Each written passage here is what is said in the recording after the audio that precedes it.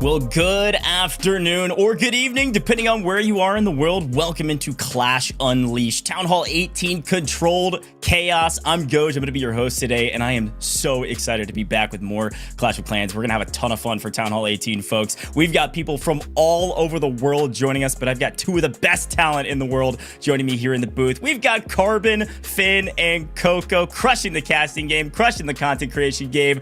Carbon, Finn, got to start with you, my man. How excited are you for today? Oh, I'm so excited. Town Hall 18 has officially dropped, and all of you at home, how's your progress going? Are some of you trying to get close to max? Well, we have some of your favorite content creators going to be battling it out, and I can't wait to see what they are going to be bringing here today, Coco. Yeah, I'm so excited as well. I've been upgrading my mice pretty much all afternoon. The main thing I as well. haven't Yes had a lot and of no. I will be the chances team to actually captain test some of the stuff. creator team, and I will be do the how those creators do the put their right picking, mindset and I will into do it that and on the top of the cooked show up with some them really cool together. stuff for But us. otherwise, I'm a player. Yeah, the creators have been cooking, you guys have been cooking, and we've been cooking on this format. We got a lot to talk about today, so let's break it all down, folks. We've got a really exciting format for you. We've got 20 creators competing in a 10v10 war based on drafted teams. You all that are watching, the community, you get to draft a team, and our creator captain, which is Itsu, will be drafting the other team and joining us here shortly. I'm going to explain more about that, but throughout the broadcast, you'll be consistently voting throughout the whole show on how your team should play. Armies, strategies, and even more ways to gain bonus stars and percentages based on challenges. There's a lot going on. We'll explain how that voting works, but you at home also can earn rewards whenever your community team completes tasks and whenever you vote. There's a lot going on, and you're going to be involved all day today. So you can see that link on your screen. It's the events page. It's down in the description as well. A chance for you to vote, a chance for you to get involved. So make sure you're paying attention throughout the broadcast. I'll explain more about that. Let's let's talk about the draft though, because like I said, Itsu is our creator captain. He's going to be drafting for the creator team, whereas you all, the community, are going to be drafting the other team. You'll get to vote via the poll with that link, the events page that I was talking about earlier, and you join this community-led team to basically create the team, not only from the draft of picking your 10 players, but also picking how they play. Now, the way it's going to work is that there's going to be a draft every time you draft of 2 players. So Itsu will pick their first teammate, and then you all get to pick 2 teammates. Now, we've separated all 18 players that are remaining after Itsu picks his first teammate into 3 pools of 6 players each. Once we go through those pools, you'll get to draft by voting in a poll of the 2 players you want from that pool. Itsu will get 2 more and you'll get the last 2. Okay, that's how it works. And again, this is what a poll will look like. And this is really cool because first of all, you get a chance to see what you're doing, but also you can do it right now. So go get involved. You can go to the link down in the description. It's also, you can go to the description. It's also that events page you're probably used to. Go check it out and you can actually vote in this example poll right now. We want to see what town hall you're on. We want to see where you're coming from, how long you've been playing the game, and everything in between. So here's that link on your screen, the events page, events.supercell.com/clash-of-clans.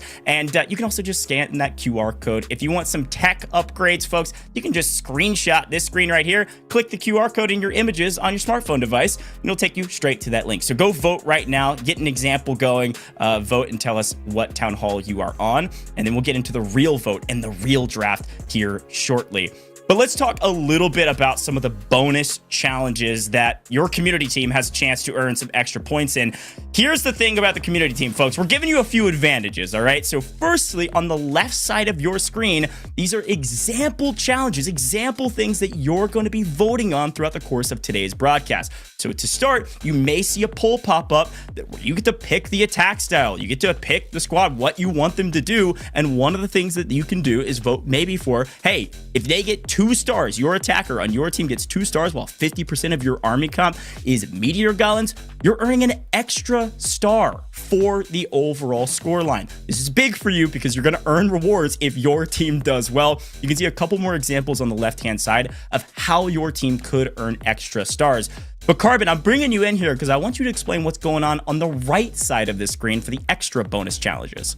Yeah, the extra bonus challenge is where they can be earning extra stars or even percentage as the first one. If they're able to destroy 3 max revenge tower, well, the community team, you'll be getting that bonus star. And these will be remaining active through the entire war. As now, also the Guardians have a challenge as well. So if you are very defensive focused, well, if you hold an 85% defense or lower with the long shot or even the smasher, you'll be able to earn defensive percentages and add it to your score to try to help the community team win. But not only are we going to see bonus challenges, we're going to see the prizing as well of what all you at home can be winning if your community team, your predictions or your selections are winning this match. So if they're able to score at least a total of 23 stars, you'll be able to earn the cake, the bite, and the study soup. But if they don't get a 23, you'll only earn as much as they're able to get. But then, if they win, well, the creator team, you'll only take home 1 chest. But if the community team wins, then you'll be able to earn 3 chests. And you know, it could be any of the chests. It won't just be common. It could even be a legendary. It comes down to what your luck will determine.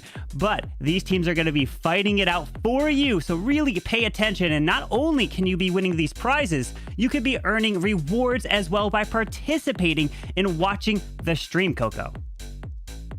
Yeah, every single time that you do participate, every time you vote, you will be getting 75 points, and you rack them up quite quickly as well. So you could be getting research potions, builder potions, power potions, wall rings, and most importantly, look at the ores that we also have there on the track. So make sure to scan the QR code to hop over to the event page if you aren't there already to join in and earn rewards by taking part. I love it. Thank you, Carbon and Coco. Like we said, a lot going on, a lot of opportunities to earn rewards. The key thing to remember is you have to be voting throughout the entire course of this broadcast, and you're about to be voting for who you want on your team so that your team can earn you points if you do well, okay? That's the way it's going to work. So you want to keep that web page open the entire time. Again, link down in the description below. But as we talk about the draft, we've got to first start with our creator captain, the man, the myth, the legend, creator captain Itsu leading the charge. This is the community's opposition. Itsu, you're the enemy today for our viewers. How are you feeling today? I mean, I'm feeling good. I just hope that the community maybe is not as gentle with those votings and give the other team some really tough challenges. And on the other side, though, they can win some really nice bonuses, right? So a lot of things can happen, and looking forward to whatever is going to happen. Yeah, it is going to be a lot of fun. I think it's going to be a lot of chaos as well. And we're going to be all over the place having a dang good time. But Itsu, you're going to be a part of this competition. You are the captain after all. So we've got to think about our draft. We got to think about all the players that are even options for you to choose from. We've got 20 total players, including yourself, and you get to choose one of those players. So I don't want you to reveal if you have your pick already in mind yet. I want to talk a little bit about the overall player pool because we've got creators from literally all over the world. So Carbon, I want to go to you. Highlight maybe a couple players you think are maybe an interesting pick for Itsu or our community members as we take a look at all of them, not only their pictures, but also their cameras. Wow, we get to see the inside look of every single one of these players. It's amazing to watch them. But yeah, a few that stand out. Well, one, I know that there is Lexnos, who is an ex-pro. But is he going to be able to bring it at TH18? I'm sure absolutely he will. And then all the way at the bottom there, I'm going to keep my eye on Asher. He is not normal. Look, his shirt says update builder base. I can see it because what I was going to say is he's a builder base player. So what is he going to be bringing at the main home village? So I'm really curious to see what his attacks will be here, Coco. Yeah, that's awesome. Coco, yeah, talk to me about who you're maybe interested in. Maybe somebody you think the community should pick up. I mean, overall, I'm so excited to watch pretty much all of them play. I have my eye on a few of them. Obviously, my friend Susie, can't wait to see how she performs at Town Hall 18 as well. We have Termi in there. I have a little bit of a revenge against him. I have to see how he's been playing. He played pretty well in the Clash combo a few weeks ago. He beat Team Coco, so we'll see how we'll see how he plays at Town Hall 18. Maybe we need to schedule another team event now. Yeah, no, I totally agree. Well, Itsu, I think it's about that time. You got to talk to me about some of your favorites because you get the advantage of getting to choose one player. You get to pick your very first teammate for this upcoming 10v10 war. So let's talk about these players. Let's take a look at them. We're going in and you get to choose from anybody. So Itsu, I got to know, who do you have your eyes on and tell me why? I mean, for the first pick, I would just go based on... We have already Carbon Finn leaving the group of casters, which means I can't pick him. We have Judo hiding, which means I can't pick him either. So I would go for sure with Bash. I mean, I somehow need my caster buddy, right? So this is for sure for me the first pick. No question. Oh, okay. All right. So you're keeping it in the strain of casters, people you're comfortable playing with. I like that. Carbon, what do you think about the pick for the very first one? Because we're going to get all of our pools ready, but it looks like first player completely off the board. Nobody else can choose him. I mean, it's a great pick, right? Our caster buddy there, Bash, coming in. But I'm really going to be curious to see what Bash will be bringing because I know he was bringing dragons at Channel 17 and doing a lot of that. But at Channel 18 now, is he going to switch things up? But this is where some pressure is coming on the line here. And I know Bash can get it done, and I'm excited to see what he can do. Yeah, Coco, same question. You feel like this is a pretty good pick from Itsu, or do you want to already start throwing some heat towards the creators? I mean, I definitely think it's a good pick. I mean, Bash is very knowledgeable. He knows his stuff. He's been playing Clash for a really long time. I mean, being a caster himself, he knows how to get it done. The only thing is if he can actually, you know, perform under that pressure. There's a lot of people watching. So we'll just have to wait and see if we can actually pull through. I love it. All right. Well, one player off the board, Itsu, and this is going to be huge because now we're moving into our pools. And this is where we get to break down all of our creators. Instead of all 18 always being available, we're going to break them into pools of 6 players each. Now, community, this is also for you. Not only Itsu, you're going to be choosing from these pools, you are voting on who your team is going to be. So again, that website, it's down in the description. I think it's also pinned in the chat. Click that and make sure you log in as well. That'll help you be able to vote and pick your teammates. Now, here's the thing, Itsu, as we take a look at these polls, or pools rather, and we get our polls ready, Itsu, I know you've probably got a couple names in mind. You probably shouldn't leak them here on broadcast because the community might steal them. But as you take a look at these pools, anything worrisome about how they're split up? Are you worried that you may not get all the people you want? I think there are many good creators everywhere, so I feel like you could pick any of them. And I mean, it's going to be interesting. I mean, I could say now a couple of names, but maybe I'm playing already mind games. So, I mean, we're going the strategy way here. So I will have maybe some surprises. Okay, I like that. Coco, I'm going to go back to you. You were shouting out Susie as a friend of yours. Talk to me about Pool 1 in particular, because this is where we'll be starting. These are the 6 players that Itzy will be able to choose from, as well as our community people at home that are voting. These 6 players, big standouts for you, somebody that maybe you suggest the community to pick, or are you going to try to stay unbiased? I mean, overall, I think they're all pretty good players. We have Sumit, who also plays a bit professionally. He dabbles a little bit in there. We have El Shiki and Susie. They are casters. They stream a lot of the esports matches on their own channel. So they've watched a lot of professional players play. Not at Town Hall 18 yet, though. Corrupt has great advice on his YouTube channel. Termi, I mean, I already mentioned it before. He beat me. He won the Clash combo. Asher, I think he's very, very motivated. He's a great team player. So if they're all on voice, I think they're going to have a lot of fun. Same with Termi, to be honest, as well. But yeah, as Carbon, I think, mentioned, he is a base builder content creator. So yeah. I love that shout. Look, Carbon, I know you've got some friends in this competition and some new faces as well. Yeah, any other thoughts on Pool 1? Feeling pretty good about it?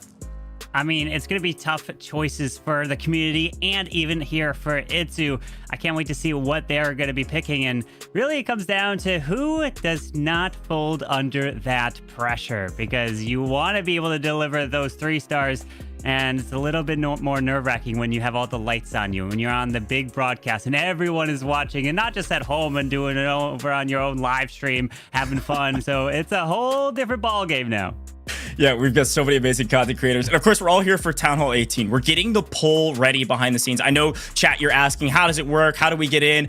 I don't have an available vote yet. Don't worry. I will tell you when it's live, and you'll see it on that webpage as well. So, Itzu, I'm actually going to go back to you as we prepare for this competition. Town Hall 18 is here, and there's a lot going in to this update. There's a lot of changes. Talk to me about maybe some of your favorite changes that have come through with this update, maybe some of the new content that you really are enjoying already and are excited to see more of in like a competitive setting today. I feel like this update was really cool because we had a lot of like meta changes and shifts within the mechanics, which means we had the Town Hall for such a long time now not being a defense anymore. Instead, we have now the Guardians protecting it and protecting the village around it, which is a huge difference because typically like the meta was for tournaments and like higher level play to like use the Royal Champion charge, maybe use the Rocket Spear of the Royal Champion to snipe that building and such, which is not going to work anymore. One of the most powerful spells with the Overgrowth spell is not going to affect the Guardian, which is going to be a big change. And then as well, we had earlier with the town levels, the Eagle Artillery, which in the beginning was something really powerful you had to plan around. As the town war were progressing, it got less and less relevant. But overall, we have now this new defense with the Revenge Tower, which is stacking up as more buildings are getting destroyed. So you need to have a plan, take it out somewhat early. Otherwise, on the back end, it can really mess up your attacks. And then as well, the new spell, the Totem spell. I mean, we have seen already plenty of videos out there of content creators going crazy with it. I think it's for sure a really solid spell and can shift the meta quite a bit and support any strategy out there. So I feel like those are the 3 main points for me, which I would like to highlight. And I feel like are as well some type of mechanic highlights of the update. No, I love that breakdown. It totally does change the strategy. It's been fun to watch already all the guides that have come out from not only some of you here in the booth, but also the creators that are actually competing in this event. There's a lot of content already out about Town Hall 18, so make sure you're checking that out as well as this broadcast. But Coco, I want to go to you because you were streaming earlier today all about Town Hall 18. Big hits from your stream. How you feeling about it? Are you extremely excited? Are you ready to see maybe some of the strategies you were learning in this competition today? Any quick hits, words of wisdom maybe for the people at home? I mean, the main thing is just keep farming. I mean, there's a new farming strategy going around at the moment where I think a lot of people have been transitioning to. No more sneaky goblins. We've been bringing those Valkyries from the bench back in play. So I love that. A lot of people are a bit shook about it. It's a very quick one. So that's been a lot of fun to try out and actually use. Yeah, as I said, we haven't really been trying too many strategies yet because personally, all my bases they're locked. I haven't got any yet. So tomorrow will be the big chance to actually go and try with the community.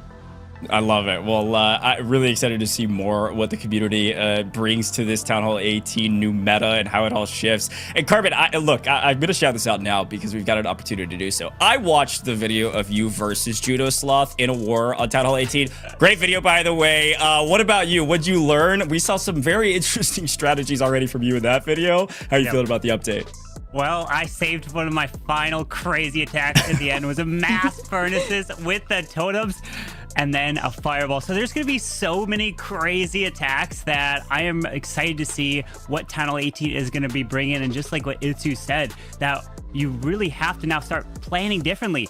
I was also talking with other people like, yeah, the Rocket Spear of the World Champion is how you could save 2 stars if your attack goes right. You just grab that Town Hall, but no, you can't anymore. You can't snipe it to try to protect it because it's not a defense. So you're gonna have to find a way to be able to take these Town Halls down if they're in the core of the base, because you're gonna have to make your way into the middle, help grab that. So I think my prediction is, I don't wanna, the jinxing power is pretty real here with Gasters, but 1 stars will definitely be more popular once we're getting into Town Hall 18 because of the mechanic of Town Halls no longer being that defense.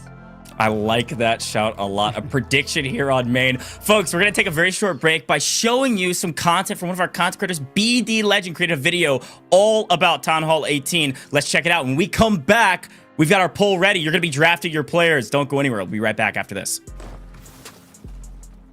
Hey guys, it's BD Legend, and in this video, I'm going to be telling you about the brand new Town Hall 18 levels, as well as the ones which you should be prioritizing for maximum benefit. We're getting new levels to buildings, new levels to troops, as well as brand new hero levels. Let's talk about those hero levels first. We'll be receiving a new level to the hero hall, and then every hero will be receiving 5 levels as a result. This means that yes, it's not going to be a perfect level 100 for the king and queen, they're going to be level 105 instead. The only pet receiving a new level is the Poison Lizard, which is going to level 15. Now for hero levels at the highest Town Hall, I always recommend that players have at least 1 hero with an 8-day upgrade timer to make the most out of the Book of Heroes. If your heroes were maxed at Town Hall 17 anyways, feel free to upgrade them in any order you wish or with a priority on whatever army you're using. Now Town Hall 18 is bringing us a lot of new building levels as well, and they are really cool. To start, a new wizard tower will be available in this town hall, and with the wizard towers that you already have, you can merge 2 of them to make super wizard towers. You get 2 super wizard towers and they have 2 levels each. Personally, this might be one of my favorite building designs ever. I mean, these wizard towers are really dope. A new defense includes the Revenge Tower, which has 2 levels on release. And guys, this has to be one of the most menacing defenses in Clash of Clans history. This thing is an absolute bruiser and you want to get it early on. We're also getting new levels to all the buildings that you guys can see on screen right now, and guys, the building designs really fit the meteor theme, and I think it's a very cool theme. Do take note that not all of these new levels are only coming to Town Hall 18 players. The economy buildings and the spell factory are available at Town Hall 16, and the barracks level is available at Town Hall 17. As always, I recommend doing offensive upgrades first. These are the upgrades that I would recommend prioritizing upon release, but I'll have a full guide in a different video. Last but not least, there's also 3 brand new craftable defenses, and they have 30 levels each. These defenses are the Hero Bell, the Bomb Hive, and the Light Beam. As always, because they are temporary, I recommend doing these levels after your permanent upgrades. Now finally, we are getting some brand new troop levels. The Giant, the Wall Breaker, the Wizard, the P.E.K.K.A., the Minion, the Miner, the Bowler, the Thrower, the Healers, the Wall Wrecker, the Dragon Rider, and the community favorite, the Electro Dragon, are all receiving new levels. I personally love the design of the Wizard, the Healers, the P.E.K.K.A., and the Electro Dragon itself. When it comes to upgrade priority, I always recommend that players upgrade the very army that they are using. Obviously right now it's hard to have a meta for Town Hall 18 because of all the new defenses and the different levels, but that's why you're watching the stream with all the content creators right now. The Meteor Golem is the newest troop and will be receiving 2 levels at Town Hall 17 as well as 1 level at Town Hall 18. And those are all the new levels that are currently coming to the game with the Town Hall 18 release. Keep an eye out for more videos from all creators on how to use these brand new troops and all the new content for Town Hall 18.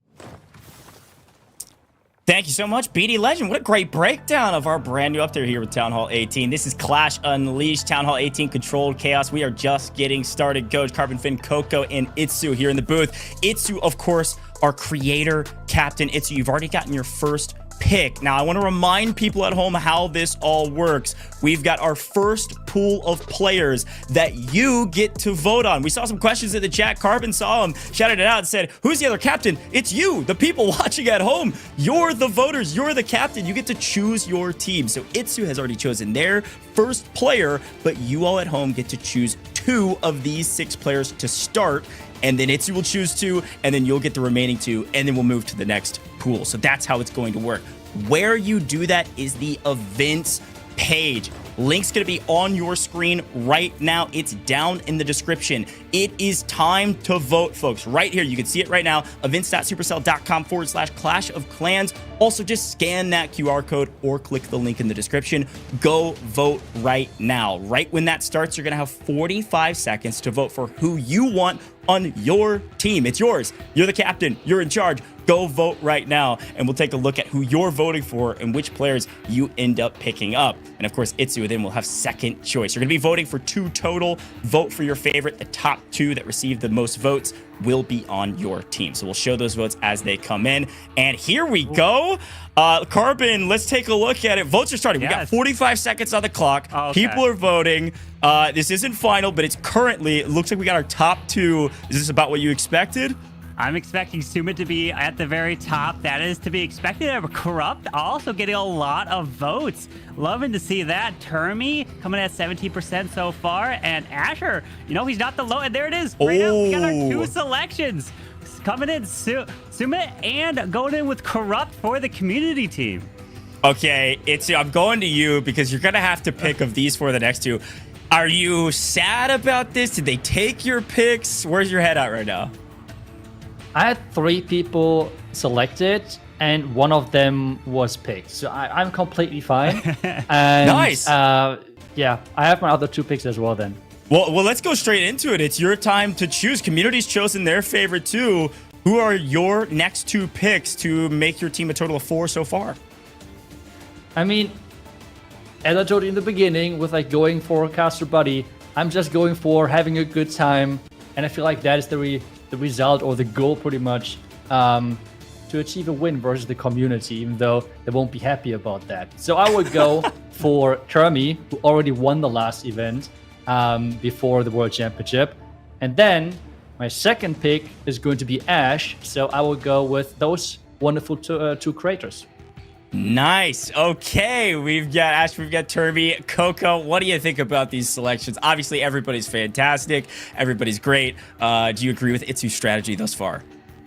Yeah, I mean, I heard some of the clips from Termy's team during the Clash combo. You might need to turn the volume down, Itsu. We're good, I think. I hope, maybe.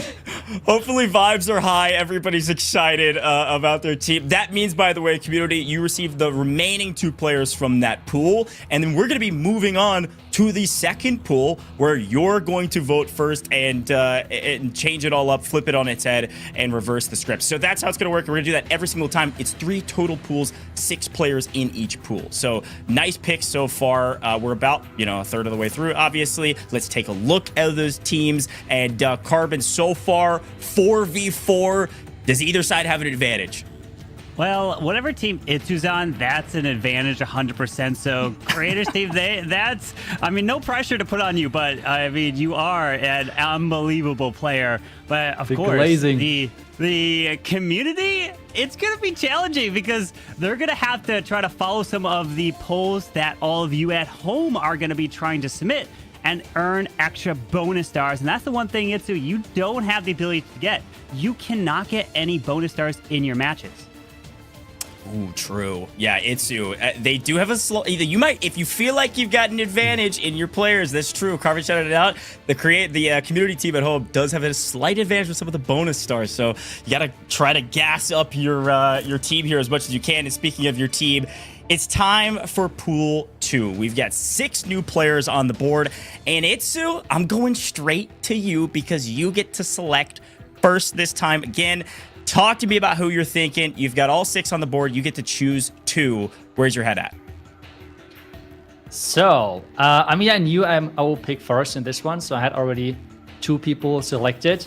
For me, the first one I would go with is Kenny Joe, because I believe that he is really, really good at preparing. He really likes to as well train things, and Bash as well said trust in this man. So I will do exactly that. So that is going to be the first player. And the second player is going to be Sir Moose, because I had as well many really nice conversation with him, and I believe that he has practiced quite a bit to as well obviously find his own strategies for his YouTube channel, but as well prepared really well for this event. So I believe in those 2 creators. Okay, Sir Moose and Kenny Joe. Coco, how are we feeling about the selections? Itsu coming in not only with the heat, but also the pre-preparation with teammates he expected to have. So far, so good in my mind. Yeah. I mean, he had a really good selection between the 2. I'm surprised he didn't pick Lex, though. I would say that too. I was saying that because, well, Itsu, Lex was your teammate not too well. I was gonna say not too long ago, but it has been a little while. But so is that gonna be a little revenge? Lex is like, wait a second, Itsu didn't pick me here to be on his team. So, but I mean, still, the community, you have the opportunity to then pick your selections, and that's what's gonna be up next. Yeah, no, that's a great. Hey, look, we might be saying Itsu didn't pick Lex. Community has a chance to pick Lex if they want to. The poll is live, folks. Poll is currently active. It's only 45 seconds. Go vote. Again, link in the description. I see some people asking. It's in the description. And also, we've shown that QR code on the screen. It's the events page here with Clash of Clans. But, okay, so far, I think so. Oh, actually, pretty close near the top here with Lexnos having the most votes thus far. Only about 30 seconds left. Coco, I mean, it's pretty close, but it looks like there it goes. What do you think? Alvaro and Lexnos off the table. I mean, it's a great poach. I mean, Lex ex-pro player. I think Alvaro's also, he's very well experienced, played Clash of Clans for a really long time. Great content creator, really nice guy. So yeah, I think you did a really good job. I'm still surprised it didn't poach Lex there. So definitely a great pick from the community there. Yeah, I think so as well. And I will say it's so that means that you are left with our final 2 players, which is going to be, I believe, Beakers and Rafa. What do you think about the final 2 players? Of course, they get kind of gifted to you because you had first choice and then last choice, and we'll reverse it for the next one. What do you think? Were they on your list as people you may draft later? Yeah, I mean, that's totally fine. I mean, as well, like the plan going into this voting as well was maybe with like the size of the following that Alvaro and as well maybe not he is getting picked like Lex, so he's maybe slipping through. That was an option. So in the end, it didn't work out. But hey, sometimes you have to take some risks, right? Yeah. You're kind of hoping that the community misses some of the heavy hitters that you wanted. I like it. Here's a look. Carbon. All right, now the question is 6v6. Is there still a clear advantage? I mean, now that Lexnos is on team 2, that is starting to bring the even there. You know, it's going to be a fantastic match. We're going to also see now, also talking about Suma, he's also been playing competitively. So he could bring some amazing attacks in this one. And again, that community team, you could be earning those bonus stars and get that advantage. Yeah, I totally agree. I think, again, if the teams come out evenly, it's just got a long mountain to climb with these extra bonuses that the community could technically earn. Now, community, you're going to be first vote when it comes to Pool 3. So we're swapping it back the other direction, and excited to see what you're able to pick from these final 6 creators. I need production to show me this final pool because we've got 6 creators. And again, this is all randomly kind of assorted throughout the course of this to separate into these 3 pools. Here are our final 6 creators that are going to be drafted. You get first choice, so watch that events page. It's about to go live here shortly. Right when it's live, you'll have 45 seconds. We just heard from BD Legend. I think he knows what's going on when it comes to Town Hall 18 based on the video that we saw. And Coco, final 6. Any standouts? Are you going to recommend anyone to the community or just let them choose however they want? I mean, I think overall here, there's a lot of esports casters in here, or a lot of really good players. So I think that they can pretty much choose any of them, and I think they would have a good pick. Okay, I like that shout. That is the correct answer, I think. I think it'll come down to which of these players have maybe really been focusing on Town Hall 18. Carbon, same question to you. Any suggestions for the community? You're going to let them fend for themselves. I mean, I really think BD Legends' video there could sway that prediction because they're a little bit more relevant of seeing the face right off the bat. But who knows? They are all going to be good players. They're all going to be trying to bring the 3 stars for their community and try to help their community win. Of course, they're going to try to help Team Itsu win as well if they get picked by him. So it's going to be great either way. Yeah, I like that. Really... Go ahead, Coco. Yeah. I have to jump in.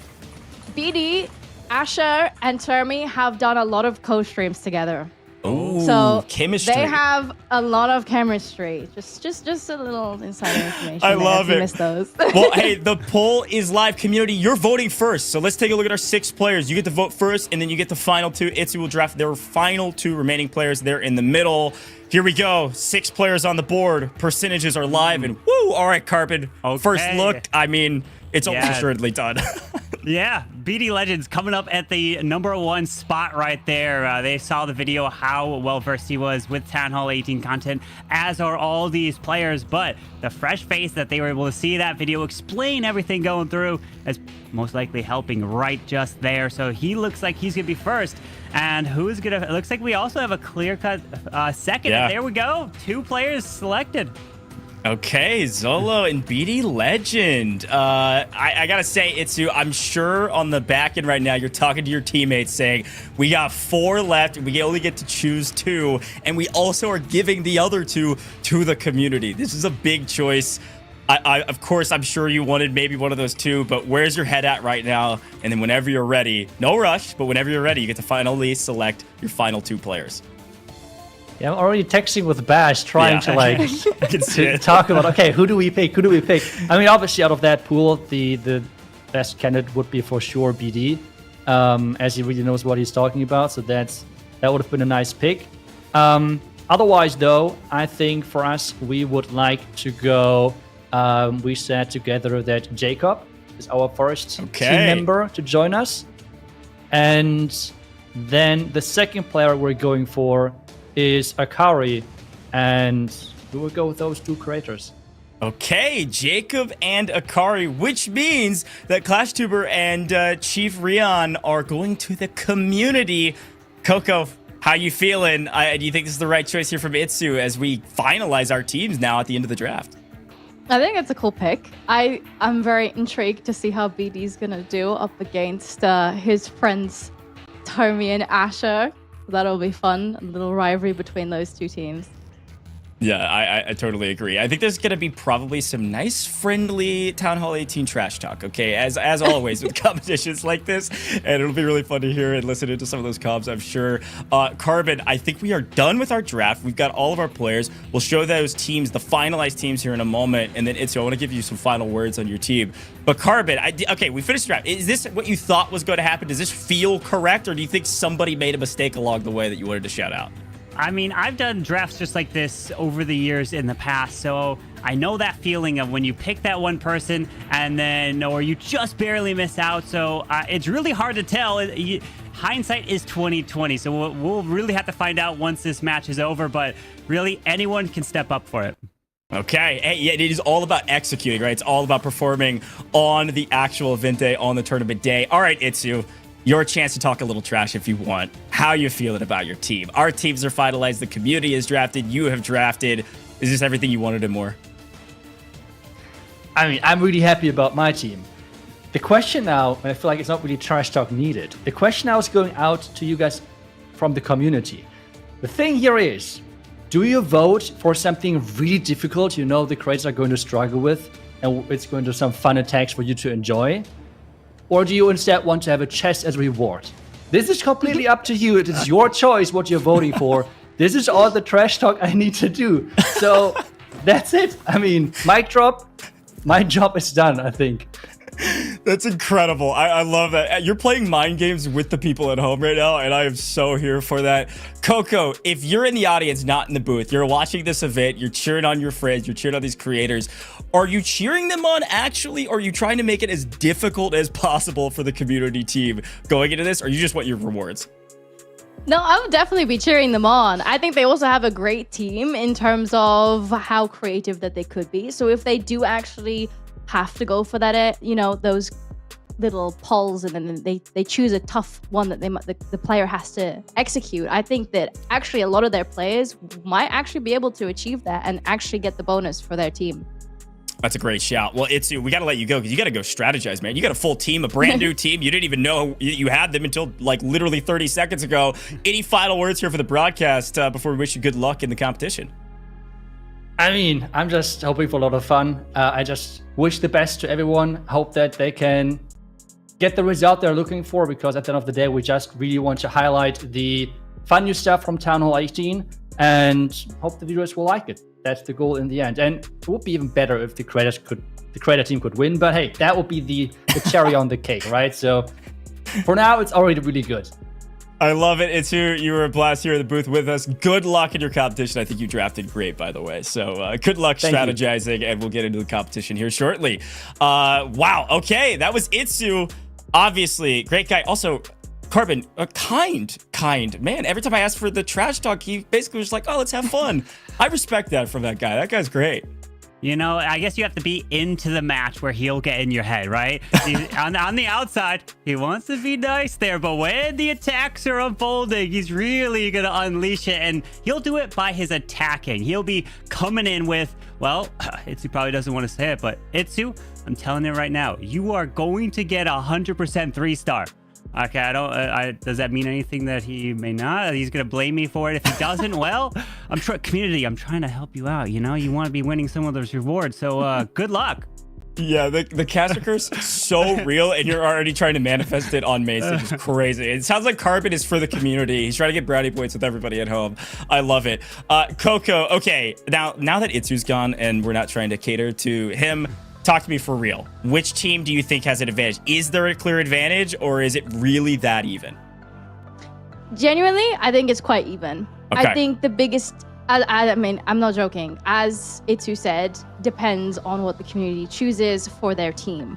So bear in mind, the rewards are on the line. Do you want your team to perform well? Yes or no? And I think if they keep that in mind, they have some really good players that I think if they actually take that into account and choose wisely, I think there are some players that will be able to also get those bonus stars. And I think overall, I think it's quite fair.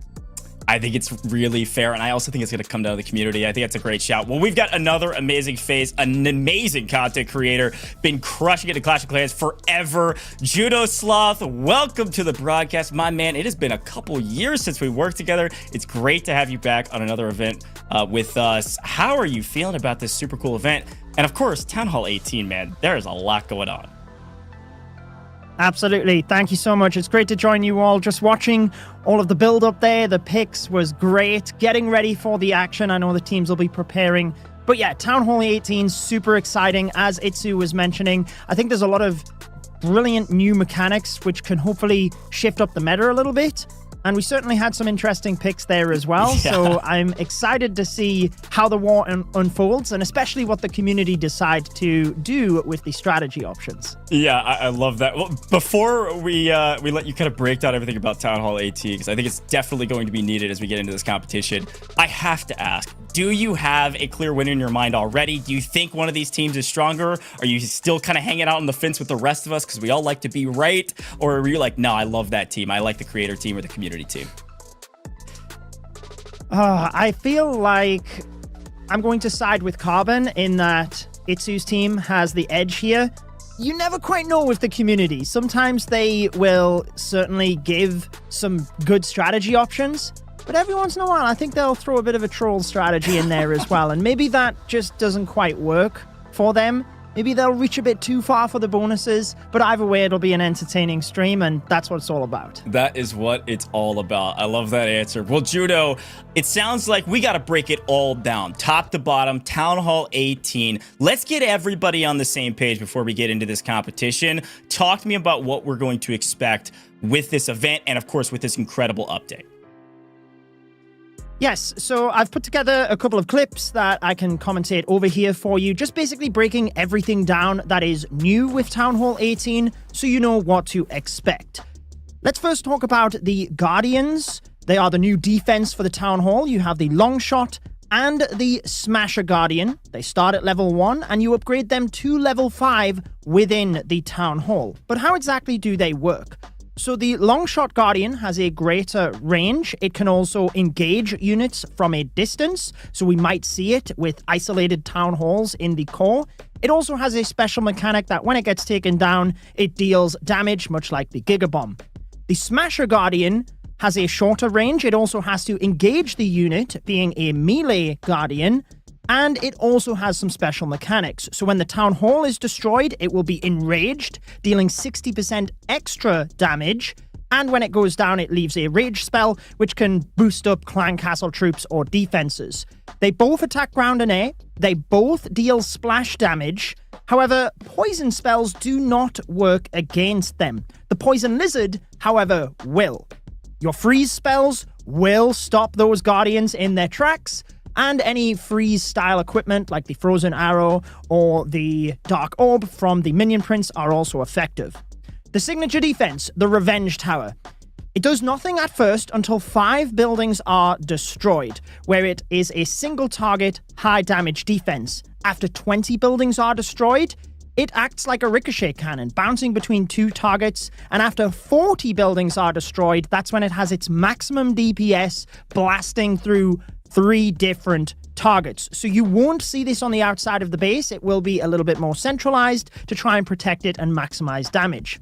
The other defense is the Super Wizard Tower, merging 2 of the previous max level Wizard Towers to bring that Super Wizard on the top.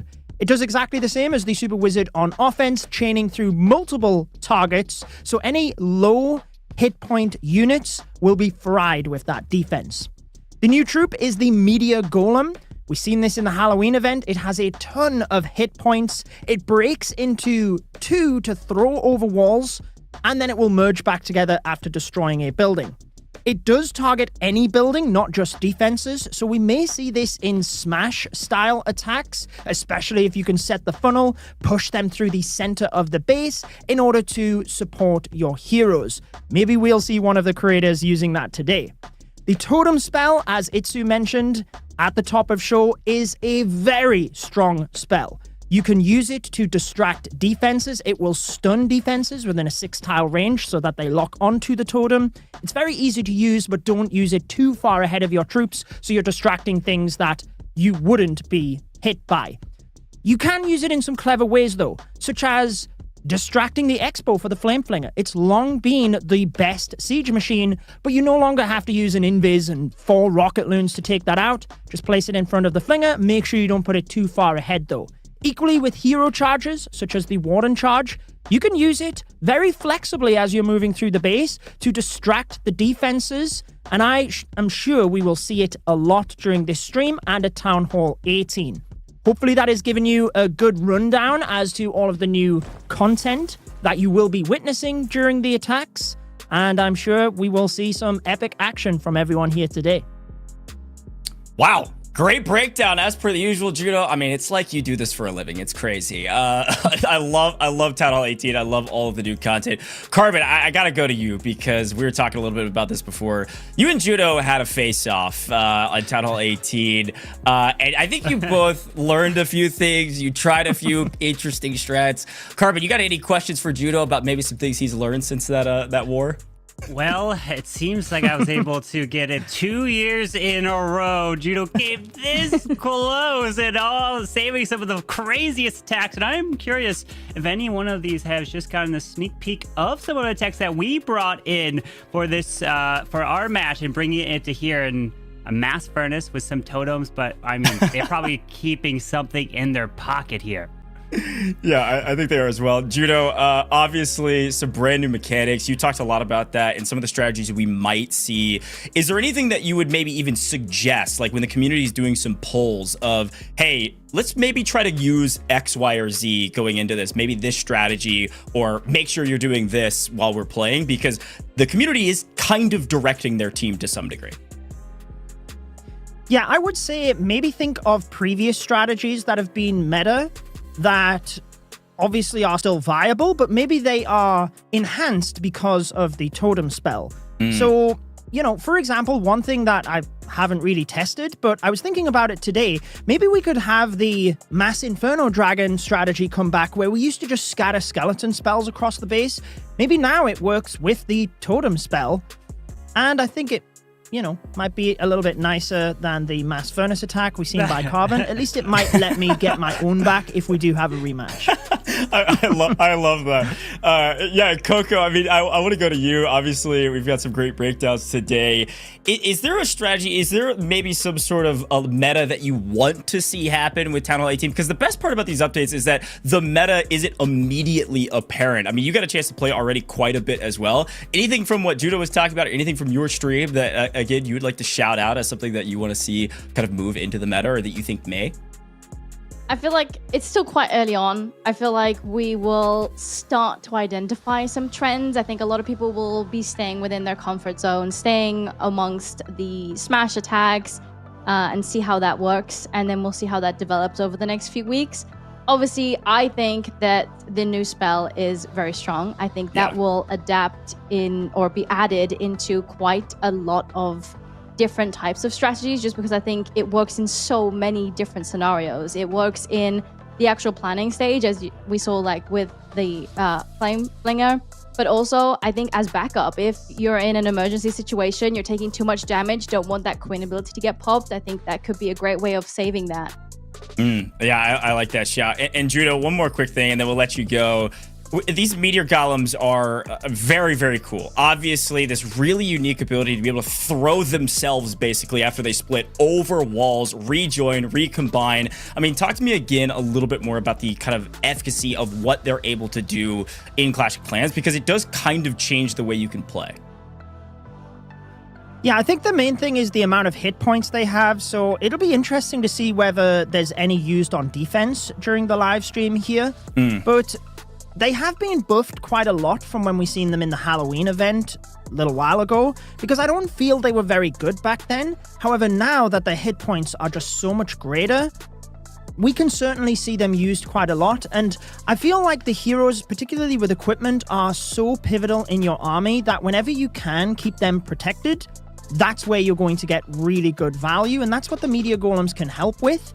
It really comes down to how you use them, because sometimes a regular golem can be better since it targets defenses. Yeah. But the meteor golem can give you better value based on just how tanky it is and how you can keep the healers on them moving through a base. And they can actually survive by themselves as well. If your heroes peel off to one area, the healers might stick with the meteor golems. You can still rage them because they deal a lot of damage. They're not just used as a tank, so they are very versatile in that regard. Really, really cool. We love new updates. There's so many hypotheticals, so many things to talk about. But Judo, it was a blast having you here in the booth, and thank you for breaking all that down again. Any final words here for the broadcast? I think our games are about to get started here shortly, and our community is about to be voting on what strategies maybe some of their team is going to be using. Any final words? Yeah, well, if the attacks are about to start, we can dive into the action because I am going to enjoy it as well. Best of luck to the community in getting the most rewards possible. Make sure you can get every single thing for free by going to that event website. And I just hope everyone has a good time here as well. The creators, the community team puts on a good show for us. And best of luck to all of you on the caster desk as well. Thank you for having me on the stream, even if it was very brief as well. I really appreciate it, Judo. It's always a blast having you, and I'm sure you're going to have a lot of fun watching this amazing event, but we appreciate you. And hey, everybody, of course, you know him, you love him. Go check out his content, Judo Sloth, here at the booth, and now hanging out at home. Now, Carbon Fan Coco, event about to get started. I gotta remind everybody at home not only to vote and vote in these polls are really cool with rewards, but also go hop back onto the game. Go hop back onto the game and grind for Town Hall 18. It's time. There's so much new content here with Town Hall 18. Judo broke it all down. We've been talking about it all day today. So many hypotheticals, maybe brand new strats, brand new spell you could use at the totem. So much cool stuff. Go hop in, go grind, and get up to Town Hall 18. We did that poll at the very beginning of the broadcast, and a lot of you are 16, 17. So close. Keep working, and we'll see you at Town Hall 18 here very shortly. Get your builders working, all right? It's time to get involved. And Carbon Coco, let's talk a little bit here about the competition. We're about to vote on some of the strategies that are about to happen. We're about to vote to see what our community team's going to do. You got some words of wisdom. I think I've asked this a couple times, but I think this is an opportunity to kind of set up our community one last time before our poll. Words of wisdom for maybe the creators playing or the community people at home. Carbon, I'll start with you. Anything you want to kind of share with the people at home? Yes, I would say for the, at least for the creators that are playing, is maybe just focus on the attack just like you're doing any other attack. No one's watching, right? Some of these have never attacked on a stage like this where it's being broadcast. Yes, they have a lot of experience attacking on live streams and attacking for fun, but when there's a lot of rewards on the line, it's a little bit different. And they only have one opportunity. So make it count. And especially for the community at home, how hard do you want to make it for your players that are representing you? Because the harder you make it, the harder it is to earn your rewards. So think about that. Yeah, I love that breakdown. It's going to be something we're going to be talking about all day today. I like that, Carbon. All right, Coco, same thoughts here for you. Words of wisdom, thoughts for the community, thoughts for the creators playing. What would you do if you were playing in this event? I mean, Carbon brought up, like, just pretend, you know, you're doing your attacks like usual. That's easier said than done. I played in the Clash combo a few weeks ago. I was so nervous. I heard everyone saying, oh, you know, they must be used to it. They stream, they record videos. And I was like, so nervous. So it is definitely very different. But a lot of them, they are very good players. And I think that I think they'll pull through. And I'm very excited to see what they're cooking. Maybe there's some hidden stuff that they haven't put in their videos yet that we might get to see as well. Some secret strategies, things they're learning at the very beginning of the update. I like that shout. We're about to get into it. Again, folks, as a reminder, because this will be very quick, there's 45 seconds to vote. We've got that events page. You go down to the description down below. Some of you are like, oh, it's not working. It's probably because you didn't log in. You do need to log in. That's also how you earn the rewards. There's like 50 points every single time you vote. And we've got a bunch of polls today. Okay, here's that link, events.supercell.com/clash-of-clans. Also, just scan this QR code on your screen. It's not ready yet. It's about to be vote. And this poll will be an opportunity for you to choose strategy for your community team on their attack. The community will attack first. You all will vote on how they should attack or ways for them to earn extra stars, gain a little bit of an advantage, and you all earn rewards just by voting. And also if your creators that you drafted do well. Okay, so that's how that all works. And we'll continue to remind you about that all day today as well. But Carbon, I'm going to come back to you here for a moment as this poll's about to get started.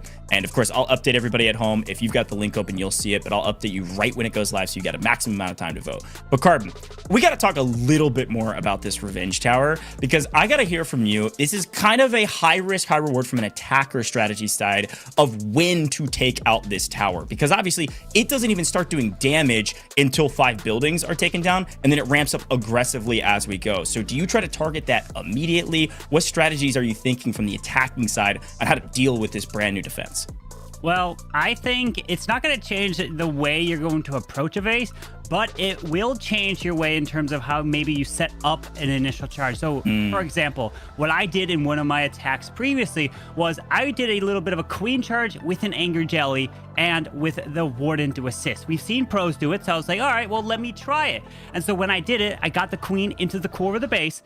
But when I was practicing it, I was using some furnaces to start on the outside. And what would furnaces do? Well, they remove those buildings. And as they remove more buildings, the Revenge Tower started to activate and started to become stronger. So when I was practicing, my queen kept dying from the Revenge Tower. So then an idea in my mind popped. I was like, wait, let me not drop my furnaces. Let me hold that off and just focus on the queen part. And then the revenge tower was not as strong because not as many buildings went down. So I was able to focus the queen, take out the value, and then set up the rest of the attack. So things like that can start to play a role in how you want to develop the attack, because once that revenge tower becomes active and it's maxed out, attacking 3 targets, chaining through them, it does so much damage, especially under a rage spell tower. Oh, good luck.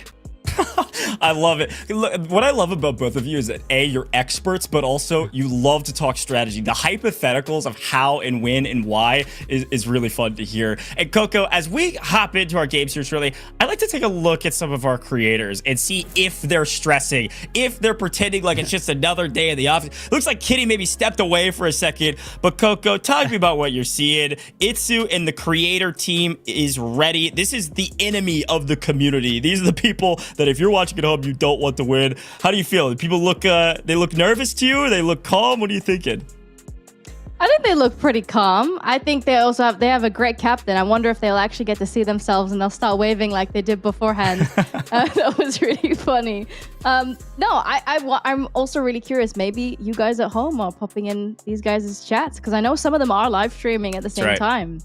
Yeah, that's right. Everybody, I believe, live streaming as well. Chat, I want to hear from you. Obviously, you've got the community team. I know you're cheering them on.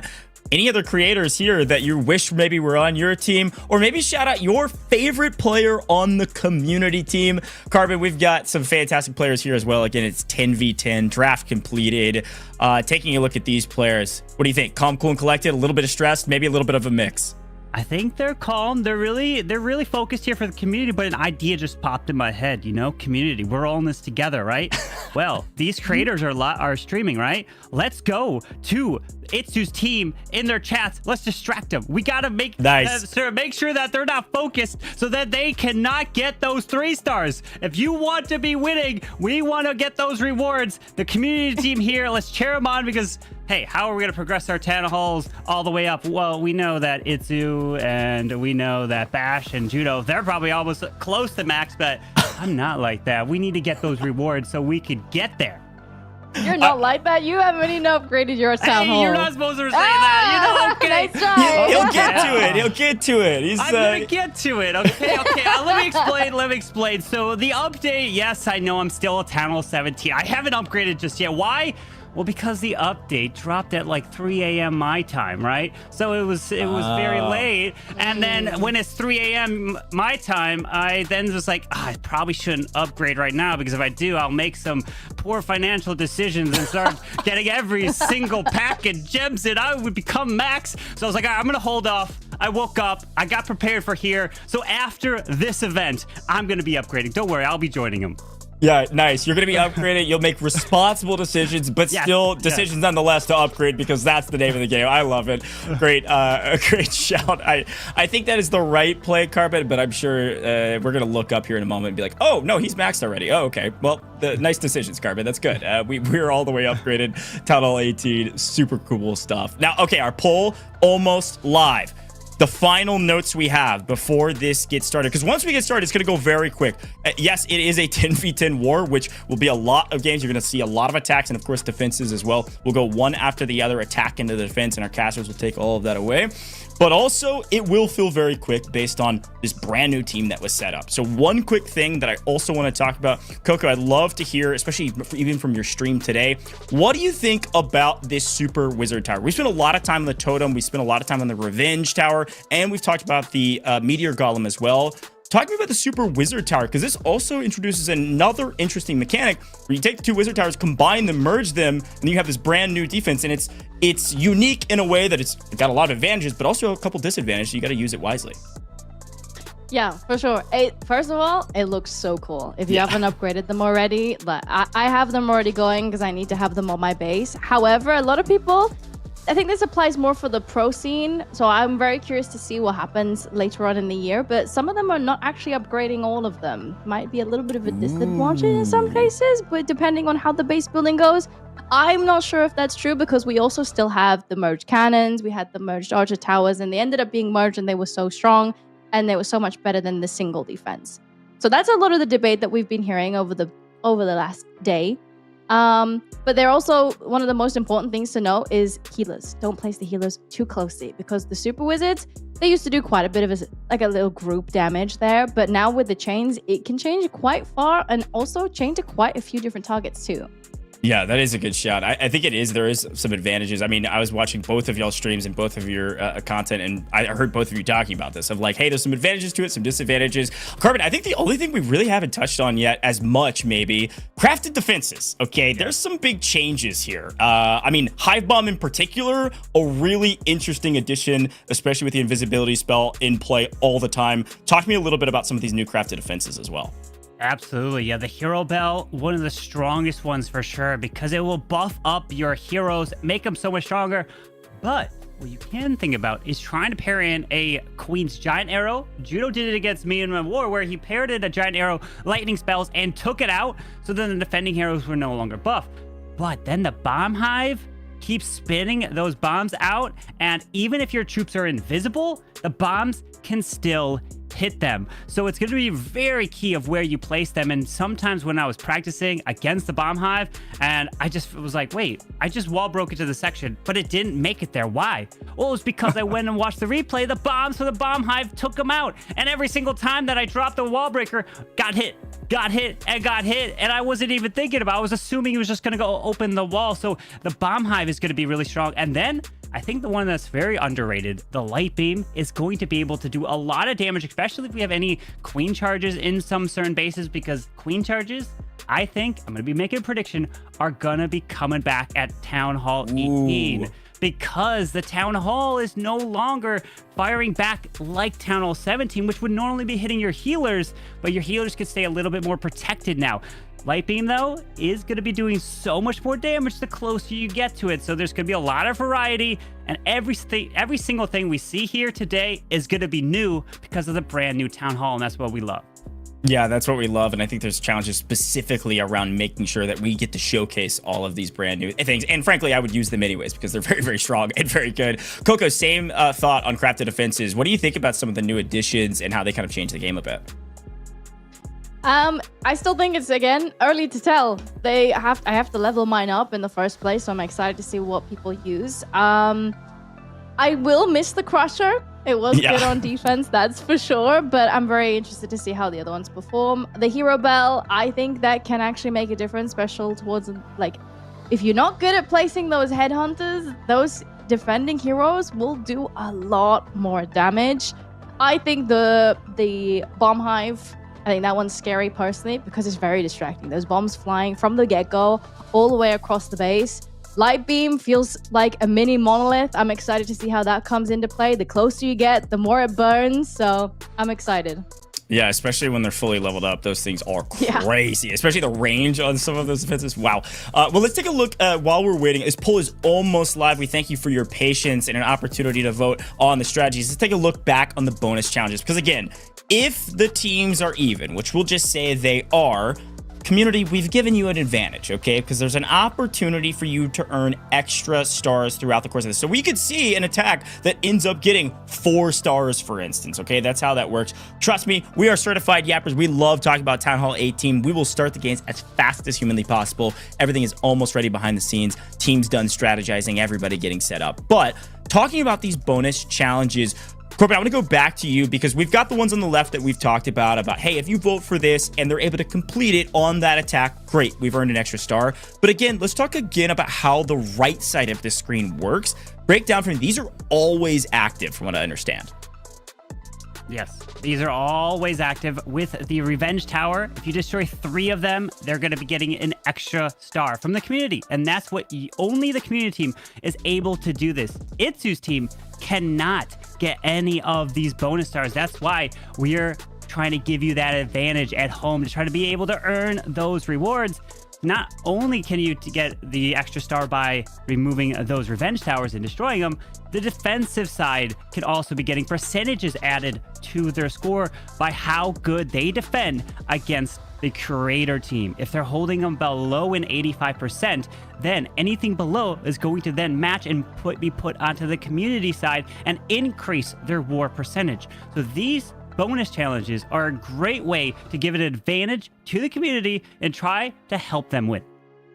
Yeah, I love that breakdown. A big advantage for you all at home if your team can execute on these challenges. The ones on the right, always active. Whenever they're completed, that star will be thrown onto it. The ones on the left, they have to be completed on that attack when they are voted for. So these are examples of ways they could earn those stars on the left. But let's take a look again at the prizing. And of course, we've got two different sort of tracks, if you will, of ways to earn prizing. Again, just to recap while we get our game set up. If the community team, your team, earns a total of 10, 17, 23 stars, anywhere in between, once you pass that metric, you're going to earn that reward, okay? So if you earn at least 23 stars, even if you end up losing, the community team loses, you're still going to get all of those rewards, which of course is the clan castle cake, builder bite, and study soup if you get to 23. And then if your team wins, you'll also earn 3 chests rather than 1 if the creator team wins. Now, again, the way this works, I think we said this at the top of the show, you will earn these rewards by scanning a QR code at the very end of the broadcast. So you've got to tune back in to get these specific rewards, and you've got to scan that QR code in order to get the rewards. However, Coco, we've talked a little bit about this reward track by people earning points just from voting. So talk to me a little bit about that. Of course, this is something that people earn as we go along rather than having to wait to the end of the broadcast. Yeah, so as you go, you will be able to vote on what that you want your team to do. And every time that you do vote, you will be getting points. As you collect these points, which you do get quite quickly, as you'll be voting for every single time one of your team member is up next, you'll add them all up. You could get research potions, builder potions, power potions, wall rings, and as we said, most importantly, those ores for your hero equipment. Make sure to scan the QR code, hop over to the event page if you're not there already so that you can actually join in, collect these points to collect your rewards. That's exactly right. Just have it up on the side. Maybe if you're on a mobile device, have it up on the side with the stream. That way you're able to vote as soon as it pops up. Poll almost ready. We've talked creators. We've talked Town Hall 18, but we have yet to see it in action. Game's about to get started. And I believe for our very first poll, I am ready to talk a little bit about that here shortly, because what I want to see is what you all choose. I think our first poll, a little bit of a leak, is about a strategy that you get to choose of the way the attacker plays. So you get to basically choose their comp to start this competition off. It is almost ready. While we wait on that poll, we're very, very close. Thank you for your patience. We're going to head to Kenny Joe, who's going to be talking a little bit about those meteor golems that we're all excited about. Hey guys, I'm Kenny Joe, and let's take a look at the Meteor Golem, one of the most exciting new units coming to Clash of Clans. You can unlock this powerhouse by upgrading your barracks to level 19 at Town Hall 17, which grants access to the level 1 Meteor Golem. It can then be upgraded in the laboratory to level 2, and at Town Hall 18 you'll unlock level 3 for even more damage and durability. Now let's talk about what makes this troop so unique. The Meteor Golem isn't just a single tank unit, it's actually a 2-part lob specialist that throws itself at its targets for massive up-close damage. When deployed, the Meteor Golem splits into 2 Meteor Mites that work together in a predictable attack cycle. One Meteor Mite is thrown toward the target, dealing an initial impact hit, while the other jumps over walls and punches the same structure until it's destroyed. Once the target goes down, the 2 Meteor Mites merge back into the Meteor Golem, lock onto a new target, and repeat the cycle. Separate, throw, attack, merge, and retarget. When you drop multiple Meteor Golems, the interaction becomes even wilder. Each Meteor Golem splits, throws, and then the 2 Meteor Mites left behind merge to launch the next, while the 4th leaps the wall to join the fight. This chain reaction continues until the group works its way through a section of the base, or until one brave Meteor Mite remains. The Meteor Golem also performs differently on defense. Inside a clan castle, it can be triggered by both ground and air attackers. Here's an example. Watch as the Meteor Golem targets a swarm of minions, taking several out in a single throw, then turns its attention to a dragon, repeating the throwing cycle to burn down that tanky air unit. Next, it retargets to the Barbarian King, launching its Meteor Mite before closing in to take on the king with heavy melee hits. Since the Meteor Golem effectively counts as 2 units on the battlefield, it's perfect for base funneling when used in groups of 2 or 3. In this example, I used Meteor Golems to carve out one one side of the base while my royal champion funneled the opposite flank. Once both sides are cleared, I sent in the main army, a smash-style attack, with a wall of meteor golems up front soaking up damage while the heroes push through the core right behind them. This combination of tanking power, splash damage, and wall jumping makes the meteor golem a flexible and highly effective addition to the Town Hall 17 and 18 meta. The meteor golem doesn't just tank, it dominates. Whether you're using it to funnel, protect your heroes, or defend your base, this troop brings explosive new gameplay potential to Clash of Clans, but let us know how you would use it. Shout out to Kenny Joe, a great breakdown. But folks, our war is ready. Poll is almost active. Get your voting fingers ready. Carbon, Coco, talk to me about our base here. Yeah, let's take a look here at the base. And what I'm seeing is the long shot right there on the tunnel. That's one of the big things I want to keep an eye out. Are we going to see long shot, the smasher? We'll probably be seeing a mix here.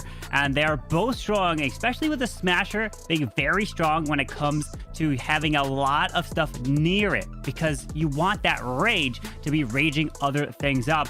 But of course, that bomb hive that is off to the right there, Coco, I'm going to be keeping my eye on that.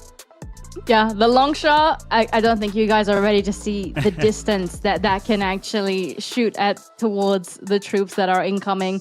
Yeah, I think it's very interesting. I'm not sure what we'll have there on the poll. Can't wait to see what you guys choose there as well. Okay, well, I'm getting word. Our poll is active. Community, you've been waiting so patiently. Thank you so much. Our poll is active on the site. The link is down in the description below. Get involved. It's active right here, right now. You've got 25 seconds and we're counting, I believe. You saw the question there, and the question is, I will read it out for you if you don't have the site open. What army comp should the creators use? Your creators, the community team, what should they use? I believe the question or the answers that you could pick, there they are on your screen again. Root Riders, Dragons, Healers, Super Yeti. 30 seconds on the clock. Hop into the poll. Make sure you are logged in to vote on this. Carbon, going to you. 25 seconds on the clock. Do you want to try to sway the community? What do you want to see?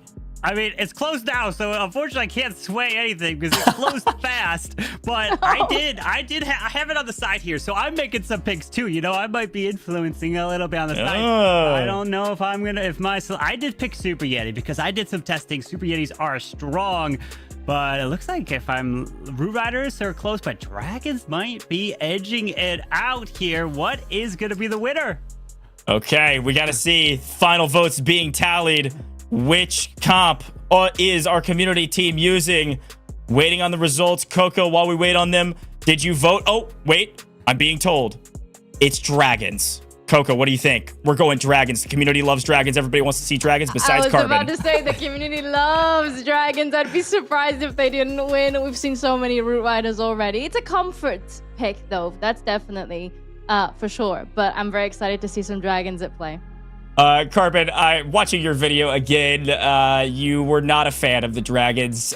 Is there a reason you think that maybe they aren't quite as strong as some of the other choices? Oh, no, they're strong. I'm a fan of them, but from the previous metas, Root Riders and Dragons were everywhere. So in my video, I was like, I don't want to bring it because that's right. So many of it. And I wanted to bring different attacks, but I did bring Super Dragons in my war with a Judo, and it worked. It was a Blizzard with the Super Wizards. But these look to be just the regular Dragons. It is a meta that was in the past, but not gonna lie, I did some testing, quite a bit of testing, and I used those Dragons. And it was actually harder than many of the attacks that I did myself that actually seemed to be off meta. So I'm really going to be curious what type of dragon attack. You could be bringing kind of like a Hydra Dragons with a couple Dragon Riders, or are they going to just go full mass Dragons? What will they do? Yeah, they've got our community team that you selected Dragons. They've got 2 to 3 minutes to set up. Our attacker has 2 to 3 minutes to set up their comp, and then we're getting into the game here shortly. Coco, want to give you a chance to respond to this as well. Obviously, community loves Dragons. What are you thinking? If you're the attacker, if you were in their position, you're going Dragons. Do you have a specific type of setup that you want to see or would you like to use? Well, the Dragon Riders, as Carbon mentioned, is a great combo with Dragons, but also they got an extra level. They had quite a bit of a buff, and I think that combo between those two types of Dragons is going to be really strong. So I'm waiting to see how they actually build that army comp with the majority of them obviously being dragons. Okay. So Carbon, last question here, I think, before our creators are ready. And I'm seeing chat ask some questions. I'll answer those shortly. Carbon, I'll put you on the spot a little bit. Based on the base we saw, the setup, what do you think about dragons? Do you think, depending on the setup, we could find success for a 3-star? I mean, I saw a lot, if I remember correctly, some of the air defenses were in the corners, so if they're able to help take those out, that could be good. But dragons do really well when there's a lot of stuff condensed and you can pop that warden ability to get through it with rage spells. When things are kind of spread out, it's kind of hard to get through it a little bit more in the base. But, you know, dragons are so strong, it almost feels like they can triple any base. But will they be able to perform under the pressure?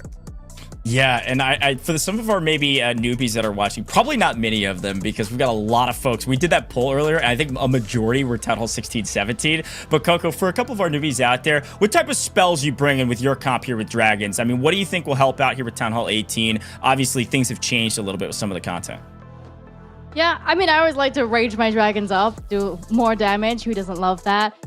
What is going to be very new for newbies who don't know dragons, but also people who do like to play dragons, is I definitely think that we'll see those totem spells being used. Yeah. Because it not just targets, it doesn't just tank ground, it also tanks air. So I think they will definitely become a meta in a lot of different strategies. I really like that shout, and Carbon, I want to say the same thing here to you because the totems obviously super valuable. It does matter kind of where you place them though, because it will aggro all defensive resources that set up that could target it, not just the ones that'll affect your units. Talk to me a little bit about that. Yeah, totem spells, one thing you have to keep in mind, you don't want to place it too far ahead of your units because you don't want to be taking damage from stuff that wouldn't be hitting your dragons. So you want to keep the totem spell just close enough, but far enough as well so that the totem doesn't survive the entire time, because the totem spell is a different spell that we've never seen before, because normally whenever you deploy a spell, there's a set time limit and then it will disappear. But the totem spell is different. It will last the entire duration until the HP depletes to 0. So if you place the totem spell too close to your dragons and you're moving through, the dragons will then pass the totem spell and then they will start defending. But if you place the totem spell too far ahead, then there's defenses that are hitting the totem spell that would not be hitting your dragons, and the totem spell goes down way too quickly. So it's gonna be a balancing game to how they want to deploy that. And one thing to keep in mind, though, totem spell 1 cannot be affected by, let's say, the Warden's Rage Gem, Healing Tome. You can't recall the totem. You can't be using a clone on the totem. It can't pull a Rage Spell Tower, the Poison Spell Tower, and it will stay there no matter what. So it's going to really change up the meta in many different attacks. Yeah, it's so interesting because obviously it's a spell, so you can't freeze it either, right? You can't make it to continue to tank or do anything like that. It is a spell after all, even though it does feel a little bit different than what we've experienced in the past. So I love that breakdown. Excited to see how the totems come into play here with Dragon's Rush. Game's about to get started. Our attacker about to start attacking our Akari base with dragons, and I think we're gonna have a chance to see maybe their cameras before we get into the match here, Coco. I'm just really pumped to see our very first game of the day. We have a 10v10. Let's take a look at their cameras. Coco, you get to give me some insight on what you think about these players, how locked in they are, how excited or stressed they are going into this, as it does look like Zolo is going to be our attacker against Zakari's base. I mean, both of these, they've been streaming a lot, and they're both streaming a lot of esports matches, so I'm really excited to see both of these guys play.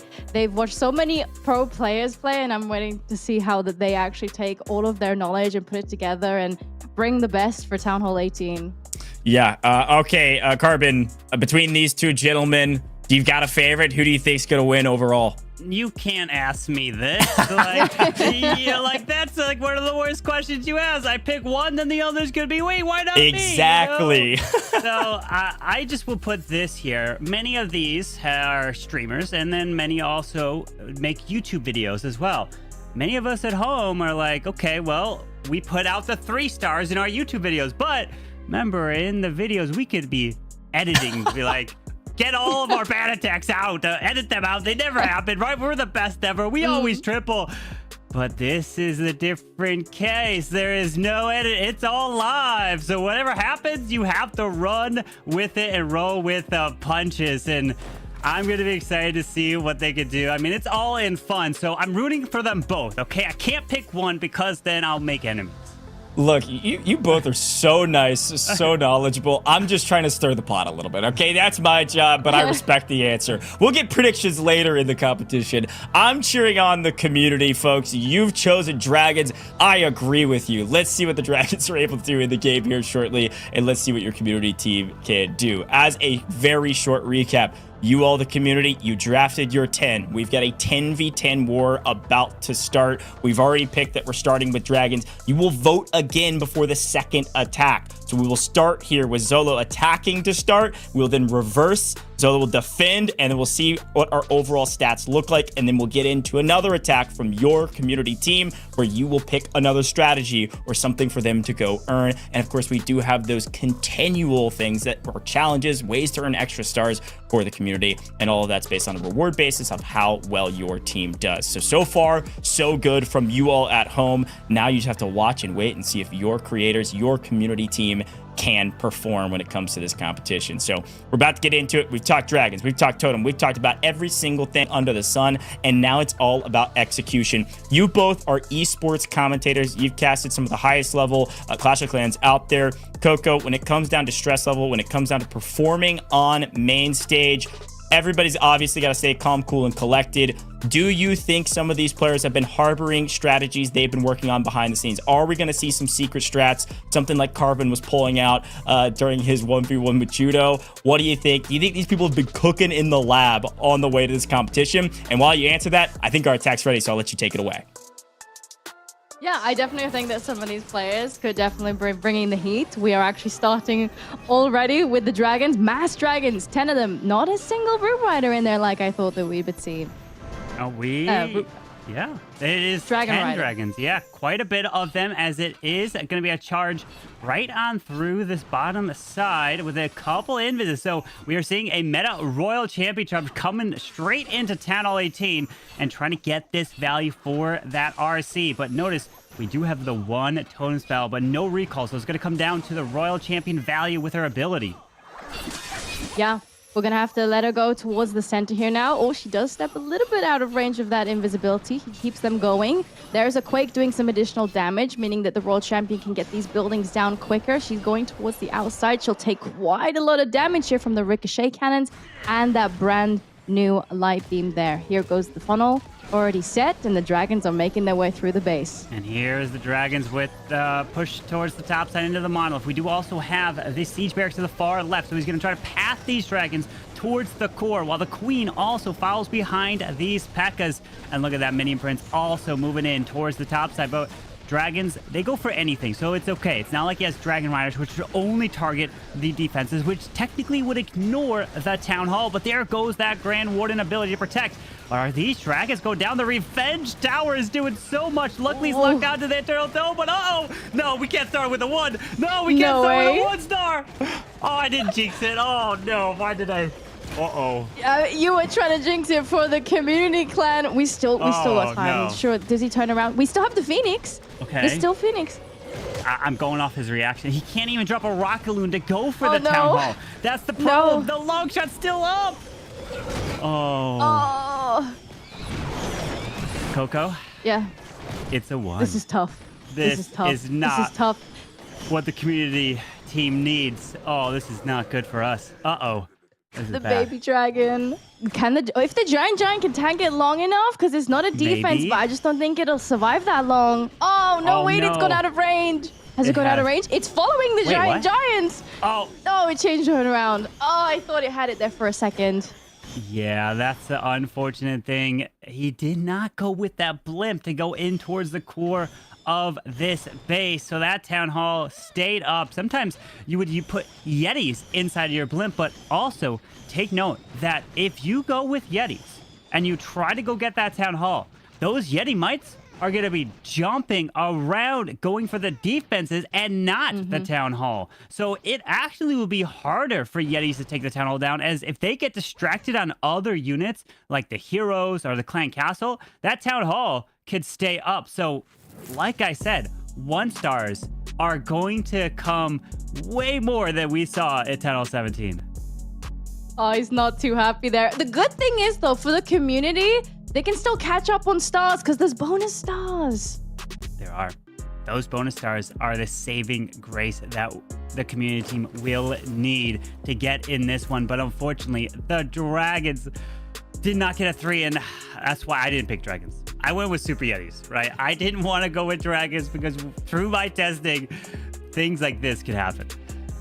Yeah, I mean, usually sometimes what you could see is the Royal Champion would get recalled, sent in with the dragons. Maybe you don't see it too often because obviously that's air and ground. But if you really need to get that town hall down, you can pop that RC ability. And if you have the long range abilities, you can actually snipe the town hall off when it was a defense. But now that it's not, it's tougher to get into the core. Yeah, you have to have a plan how to take that town hall down. You can't save it for an RC rocket spear to grab it. You can't save it to try to have rocket loons to snipe it and target it as a defense. And especially if you don't have a plan for that new Guardian. But now is where things will start to change, because if this is a low percentage, remember, part of the challenges that we can be seeing is that the percentage below the 85% can then add to the community. That's what they're going to be needing. They're going to need to get those low defenses and try to hold off the content creators part of Team Itzu. Those dragons unfortunately weren't enough to get that done, but now Itzu's team, they can come in with any strategy they want. They are not limited to the dragons like the community team was. So what will they decide? Are they going to decide to bring similar things like the dragons? I am going to make a guess, and I'm thinking they're going to bring the meteor golems. What do you think? Oh, meteor golems. I think meteor golems are good. I think they're quite diverse. I think they tank quite well, but also do a decent amount of damage. Oh, Kenny Joe is up next, and he is in fact bringing in the meteor golems. Meteor golems coming in. Rocket loons as well.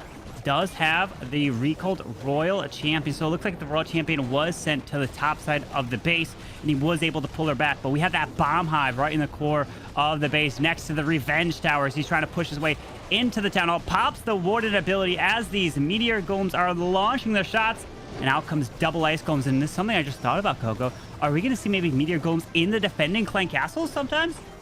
Yeah, they can be super tanky in that clan castle. However, I do notice that we have a furnace. I don't think the castle's got enough space for the furnace and the meteor golems. Kenny has been placing those totems around the base to try and tank up some of those damage, but they've been taking up so much damage that they actually went down super quickly. And we actually only have the meteor golems going around the base with support from a few of those heroes. Okay, we got to keep our eye on this. Is it going to be below that 85%? Remember, every percentage below that, it's going to go to the community team. And we are not getting there. It looks like the bottom side is staying up. The monolith is hitting the defensive minion prince, doing work, and the community team getting percentage added to their team, as this is a low defense. It's only a 1-star difference, but that difference in percentage is going to be helping the community now. Yeah, definitely. That back end, the monolith still doing so much damage there on that back end. But and we see Solo Koshoko over there putting his thumbs up. He's happy that he got a defense on his base. Oh, what a great start here for the community champs of the defensive side. Not a great start on the offensive side, unfortunately, because of the 1. You know, it does happen.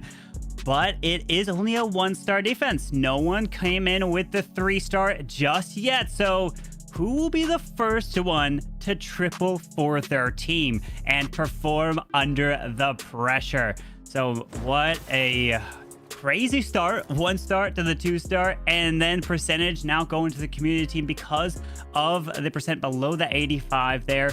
But let's go ahead and Coach, what was your thoughts on this set of attacks that we saw. And unfortunately, it was a 1-star to start it off. Yeah, that's what I was going to say. Honestly, I felt like the dragons just didn't really work the way it was intended. The big thing that we all got to remember with Town Hall 18, you all brought it up perfectly so many times.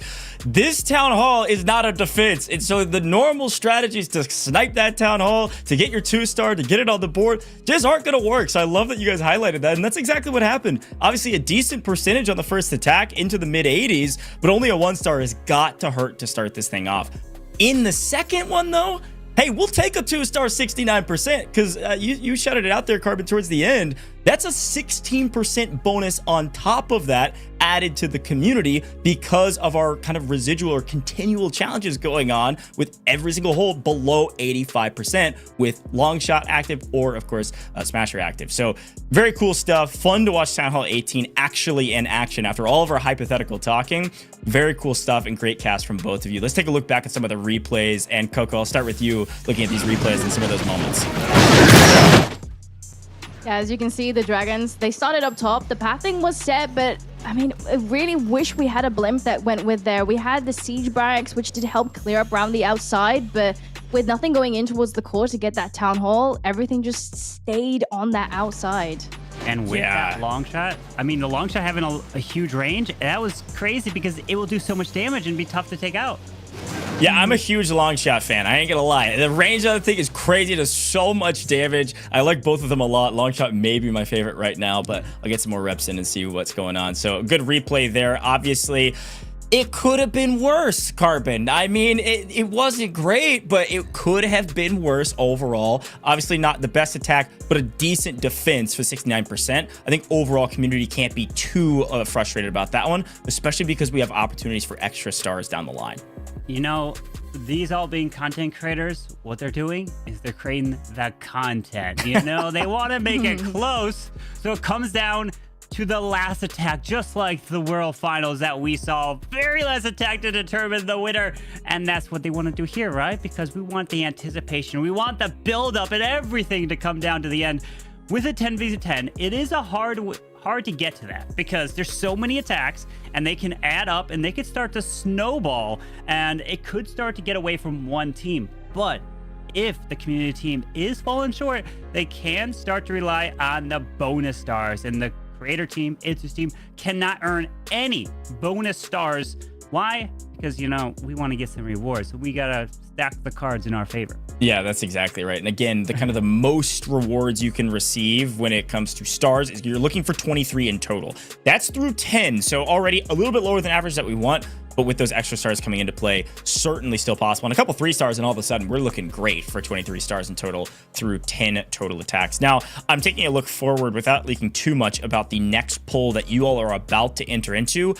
This is our first chance for an extra star actively in our next round. So this next round is an opportunity for an extra star based on what you choose. So be ready for that poll. Again, that link's down in the description or pinned at the top of the chat. If you're watching here on YouTube, there's a ton of ways to find this. This is our events page. You see that link and we'll continue to show you that QR code when it's ready. I will tell you when it's ready, but you'll also see it if you just have that website open. I saw a lot of people trying to vote in chat. You've got to vote on that link as we get prepared for this next attack. Now, okay, I gotta say, Zolo, great effort, my friend. Again, we take percentages. If it comes down to tiebreakers, these are huge numbers we have to have. Let's take a look at the base, though, for the next attack. Coco, talk to me about what you're seeing. Let's have a look at that town hall. Is that the smasher? I think on the top of that town hall over there, right in the middle again. Ooh. Let's see if we can actually get something to take it down on this one, because it looks very similar with the ring base. It really almost looks like almost the same, but just could be possibly rotated around. They could be playing mind games, you know? Like, hey, yeah. I've got this base. I'll run the same one, but mind games here. And this time, different crafted defense. And all of you at home like, wait a second, why don't I have this crafted defense? It's because it's not out yet. It'll be coming out soon, so keep that in mind. And once it does come out, you're going to be upgrading it and doing your best to try to defend your bases. But that bomb hive off to the right side, it will be launching those bombs one at a time. And I'm going to want to say, if I'm going to give some recommendations here for the community team, I took on a base like this. Actually, it was like, instead of bomb hive, it was the light beam. And I went in with a little blizzard. And I sent that blimp in towards the right gap right there. I don't think there's any traps. There might be, but I don't do that. There might not be traps, then they send them in and there's going to be traps. I don't, there's no traps. Who puts giant bombs near town halls, right? You know, they put it around. They're changing the meta, but I want to see a blizzard. That's what I want to see. I love it, Carmen. I love that you will do the predictions, but you will try to curse it by saying, no, there's no traps there. Everything's fine. Yeah. I love it. Coco, anything else you saw? Any recommendations maybe for the community as we get into this next poll here shortly? I mean, just want to note on the blizzards that Carbon mentioned. It's been a while since that we had blimps with super wizards inside of them, and now that they actually got extra levels on them, they can actually survive more traps, which is why Carbon's also suggesting that they might become a part of the meta at Town Hall 18.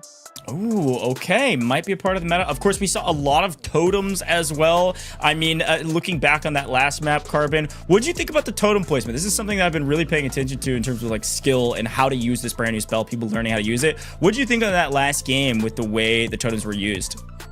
Well, there was a lot going on. I didn't see exactly all the totem. I'm not gonna lie, right? Fair, I want to be picking up to say, yeah, it was the totems that. Oh wait. Here we go. Yeah, all right. Don't worry about the totems. We got a brand new poll. All right, chat, it is your time to vote. This is a big one. This is a chance to earn an extra star. Are you voting for them to use ground troops, meteor golems, cookbook, or none? The way this works is 50% of the army comp must be Town Hall 18 ground units. That's what that first option is.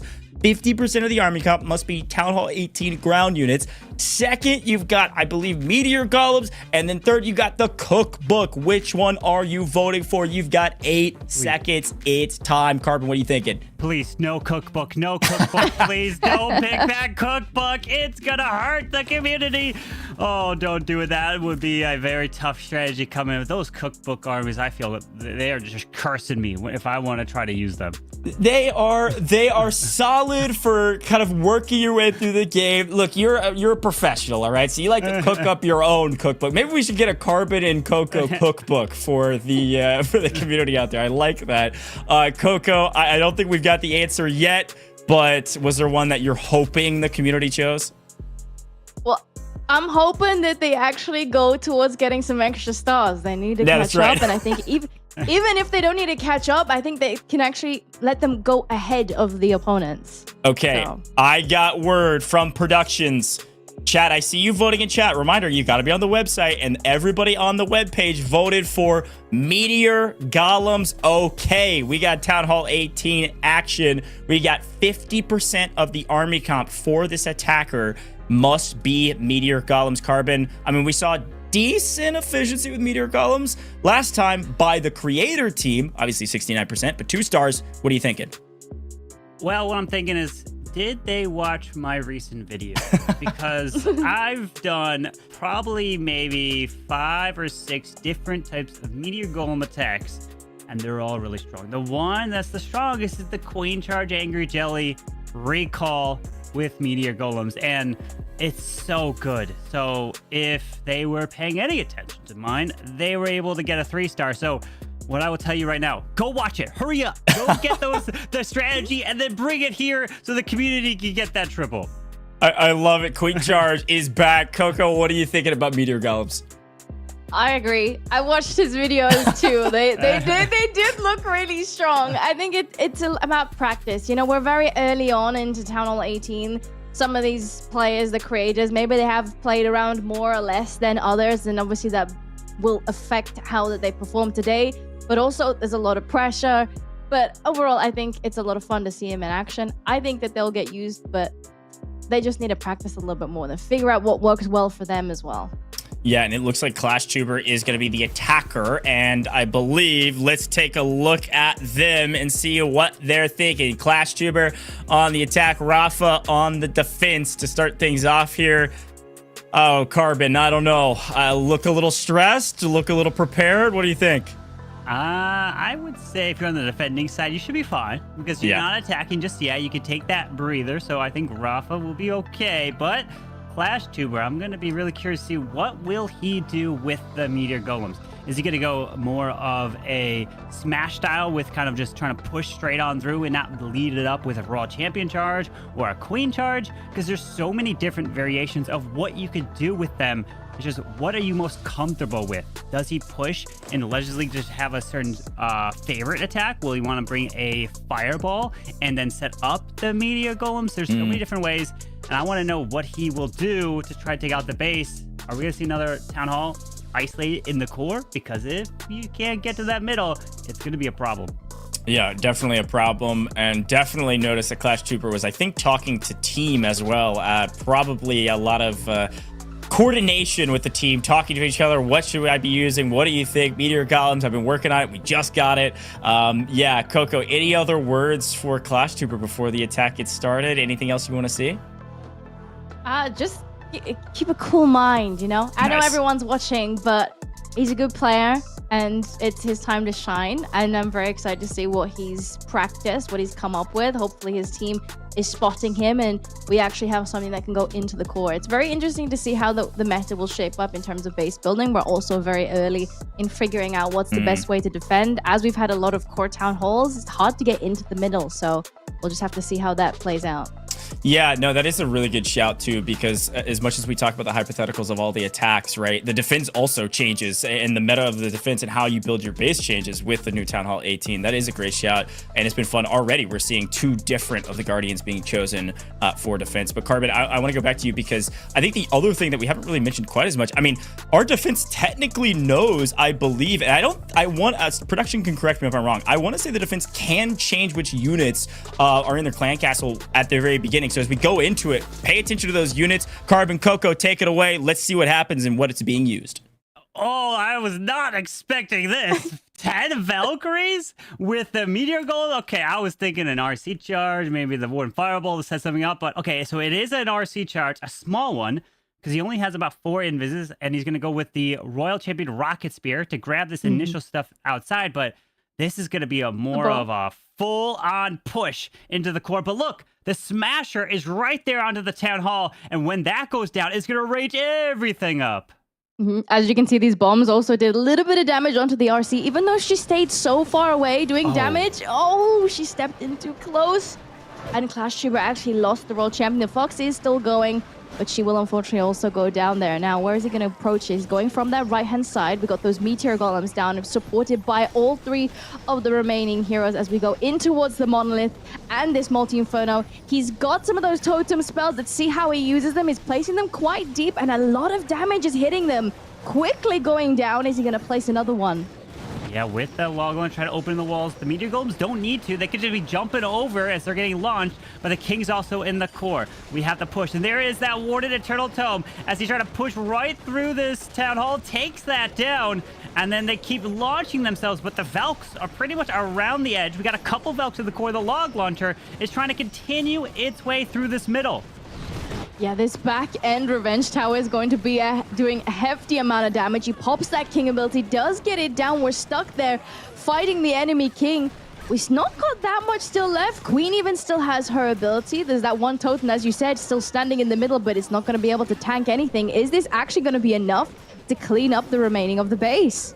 2 invises. The Queen's reaching over, does have her ability. You know, you got the mass goal. Meteor goes with the Valkyries, getting that value, launching it to the bottom side. King does find the Spring Trap, and these more Spring Traps for that King. Even has the Diggy on it, and he's getting the 3-star for the community. There you go. Getting it done. 59 seconds, and he's going to swag some invis on top of it. It was a little sketchy at first. The World Champion went down. You saw from his reaction, but a great triple and the first 3-star that we are seeing here today. Yeah, he's getting that clutch there for his team. That's absolutely fantastic. Best thing that could have gone through with that one as well. Does that also mean that he gets a bonus star? I would assume so, right? Because he was able to successfully get it done with the Meteor Golems, which was the prediction, what was from the polls from the community. And that's what you were forcing your players to bring.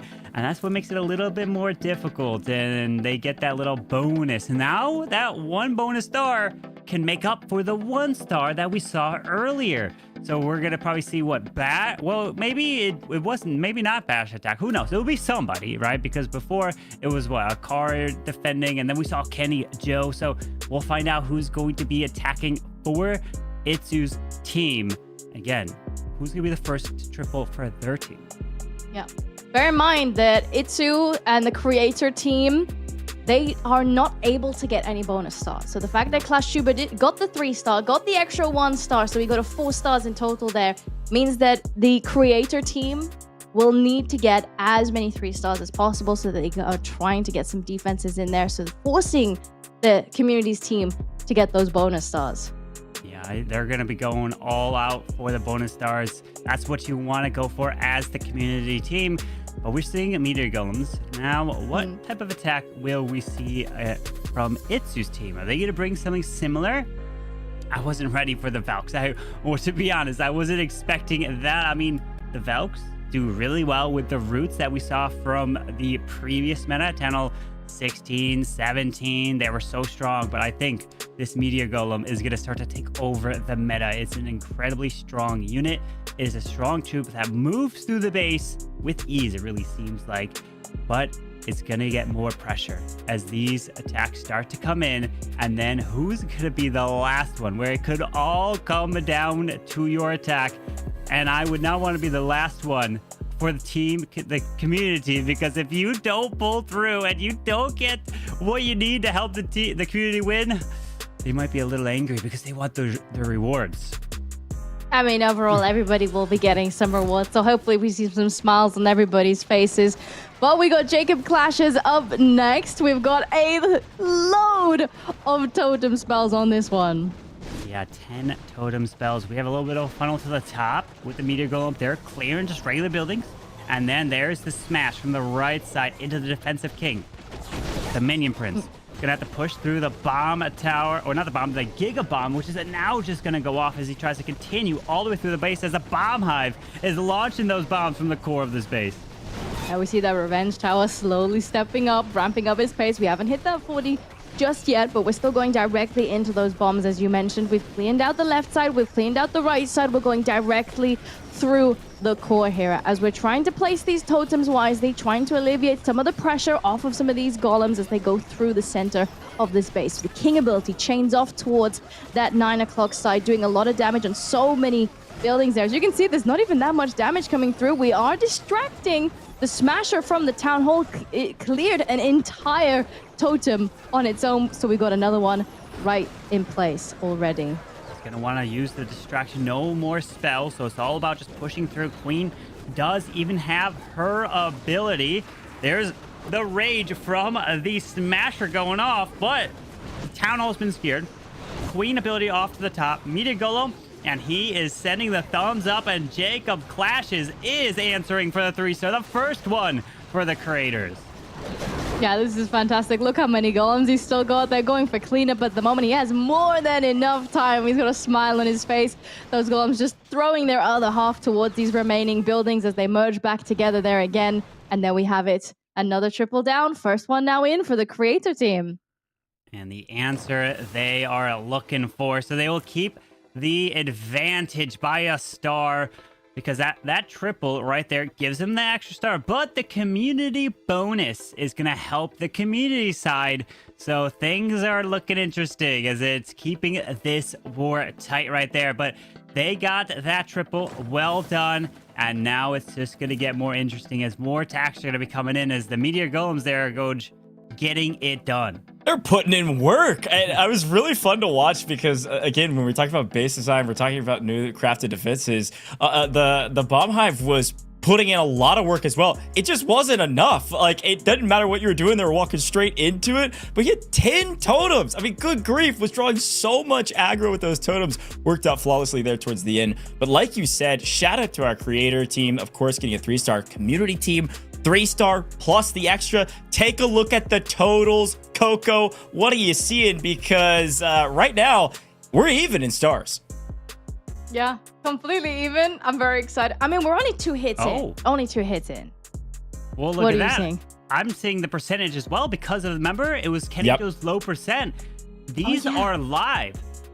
So what we're seeing here is the bonuses actually being added into this. It's not like they're going to get added at the very end and you have to factor it all in, but these are factored in now, meaning that we are tied on stars and the bonuses is giving the community the edge in this match so far. So that's why these bonuses are very important and will give that community a chance to be trying to win this match. Yeah, I love that shot. It's a great breakdown. Again, that percentages will be continual. And again, anytime we're able to hold the defense below 85%, that's when we get those bonuses. A great shot there, Carbon, and excited to see. It's so close. I mean, it's literally within 2 percentage points there so far. Same amount of stars. Coco, we're about to move into our third attack and about to get into that. I am very curious to see what our strategy will be this time because Meteor Gauss, both sides seem to work well. Any big takeaways from that last attack and defense? Overall, I think it's really good as long as you're placing those totems wisely. I think we did a decent job there. I didn't watch all 10 of them, but as long as we're placing those totems not too deep that they're taking too much damage, but actually placing them in the right position so that they're actually able to focus on the defenses that are actually currently targeting all the troops and the heroes that are pushing through is the most important part. You want to keep them up for as long as possible. So if you're putting them in range of some defenses that are actually not even relevant at the time of that push, you might be seeing them go down too quickly. Yeah, I like that shot. Well, Carbon, take me through these replays here as we see great map from both of these two. Yeah, with that push straight to the core, a brilliant warden ability to get all that value, protect everything in the middle, and then it's just that meteor goes launching across the walls, getting that value and delivering the 3-star for the community. But then on the other side, Jacob also doing the same, crushing right through the backside all the way across. Yeah, you taking the risk leaving the town hall for the end, but it pays off and it delivers a crushing triple. Yeah, back-to-back triple from either side, an extra star for our community. It's super close. Let's take a look at the next base, and Coco, talk to me about what you're seeing. Our players are ready to get into the action. Okay, let's see what's on that town hall. Is that the long shot yet again on that right-hand side? We got that revenge tower. Where is the crafted defense? Right in the center of the building, in the core, we've got that bomb hive. Yeah, with the town hall into the core of this base, the bomb hive though will be launching the shots around as we are seeing, let's see, the big open walls around the town hall, which can cause issues, right? So if you were to bring, let's say, roots, and you were to move around the space, they would never open up the town hall compartment unless they targeted the bomb hive, the spitter, or the sweeper in the core, because that town hall won't aggro those roots, as we will continue to have to keep our eye on, especially now those raid bow tower sections. Look at that. We got all those defenses into that section. Yeah, I totally agree. The poll is live, folks. We're ready. Here it is, community. Get your voting fingers going. You got 30 seconds. You've got to be on the website. It's linked at the top of the chat. It is down below in the description. Get involved. Are you going to vote for A, B, C, or D? It's time to choose the challenge that the creator should take on to earn an extra 15%. Another chance for another bonus. And the first question here is, what do you want them to do?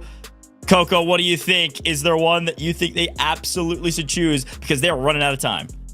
I really hope they do not choose every unit. That is a very scary one. If you want the rewards, I don't know if I'd be voting for that one. However, that would be one hell of a challenge to actually give to the creators. Actually, I'm really excited to see if anybody makes any content on that. Noah's Arks, where you pick one of every single troop, taking them into armies. They're always a favorite with the viewers. But in this case, not sure if I would choose that one. Okay, I'm getting word from production. They chose A, which was get 50% with just heroes deployed first. Carbon, what do you think? Do you think it's possible? 50% with just heroes deployed first. That is just for the extra bonus. We're still playing for the normal attack. Oh, that's tough. Just heroes first. I was thinking, oh, you just deploy your hero first, right? With your raw champion, that's normal. Or your warden to go fireball. But the fact that it's 50% with your heroes, okay, now things start to change. I'm thinking we got to go Raw Championship. Oh no, Asher. He doesn't know what he is. He's a little nervous because he's a okay. Let's be honest. Asher, he's a builder-based player. He's playing the home village here, so I am really curious to see what Asher's gonna bring. And he's probably asking Itsu, okay, what's my tech? Give me the strategy. What am I doing? Give me the pointers. What do I need to funnel first? What am I focusing on? But I mean, Asher, he was at Worlds, and he was one of the most vocal at Worlds. So even though he might be a builder-based player, he is still very confident. He is very focused on getting the triple here in the home village, and I believe he could do it. Yeah, Coco, talk to me about this. You got to get to 50% with just heroes first. What do you think? You think it's possible? Do you think one of our creators could do it? It's definitely tough. I mean, you've got the RC charge, which usually goes in early. We haven't seen hero drives for quite a while, but I can imagine some sort of like a queen charge with the warden to support, maybe the king round the outside. The problem is you kind of wouldn't really do that alongside the royal champion, so it is very hard to do all 4 heroes at the same time. So we'll have to wait and see. Yeah, I'm definitely excited to see what they're able to do. Again, they don't have to do this in order to get a 3-star or anything like that. They can still play normally if they want to, or if they need to, rather, maybe is the right way to phrase it. However, if they are able to get to 50% with just heroes only, that is an extra 15% on the overall score, which could be the difference maker here, Carbon. Every single point is going to matter. Every percentage point, every single star. This is an opportunity for you all at home to earn extra rewards because of the team you drafted, and you have given them a tall task. I think, Carbon, the question is, do you think Isku is excited about maybe this selection from the community? Because this one is quite difficult. Yeah, I think it's a difficult one. Now you're going to have to start weighing the positives and negatives. Is it worth the risk to go for it? And if I was Itsu and I was a captain and telling my team, I'd be like, okay, is there anyone first up for the challenge, right? Someone speaks up. If no one speaks up, then I'll be like, all right, let's make the decision. Let's go for the stars. This is not if I was Itsu, but this is only for the community team. Itsu's team can't even do this. So if I, who is the leader on the community team? It's us. Yeah. So, oh no, we need someone to step up in their team. Who's gonna do it? Okay, well, that's a little bit, I didn't think that far ahead here. Uh-oh. Yeah, and I think chat, our community, is a little confused, so I want to remind everybody about how this works too. It is 50%, not 15. We get 15% bonus on top. You've got to get 50% with the heroes. That's the way this challenge works, okay? So that's the breakdown on this. Also, I see a couple people confused, so I want to remind you about how the poll works. If it's not working for you, it's probably because you're not logged in. Make sure you go to the website, not in chat, log in, and then you'll be able to vote. And that's also how you earn those rewards on that reward track as well, okay? Keep asking questions. Our moderators can help you. I'm paying attention to the chat as well. You get 15% extra bonus on the score. You've got to get to 50% with heroes only on this vote. So I'll keep breaking down all your options, but this is going to be a tough one. And like we were saying, I think Itsu and his team is maybe excited about this because it could throw off the strategy a bit. But Coco, as we're about to get into the action, again, I'm excited to see what the actual strategy will be, how we actually utilize our heroes, when to use the hero's ability to be able to do this. I mean, I'm thinking back on the base that we saw, because I believe that will be the one we attack this time around. I'm wondering at which angle we actually come in with some of those heroes, if you have any idea. Oh, that's really tough. I think it's really tough to decide. It depends what hero equipment that he's also going to be bringing alongside the heroes. I'm imagining, what could you do to actually get as much percentage down as possible? If he places all 4 heroes and pops those abilities, maybe uses a fireball, maybe he has a giant arrow to do quite a bit of damage, trying to get as much damage down as possible. Maybe he tries after he's placed all of them. Technically, he would have to wait until the 50% mark to get it down. Yeah. So I have a feeling he would lose maybe some of those heroes. It would be really cool if he actually manages to keep some. Would he be able to actually use spells? Could he recall them? Could he do a fireball, recall, and then place it in a different corner? There's a lot of options to choose from. I think the biggest question is just what equipment that he's trying to bring. I'm imagining it's just going to be high destruction equipment to do as much damage as possible to get to the 50%. I've got an idea. So here's my thought for the plan. All right, I was kind of jotting some notes down. So this is what I think they've got to do. All right. So if you're the community team, you need some suggestions. Here it is. Ready? For your archer queen, put the healer puppet on her. So you can go ahead and use the healer puppet giant arrow. You try to get some value with the giant arrow through the base with lightning and earthquakes. You take out some buildings that way. Then you recall the queen and not the healer. Okay, never mind. They're not doing that. It's 11 inches. Because then you could use the healers on the warden and do a warden fireball. I'm trying to like think all strategy here and then get your 50%. But all right, well, I guess if there was a player that I was going to put it on, Sumit would be the player to do that. Just that. An epic world champion charge for sure is a good way to start here. No recall again, which means that once that world champion is done, that's pretty much it. She will slowly go down. Let's see which way she goes. Oh, lots of traps here, even the tornado trap. And in addition, we've got those bombs from the bomb hive in that town hall compartment, reaching over towards the left, which will do some damage. Oh, wow. We've already lost the fox. The bombs are going to do quite a lot of damage. The bomb hive is hitting the RC through the invis. Well, that's why it's so strong. The invis does not protect the world champion from the bomb hive, and you have to be careful. And defenses are going to try to take advantage of the layout of a bomb hive just for that value. Yeah, he's only at 15% now. Asher is cheering. He's so happy about this already. The fact that the world champion went down a little bit early. Now he does still have 3 of those invisibilities still remaining. The king, we did manage to open these walls. We're continuing with that queen charge. The healer puppet that you mentioned is here, which will hopefully get some health back to the queen. As that queen is charging away through that right side. But the question is it worth the risk? Because if you're not going to get there, you have to start to think about, can I even turn around for the okay, there we go. We got some balloons out where the warden is. Okay, the warden is yet air, I think. Yeah, so the wanted to protect it a little bit, but that warden can fireball, if I'm not mistaken. There's probably good. Well, no, he's not going to fireball because he's got no earthquake, so there would be no value there. But the furnace, unfortunately, is out, and the dragons are down, so he didn't get to the 50%. I knew that was going to be tough, so now at this point, he's trying to get that 3-star, which will be tough. Yep, he's trying to cut a little bit of the fun loft with the siege barracks down south. Few of the dragons starting off a little bit on that left-hand side so that we can try and get some of those dragons in towards the core, but I'm not sure. Is it actually going to work? Because we're already starting to move towards the left. I think some of them are over that open space there by the town hall. That is perfect. The town hall should go down. And as we pass through, there's going to be a lot of damage coming in from that fire spitter on that back end.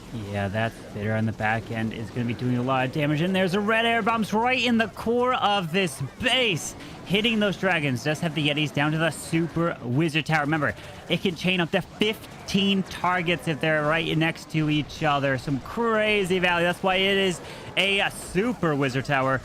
Warden goes down.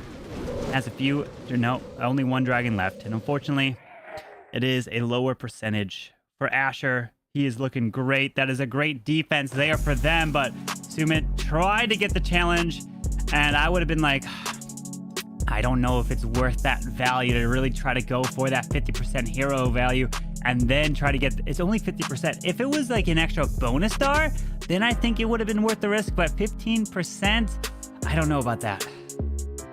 Yeah, I mean, he did a good job. It was really hard. The problem is those bombs, you can't avoid them. They're there pretty much no matter what.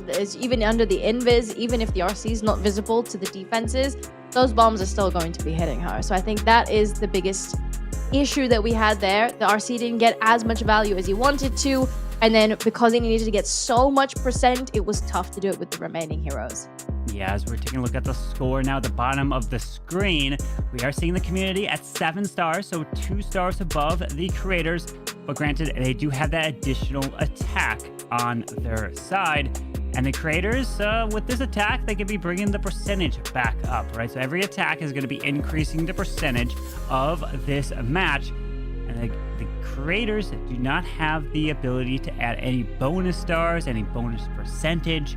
So that's why it's going to be a little bit of an advantage for community if they're able to take advantage of the challenges, but it can backfire and cause you to get low percentages, and not the triples. But here we go, Asher.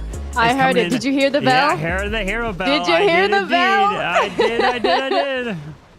Yeah, we have a hero bell just up there next to that town hall, just at the top of your screen there, which means that the defensive heroes are being buffed. They're doing more damage. They have more hit points.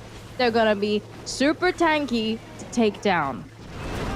He is setting up this path right into the monolith. The log launcher is down. The meteor golem's working right on through, trying to get this valley. Defensive rage gets activated, and there is the double totems to help distract and try to tank, as the log launcher needs to open up the core of the space leading towards the town hall. But there is the long shot that is doing work trying to defend that town hall. Yeah, more totems.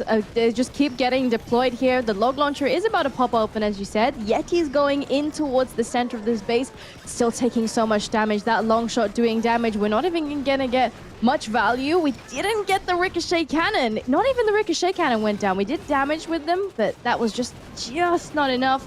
We're trying to tank more damage in the center here. But I don't know if the queen can make it to the town hall. The giant's on it, though. Okay, it's no, it was going for the go for the long shot. Yeah, the queen is trying her best, so she gets the town hall, at least secures. But remember, if it's below the 85%, the percentage can go and help the community. The queens continue to try to get value. Oh, but the royal champion. Wait a second, she's still alive. I didn't see her down south. Yeah, we're still going towards those buildings on that right-hand side. There's not that much still left, but we got some very heavy hitting defenses. We've still got that revenge tower at maximum stage here, trying to defend here, and it's just, I don't think you're going to be able to take that down. He's not going to be able to take it down. It is going to be a defense here for Sumit, but it is above that 85%, so percentage will not go to benefit the community team right there. And he wishes that he was able to get it done for their team. Nice try, Asher. But the Archers, Super Barb, trying to get a little bit percent, almost was able to get that 3-star. But there it is at 93% too for the Creator Champs. 93 for a base builder main. I see that as a win in my eyes, honestly. He did very well there. Yeah. I love it. Base builder main, it doesn't matter at this point because we're in a competition, 93%. We'll take that win for sure. Obviously, as expected, Carvin, I think you said this, it was kind of like a hit or miss. If this was for an extra star, do we risk going for this really difficult challenge of getting 50% so that we get the 15% bonus? I don't know. If it's a star, probably. Because we're only 15%, we went for it. Hey, we got to risk it for the biscuit at some point. Unfortunately, I think it really hurt Sumit's attack there. And because of that, just really couldn't get anything going. It was a total of, I think, 66% is what we ended with in that attack. But overall, a really fun watch. And frankly, I'm excited to look back on some of the replays because that bomb hive was going insane. I mean, everything was funneling directly into it, was taking so much damage, and overall, really fun one. So, Coco, take me through this replay of what we saw, and obviously, we'll see some of that value. Yeah, on that very first one, you could see that the RC, she didn't get as much value as you wanted. You still had that spitter up, which did hurt the dragons on that back end as well. I think even if the RC left too soon, we didn't manage to get the spitter down, I think that would have been really good for the dragons. But overall, yeah, it was just not, it was a bit of a tough challenge there. It was hard to make the decision. Maybe he thought that he really wanted to get the challenge done for the community, but it's definitely a hard one, that one. Yeah, and Carbon too, I mean, in that last defense, Revenge Tower, like we talked about, this is something we set up, doesn't get taken down early and was doing work in full power. I mean, that thing is so strong if left up till late.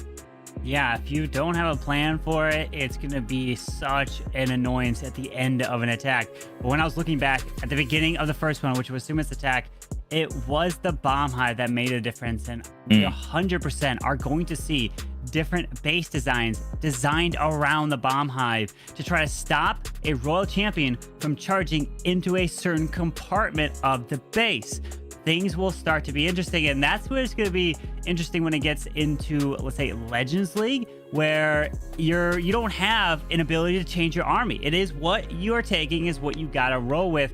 So really, the base builders are probably super happy about this. It's going to be a challenge for for us trying to attack, especially when you have modifiers on top of it. Man, Town Hall 18 is just another level. Yeah, no, I totally agree. Well, I'm going to give chat what they're asking for. I'm going to give them a sneak peek. Oh, well, actually, before I give them a sneak peek on the poll, they've been asking for it. Let's take a look at the stats first from the last couple of rounds, because this will set the scene for what we're about to see. Coco, I'll start with you, and you can both kind of tag on to this. Obviously, some big moves from both sides, but it looks like we've got a new current leader.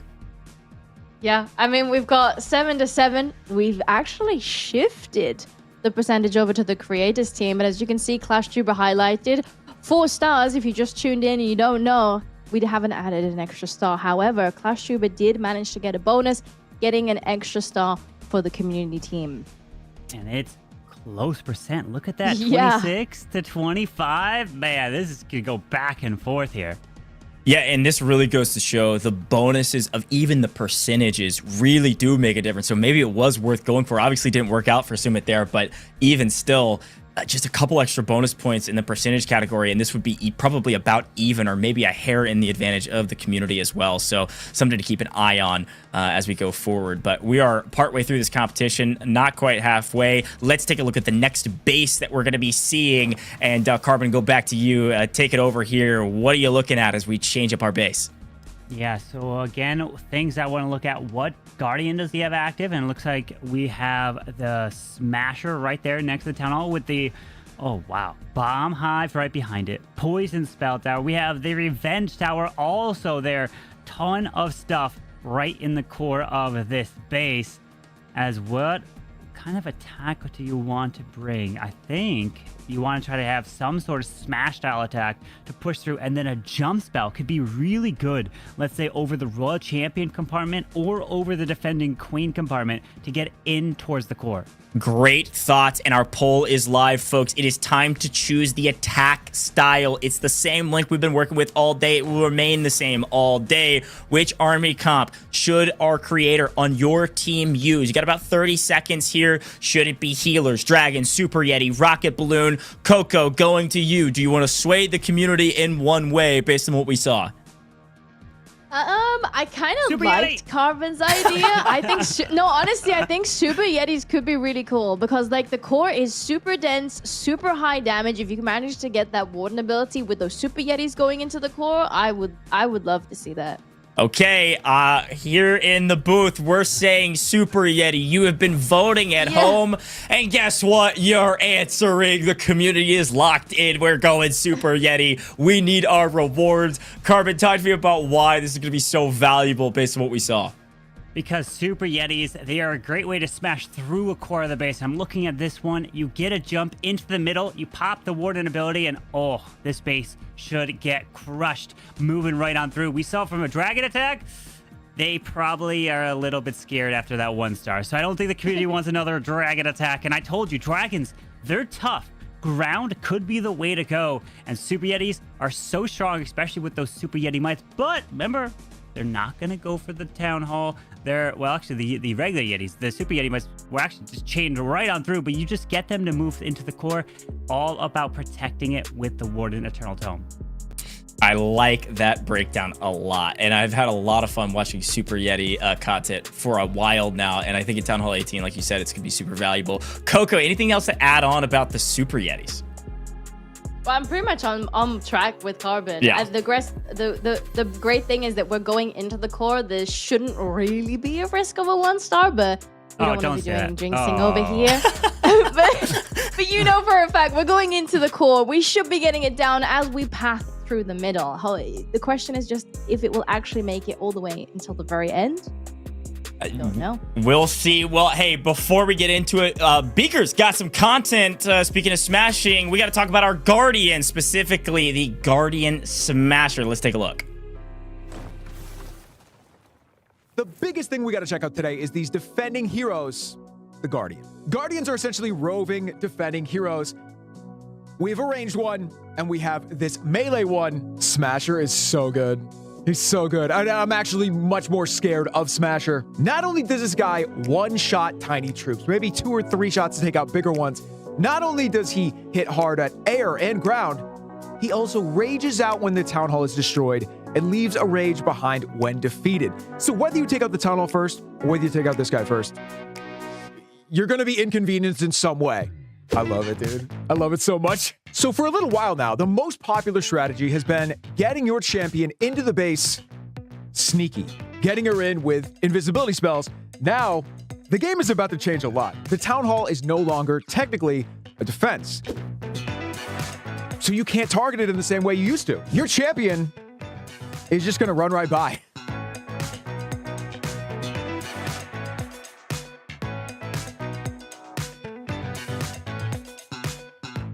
All right, that was good. But just because it's not a defense doesn't mean we can't take it out.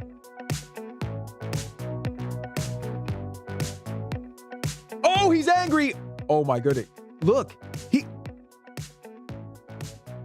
that's so fun. And for the remainder of the raid, this guy's gonna walk around real mad at you. This is perfect. This is so fun. As a ground player, I'm a bit freaked out about this because Hog Riders, they've had a tough go lately. Small troops, they've had a tough go lately. You really got to keep them, well, full health. If this thing can take out your entire army in one shot or maybe two, yeah, it's going to be tough. The Guardian isn't a defense, but it's not a hero either. It's not even really a troop. This thing is a roving, defending sort of hero that does an incredible amount of damage on par with any other Town Hall defense before it. And of course, remember, if we do take out the Guardian first, we get a different result. Hang on, check this out.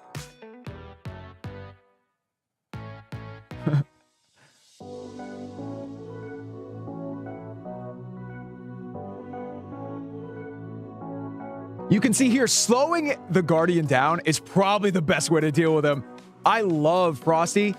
This is making me love Frosty even more. But there we go. Just like a spell tower, we got a defensive, the base gets its own defending rage spell, and that's going to pack a punch if it's in the right place. What a change from a normal Town Hall defense to this, whatever this is. You got to love it. Well, thank you so much, Beaker. That was a great breakdown of everything you need to know about the new Guardians. And like you said, it really depends on where you put this Town Hall and which of the Guardians you choose. Obviously, Smasher does some serious damage and some nice benefits if it does go down early. Carbon, as we prepare for this attack, I believe it's going to be El Cheeky attacking next. We're using the Super Yetis. We're talking about the Yetis already. We've been talking about them all day, frankly, because you got to smash through these bases. And based on the base that we saw, definitely going to be a valuable strategy. Hopefully, El Cheeky is probably thanking the community at home for giving him a good strategy. Because last time the community chose, it didn't go so well. So let's take a look at how he's feeling. I see a light smile on his face as he's preparing. Maybe a little bit of stress as well. Yeah, there's a little bit of stress here, but it looks like Beakers has no stress. He's chilling there. He's happy, and I would be very surprised if Beakers is not running a Smasher, right? He definitely wants to be running that Smasher as he just says how much he loves it there. And let's see, yes, it looks like Beakers is running that Smasher. He wants to try to take this army down, but what is it? Oh, this is looking like a complex charge here. And Cheeky wants to go with that Warden walking from the top side, and this is good. And he does have a jump, but an overgrowth. Remember, Itsu said at the very beginning of the show that overgrowth will not affect the Guardian. And that is something to really think about here, Coco. Yeah, I'm excited. I think this is our first overgrowth today. So we'll see where that he actually decides to place it. Now, at the moment, as you said, he's got the one on the left. He's going to be setting up that funnel. We've got the Rage Gem, so that means that all these Super Yetis are going to be doing a hefty amount of damage once we get inside of this base. I'm guessing he might be using the overgrowth for the Spitzer on the right because he's probably want to go in behind the other one. So he doesn't have an ice block. So sometimes an ice block would be really good if you want. Okay, invis. Ooh. Oh, invis. Okay, he launched it. Earthquakes in the core. Nice. And he gets the clan castle, but the bomb hive is gone too. So the bombs will not be launching anymore. That's perfect. I love that. We did manage to clear out that other entire compartment with the fire spitter. The funnel is set. Now that does mean that the Town Hall is going to be a little bit later because we're going to be wrapping our way around that right-hand side. I'm still assuming that we're going to use this overgrowth on that fire spitter though. What do you think? Yeah, 100%. Definitely, he's going to probably try to clip that. Even the poison spell tower would be nice, but he's going to have to path around, and that Giga Bomb is going to wait on the backside. It's going to do quite a bit of damage. We have that jump, which was already deployed to the top, so he's taking a different approach than I was thinking on the space, but Super Yetis are very strong, and I like the troop launcher that has now, I think, all but disappeared. But there is the overgrowth. It does clip all that value, but Coco. I'm so scared. I'm so scared. And that's why I wanted to jump over the compartment to the core. Not like, oh boy. Yeah, I'm very scared now because everything was already a little bit on the outside on that 130 compartment. We did try and break it in, but everything just kind of felt a little bit slow. And once that queen made her way in, she cleared out some of those buildings and the defenses in the core, pushing everything even further towards the outside. Now, this is great to avoid the fire spitter, but the problem is we still have to get this town hall down. And there is the smasher coming for the queen. He's not only going to hit the one queen, he's going to hit all the queens. He's hitting the giant also at the same time, and the smasher goes down. But this is one of the things with the smasher. When he dies, he drops the rage, but if the rage is not going to rage anything, it's pretty much just sitting there, not benefiting the defender. Yeah. I mean, this is really unfortunate.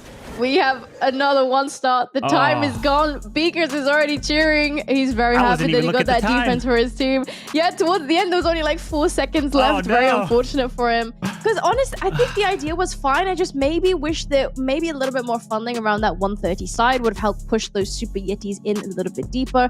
And as you said, that jump, if we managed to get the jump a little bit deeper as well into the court, maybe choosing some other walls, I think we would have been able to push everything in towards that center. So the way he started the attack with that warden, very nice. But the problem is, if you send that warden then in with the smash, meaning the Super Yetis, the heroes, time is the biggest factor. A lot of times what pros do, they'll send the warden, they'll get the fireball value, but they'll keep the warden solo on one side of the base, and then these troops and heroes will then go to the other side so they can all converge and meet at a point and try to take the base down together. But we're taking a look at the percentage now as it is up to date to the bottom side of this screen, and we are seeing community with 8 stars and only a 1-star lead over the creators at the moment. So if the creators do get a triple, they are going to be looking to take the advantage as Akari is going in with Super Yetis as well. All right. Oh, he's trying to show who's boss. Yeah. I see how it is. We actually, it's very interesting. We have opted for more skeleton spells around that monolith this time, especially there is also even a multi-inferno there. Yeah, double multi-infernos right in the core. Defensive rage going off as this warden ability. Can he protect outcomes? We got Furnace, double ice golems. There's the King's Earthquake Boots right through the core. Yep. Oh, no. There's a lot of damage here. Wait a second. Remember, the world champion, she cannot save the town hall. How many attacks out there did the RC save out in the world championships and even and just attacks in general? But you can't do that anymore. Yeah, we had 3 Yetis there on that 9 o'clock corner. 2 of them split off to go up top at 12. 1 actually went with some of those Valkyries towards that right-hand side, but I don't know if it will actually be able to survive long enough to get that town hall. I really think that changing the town hall not be a defense is the most critical thing in this update. And it looks like my prediction is holding true, that we are going to see the most 3-stars, most 1-stars that we've ever seen. And everyone's not ready for it. They're not ready for that royal champion to not take that town hall down, especially when that was a big part of the previous meta. It was a backup, and not even just only a backup, it was sometimes a part of the main plan to get that town hall down with the royal champion. Wow. Well, I was going to say, I didn't see this coming, but I really did. I did see the town hall staying up because of it not being a defense. And if you don't have a plan for it, it's going to unfortunately lead to that 1-star. But that means this war is staying close. And are they doing it for the content? You know, we don't want one team to run away with this. Well, we want to come down to the very end, right? Well, no, these players want to try to secure it, lock it up, and try to win those rewards. But you know, that's what Town Hall 18 is. It is a tough challenge. Coach, we saw back-to-back 1-stars right there. Look, it's like you both know ball. It's just the way it goes. You called out there's going to be probably a lot of 1-stars. When you do a competition like this in a brand new update, you got to get accustomed to the update immediately to have a chance to go for those 3 stars. Back-to-back 1-stars is good news for our community team at home because we did get a decent percentage on our first attack, 92% if you remember on that first attack from the community team versus an 82%. That is a big win for the community. We'll take any win that we can get. You got to remember that before this matchup, before these 2 attacks, the percentages were about a 1 percentage point between in an additive format. So because of that, I think the community might just barely edge back over the top of the creator team. We'll see those scores here in a moment. Coco, take me through these replays. Yeah, those Yetis, I think that's exactly what I was trying to say. The Yetis were a little bit further out on the outside. I wish that they were in a deeper compartment. It was really tough. I like how we did manage to actually see 2 different types. I mean, they're very similar attacks, but 2 different types of ways of using the Super Yetis. However, we just need to get that final push to get that Town Hall down. Yeah, and if that Town Hall is staying up, and you're trying to rely on the Royal Champion to grab it, she won't. She doesn't target that defense, and it's going to be a problem for your team there. Yeah, no, exactly. It's a total change. You've got to get accustomed to Town Hall 18. It was also interesting to see similar strategies, obviously both Super Yetis, one with running out of time and the other having plenty of time, but just not able to make it to the Town Hall and take it down. So therefore, still a 1-star to 1-star attack back and forth with a very similar strategy. Stats are going to be insanely close, and I am so excited about this next poll because the next round, stakes couldn't be higher. We're about halfway through this competition, and I'm gonna go ahead and leak what this next poll will be just so people at home know what they're about to vote for. There's only 2 options on this. This one is gonna be called double or nothing. If you get 3 stars, it equals 6 stars. If you get 2 stars or less, it equals 0. First reactions, Carbon, do we go for this when this competition literally couldn't be closer?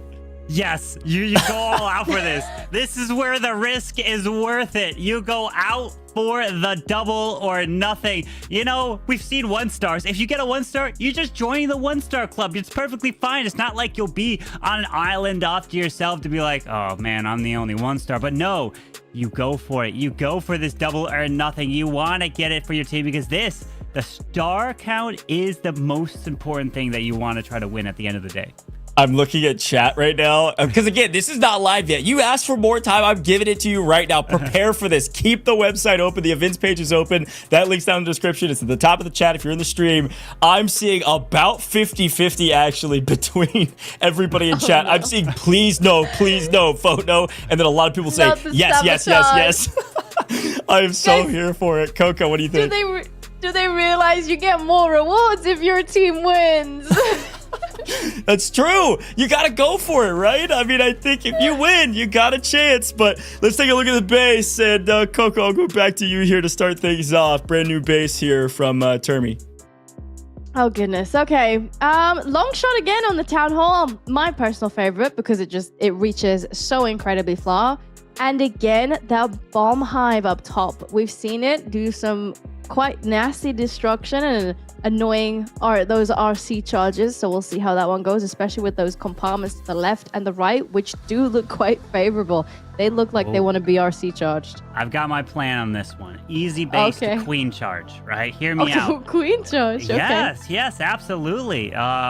What you want to do. I'm gonna jump in. The poll is live. I told you it would be. You're ready for it this time. Go vote right now. Is your website open? You got about 20-ish seconds left on that timer. Some of you already prepared though.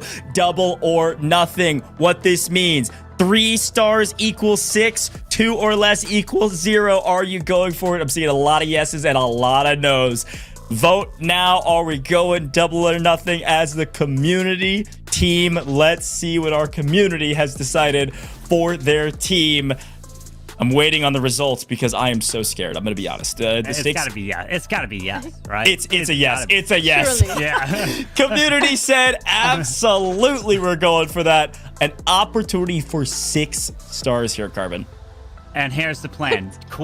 Queen charge right through the Town Hall, jump behind it, and then you can get all that value. I could just see it. I did an attack similar similar attack against a similar base, where when the base is spread out with a lot of defenses around it, you don't have a lot of stuff that's going to be hitting your queen. There were some other bases where it's so compact with the rage spell tower next to the ricochet cannons and everything. You don't want a queen charge that because the queen would not be able to survive. But this one is a perfect base to queen charge into the town hall, take it out, and then jump behind it to get that value. Are they going to do it? I don't know. They're probably not listening to me, but that's what I would do. So I would love to see if they do that. Yeah, it looks like right now that Alvaro is going to be the attacker for the community team. Coco, queen charge coming in from Carbon. With this many stars on the line, based on the base you saw, I heard a little bit of some rumblings, some of your strategy. What do you think? What do you think you should go for? See, the queen charge, I think we might be seeing some more queen charges for sure. But I feel like we'll be seeing the queen charges with support from that warden, maybe with a recall. I see you did some of those as well in some of your videos. I like that. I think that's a really good way to clear out a good portion of the base, but also set it up for the later stages in an attack. But we'll just have to wait and see what everybody else thinks at Town Hall 18. It's all still new. It's anybody's game to see what metas and strategies that they can come up with. Maybe we'll be seeing something completely new. Who knows? Yeah, I am so excited about this one. The stakes literally couldn't be higher. I think our stats, I think they're very, very close. I think we're double checking everything behind the scenes because they're that close, within a percentage point for sure. So this is going to be a huge swing one way or the other. And let's take a look at their cameras. Let's see what they're thinking. Let's see how stressed they are. Carbon, I'm seeing stress from both sides. Excitement, sure, but also stress. I'm trying to think, Alvaro, would he do a queen charge? If I'm thinking, I don't think he's going to do it, right? The reason why I don't think he's going to do it is because it's not that he couldn't do it. It's just, if you get one tiny thing wrong, then the queen goes the wrong way and it is completely over. Yeah, okay. So it is not a queen charge. It is complete opposite of that. It is dragons, 16 dragons with 10 invises. So it looks like it's going to be the royal champion charge. Is there the bomb? Oh, there is the bomb hive off to the top side. Good luck. Oh, this is going to be scary again. As I said, those compartments on the left and the right, they do look like they want to be World Champion charged. Alvaro is going in towards that right hand side. There are a few hidden testers popping up, which is actually slowly pushing them up. Oh, those invis slightly out of range. The RC is still up, and the fox is actually even still there, so he's still going. The bombs, though, as soon as we take a few more steps forwards, that's going to be a bit hard for the fox to stay alive. And luckily, the bombs from the bomb hive. The RC is getting hit, trying her best to take it out. Bombs! Oh my! Look at that! Wait! Whoa! Okay, the boots finished it off. Luckily, was able to finish and grab that value. Oh. The Royal Champion did not grab the multi, though. Wait, turn back around. It's okay. One more. One more. Come on. One shot. Yes! Yes! Honestly, not bad. I think the pressure got to him a little. He looked a little shaky, but I think he got good value. He got the spitter down, he got a lot of the neighboring defenses, and he got the bomb hive down. So I'm actually pretty happy with that. We're already going in towards that town hall. Long shot's going to be doing some hefty damage. He's popping that warden ability as everything starts to step forward towards the town hall. Yeah, Warden and Village protecting these dragons, moving around through the... We do have that minion prince that is trying to help with the meteor staff, hitting the closest defense. Now the minion prince does lock on the town hall, grabbing that value. But the dragons, do have a couple in the core. Use that totem right in the middle. Distract that revenge tower. Oh my... What? Those dragons got absolutely destroyed by that revenge tower.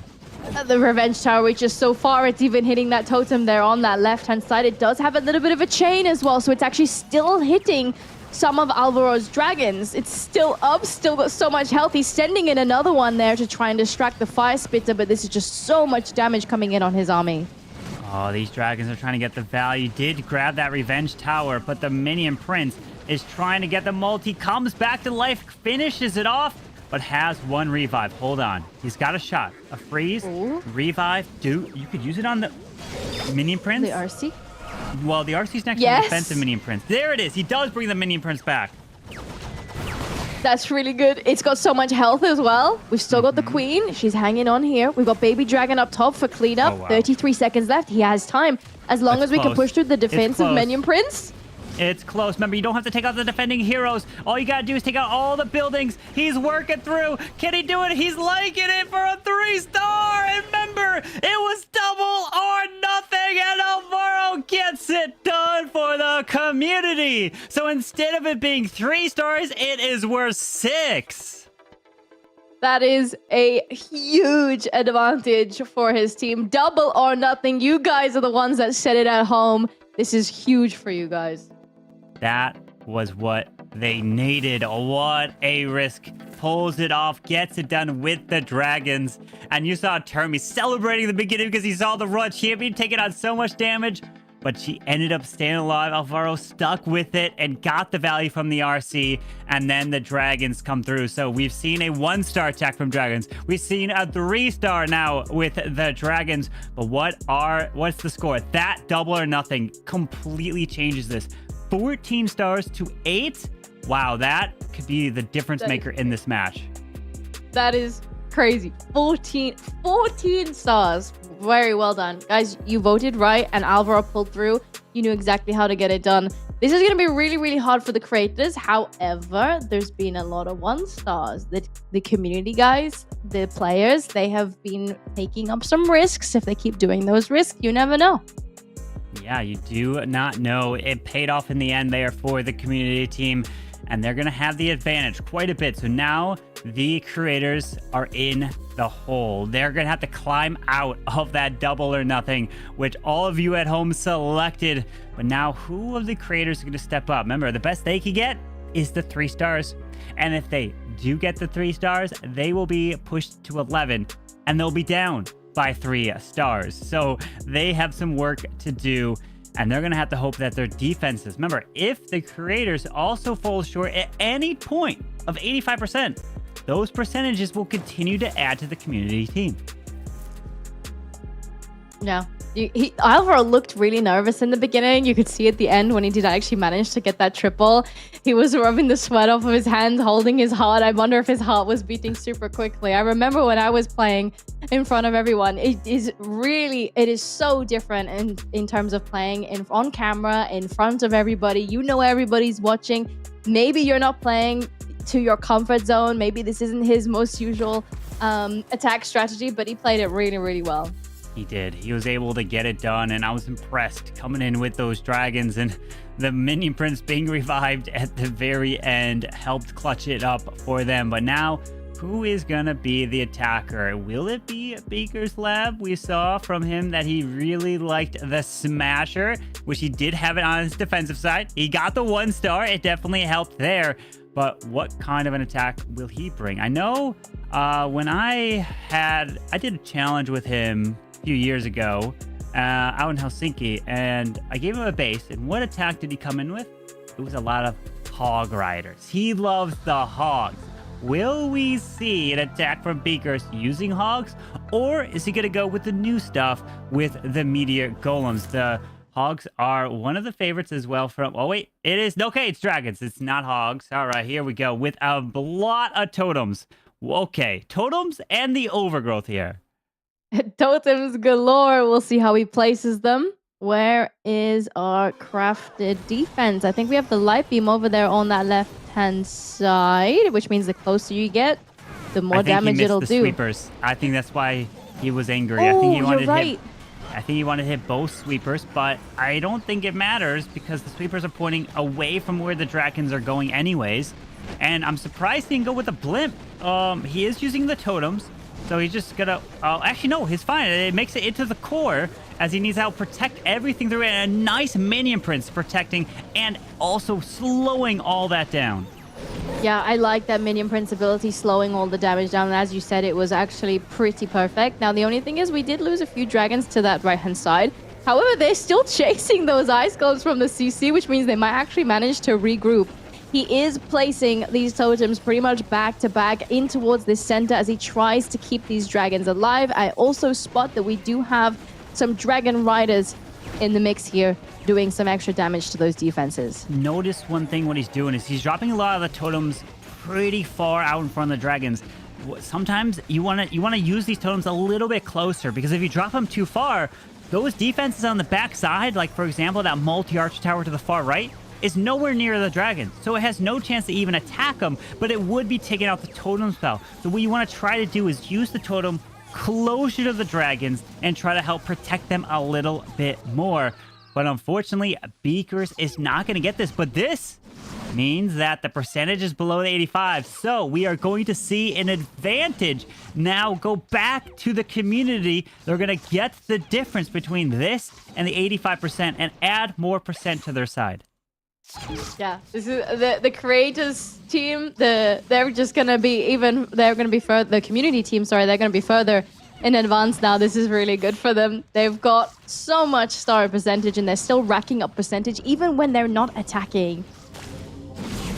That's the beautiful thing about being on the community team. You can get bonuses from attacking and from defending as well. And of course, every building that they get here close to 85% helps lower that difference. So they're trying to get it. And there it is. Alvaro flexing there with that defense. Only a 73% 2-star Beakers Lab. Great effort there. You know, why didn't you bring the hogs? Because I know you love the hogs there, but it was the dragons, and the dragons falling a little bit short. Dragons are getting a 1-star, dragons getting 3-star. Now they just got a 2-star, so dragons getting every single bit of stars there. But the community team now is getting a little bit more of an advantage here. So a great way for the community team to take a further lead in this match. Hey, chat, you cooked. Well played. I mean, look, you got 6 stars. That was a huge boon. And again, remember the name Alvaro. Good grief. Coming in clutch there for the attack. Hitting the double or nothing. Barely, was pretty close. Got good value from the RC charge and was able to clean things up towards the end. Other fun talking point, though, too. Also destroyed a max power revenge tower, which, as a reminder, is one of our continual challenges. If 3 of those are destroyed by our community team, that's an extra star as well. So 1 down so far. Coco, take me through these replays. Replays, I mean, overall, the dragons, they work pretty well. The minion prince was clutch, as you see. Perfect ending here to this replay. The minion prince that we managed to revive to finish up the end of Tommy's base was absolutely perfect. Yeah, Termi went through the roller coaster of emotions in that attack against his base, from being super happy to being super defeated. That's happy again and then defeated because of the dragons from Alvaro. But even Alvaro steps up, gets the triple, gets the defense, and it's actually not just the triple. It's the 6 stars from Alvaro there. Good grief. Obviously 73%, not horrible, but as you said, it was a great reminder, Carbon, that 12% essentially goes to the side of the community. So, I mean, Coco, looking at these stats, of course, we've got a huge star advantage, 4-star advantage. We're halfway through this competition, but also have a nice percentage advantage as well because of those bonuses. Yeah, you're right. 44.5 to 41.7. Definitely still in the lead there for the community. I wonder what will if they actually even still have a chance to catch up. I mean, with the amount of 1-stars, we have 1, 2, 3 1-stars still on the board.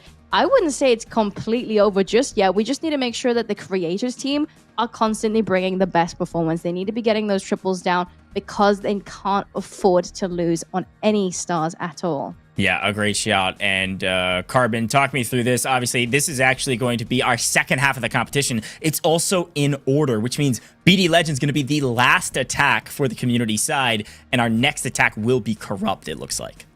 Yeah, look at the players we still have remaining.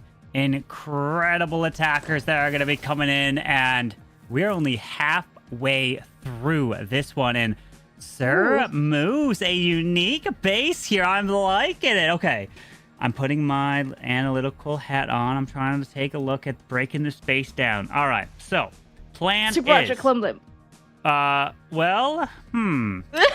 would be crazy. I'm trying to think, because you could use the totem spell to tank the air defense, right? Yeah. But if you send a blimp in unprotected, it's going to get hit by Seeking Air Mines, and that's going to be a problem. He could funnel one side with the Raw Champ, recall her, and then he could use her on the other side and send her ability off with the Rocket Spear, take that out, and then he has a clear path right through the core. Use the Queen Arrow on the Hero Hall to activate the Invis. It comes back, and then just charge your way all the way across. That would be my initial quick breakdown of this base. That's what I would do. Yeah. It's hard to tell. Our siege charges, I mean, we don't have the bombs from the bomb hive, but I think it will definitely depend on what the challenge is for the community, see what that they will actually have to do on this base. Oh, and speaking of it, the poll is live. Hold on to that idea, folks. Okay. It's here. You gotta choose a challenge for the creator. This is a chance for an extra star. We're back at this. Here are your options. Of course, we can go back to the cookbook. Carbon may get mad at you, but you certainly can. You can use only totems is one of your options as well. Only totem spells, which we said are super valuable, but only totem spells is obviously a very difficult task to execute on, and that is the other option. And then the other option that we saw briefly there was 50% of your army comp must be Town Hall 18 air units is that final option. So we'll see what the community decides to choose. That poll is live or was live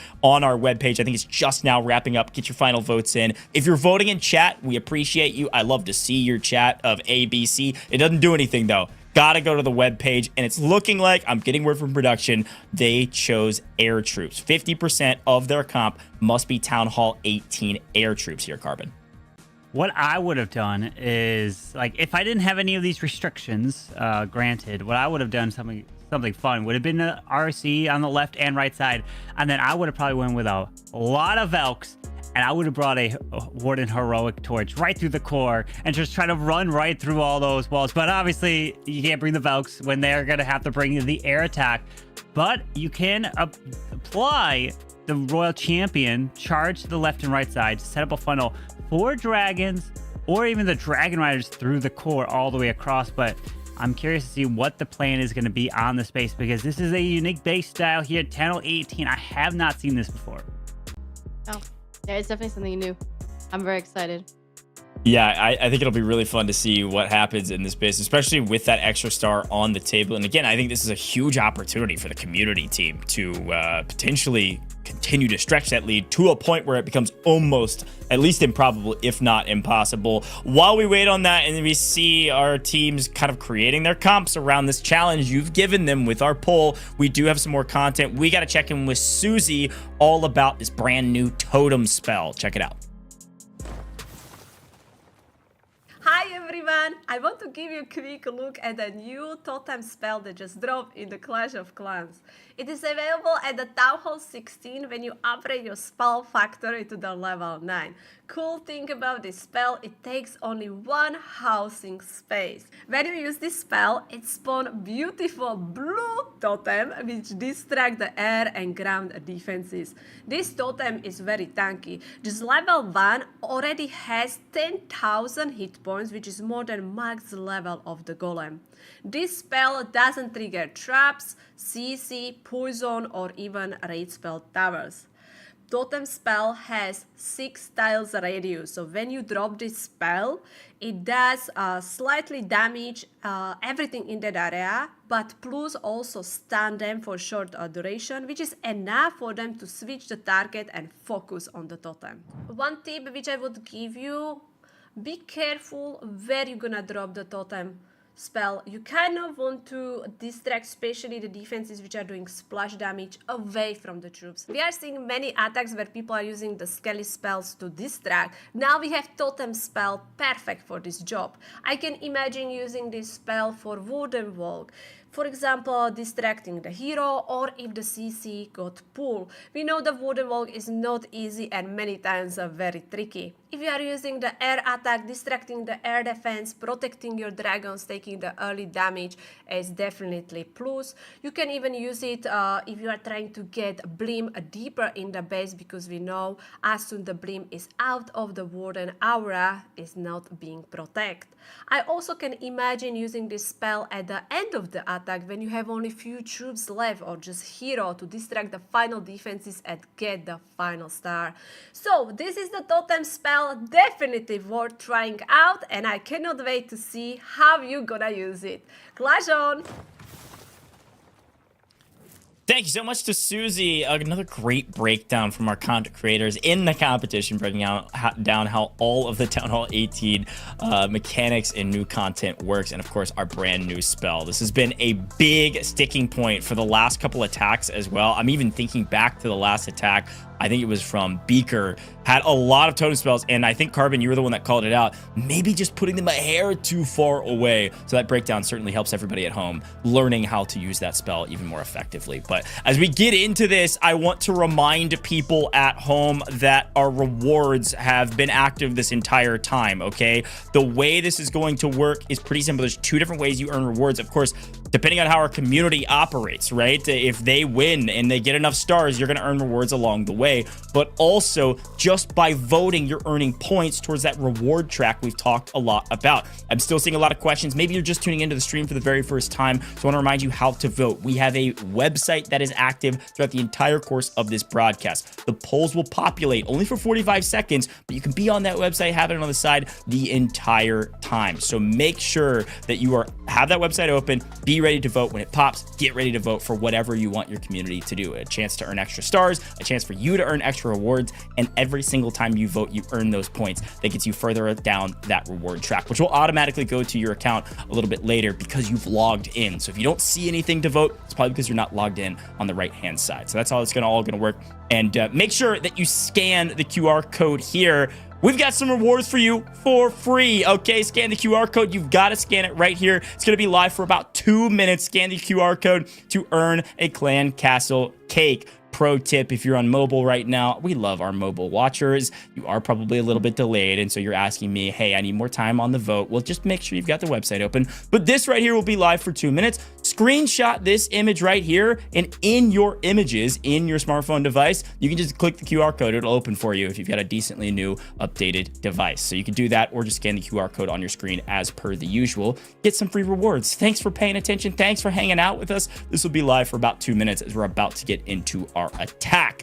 All right, let's take a look at that pricing I've been talking about and all those rewards that we've been talking about all day today, because I broke down how it works. Let's take a look at that pricing graphic and see all of the rewards you can earn as well.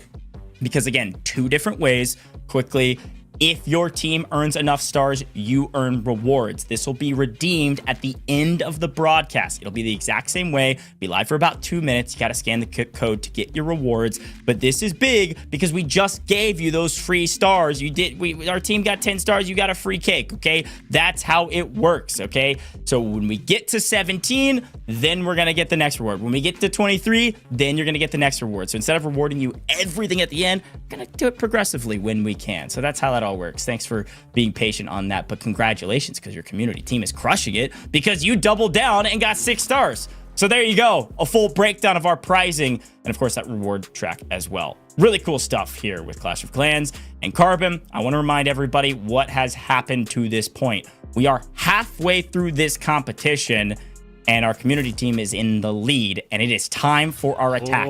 Air troops, 50%. Take it away.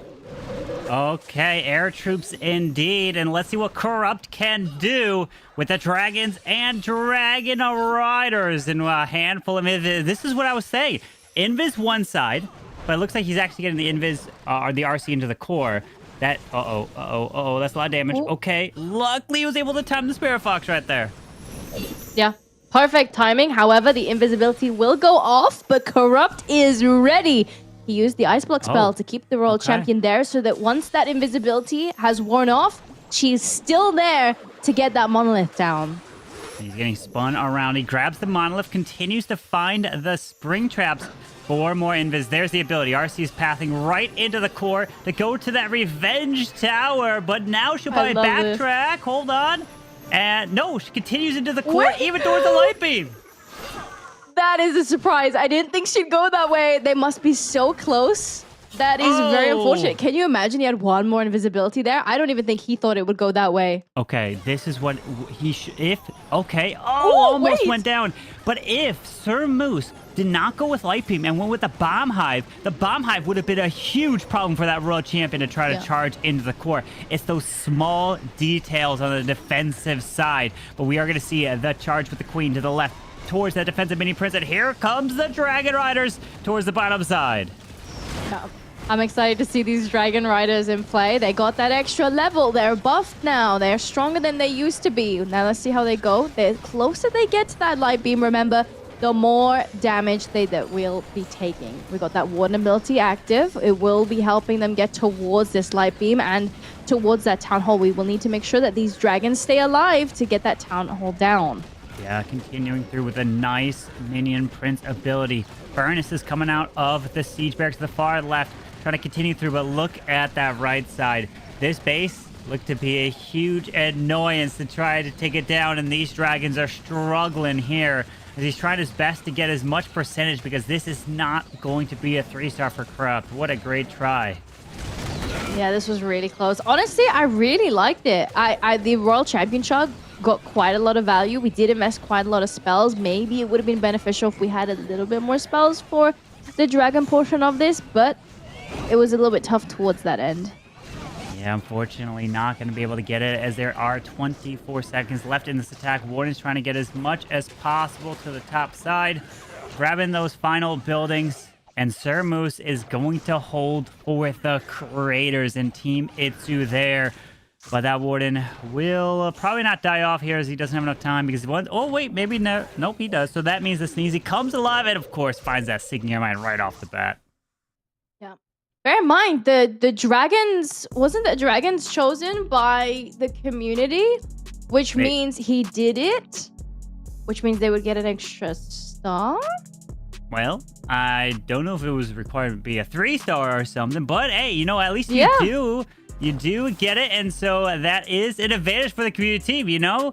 They already had the advantage from, which was Alvaro's attack. I would say probably that's almost the MVP attack of getting 6 stars. The first ever 6 stars in Clash of Clans because of the bonus stars that they got from the challenges, where you all at home was like, yes, let's make it double or nothing, where that was the pressure, and he delivered. But Corrupt falling short right there, but still, the lead for the community is looking good here so far, Coco. Yeah, still fell short, but he did get that extra star from using the community votes strategy, which means he still did manage to actually get the 3-star for his team. Did manage to get a bonus, but you still never know. Maybe if he didn't use dragons, maybe he still might not have would have gotten the 3-star. So because he had that safety net of using the community's strategy, he did manage to actually get the 3-star. And I'm looking at the stars down below in the screen with 6 attacks from the community, 17 stars. While the Creators, 5 attacks, so 1 attack less, only at 10. So if I'm not mistaken, I don't think it's possible to get a 7-star attack. Granted, with these rules, it could be possible if you're on the community side, if it was more than double or nothing, but that's not the case for the Creators. They're just going to look to try to get a 3-star of their own to try to chip away at that lead from the community. Yeah. I mean, this is going to be a little bit hard for the Creators towards the end, especially knowing how far behind that they actually are. But as we said before, you said it as well, predicted before we even saw them. We have seen a lot of 1-stars, but they're just way too far behind already. They're really far in the lead, but that's good for everyone, though. There's a lot of rewards on the line. Let's see how Rafa COC goes up next. She is also bringing in dragons of her own. Dragons indeed, with Warden, Eternal Tome, and the Rage. So Flame Flinger to start. One of the big issues of Flame Flinger is you have to be careful near ground expos, which it looks like there's a ground expo over there to the right. Mortars, the Monolith, and of course that long shot. But that Royal Champion charging right on into this compartment, grabs the defensive poison spell tower. Will probably, oh man, that bomb hive is doing so much work. Yep, right into that bomb hive as well. We do actually manage to get that expo down that you were worried about, which means the Flame Flinger can just continue to get some of those defenses down on that right hand side. I do see some of those fire mites come from those the clan castle, which did go towards the fire on the right, but we're still pushing through pretty nicely with those dragons going directly into the core. Something to think about the totem spell that you may not be aware is, yes, it will be providing the distraction, but when you deploy it, it will stun the defense, and it will cause them to retarget to whatever's closest, but it also deals 100 damage. So if there's a bunch of archers or something that comes out of the defensive clan castle, you drop the totem on top of them, bam, they are all gone. It works almost like a lightning spell to remove them since their health is so low. So something to also think about. You can use a combination of the totem spell as you're trying to remove like skellies or archers or things like that. But we are seeing now that Warden and Minion are still trying to charge through this core, but that bomb hive is doing work right through there. Yeah, we had so many dragons go into this southern side compartment, just not a lot of them leave. There was so much damage on these dragons, and bear in mind that the town hall isn't a defense anymore. Yeah. That town hall, you can't target it, unfortunately, like you would normally do with the Raw Champion or anything defensive targeting really at that point. But it looks like Rafa COC is going to be getting just, well, percentage is lower than the 85, which means the community is going to continue to increase their percentage. They're still rising. You saw him cheering there. He knows exactly that this is going to be helping his team just keep getting more percentage, even though they're not attacking. This is really, really big for them. At this point, it's just a challenge to see how far that they can take it and how much percentage and how many stars and advantage that they could take their stats. We still have attackers that I'm really keeping my eye on. Of course, we got the captain himself, Itsu. I wonder if he's going to be saving his attack for the very end. You know, the content. I know everyone wants to see what he brings.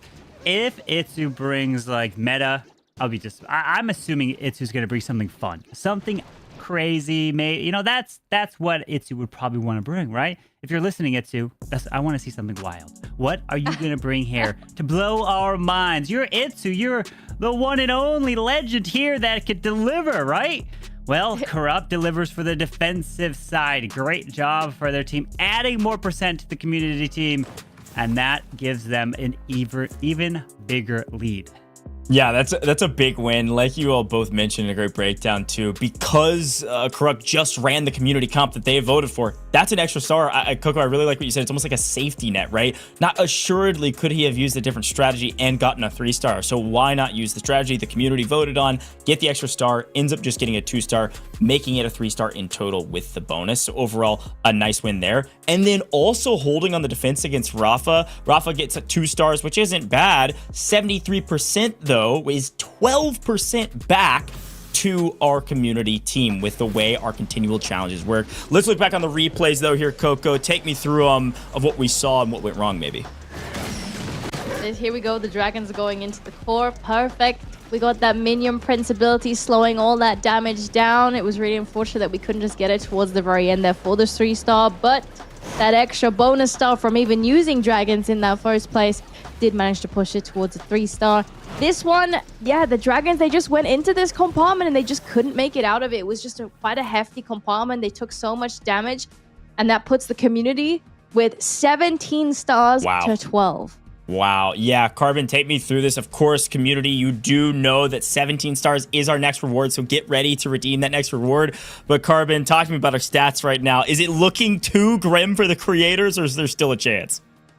I mean, it's tough. It's going to be a really tough comeback here because they're down by the 4 stars. They're going to have to hope for 1 stars. But if it's the fact that if they just have to do the attack, it doesn't even matter what happens. If they just do the attack from the challenge and get us an extra bonus star, there's really nothing the creators can do at that point. It's going to be so hard. What I think, you know, I don't want to change any rules on the fly, but what you could do is if there's a challenge, you know, just like the double or nothing where like they get it, then they get the bonus star. But if they don't get it, then they get -negative stars, right? Not 0. They get -1, whatever it may be, you know? Spicing things up. Spicing things up. You're trying to rule change to make this a little bit closer now because our community is so far ahead.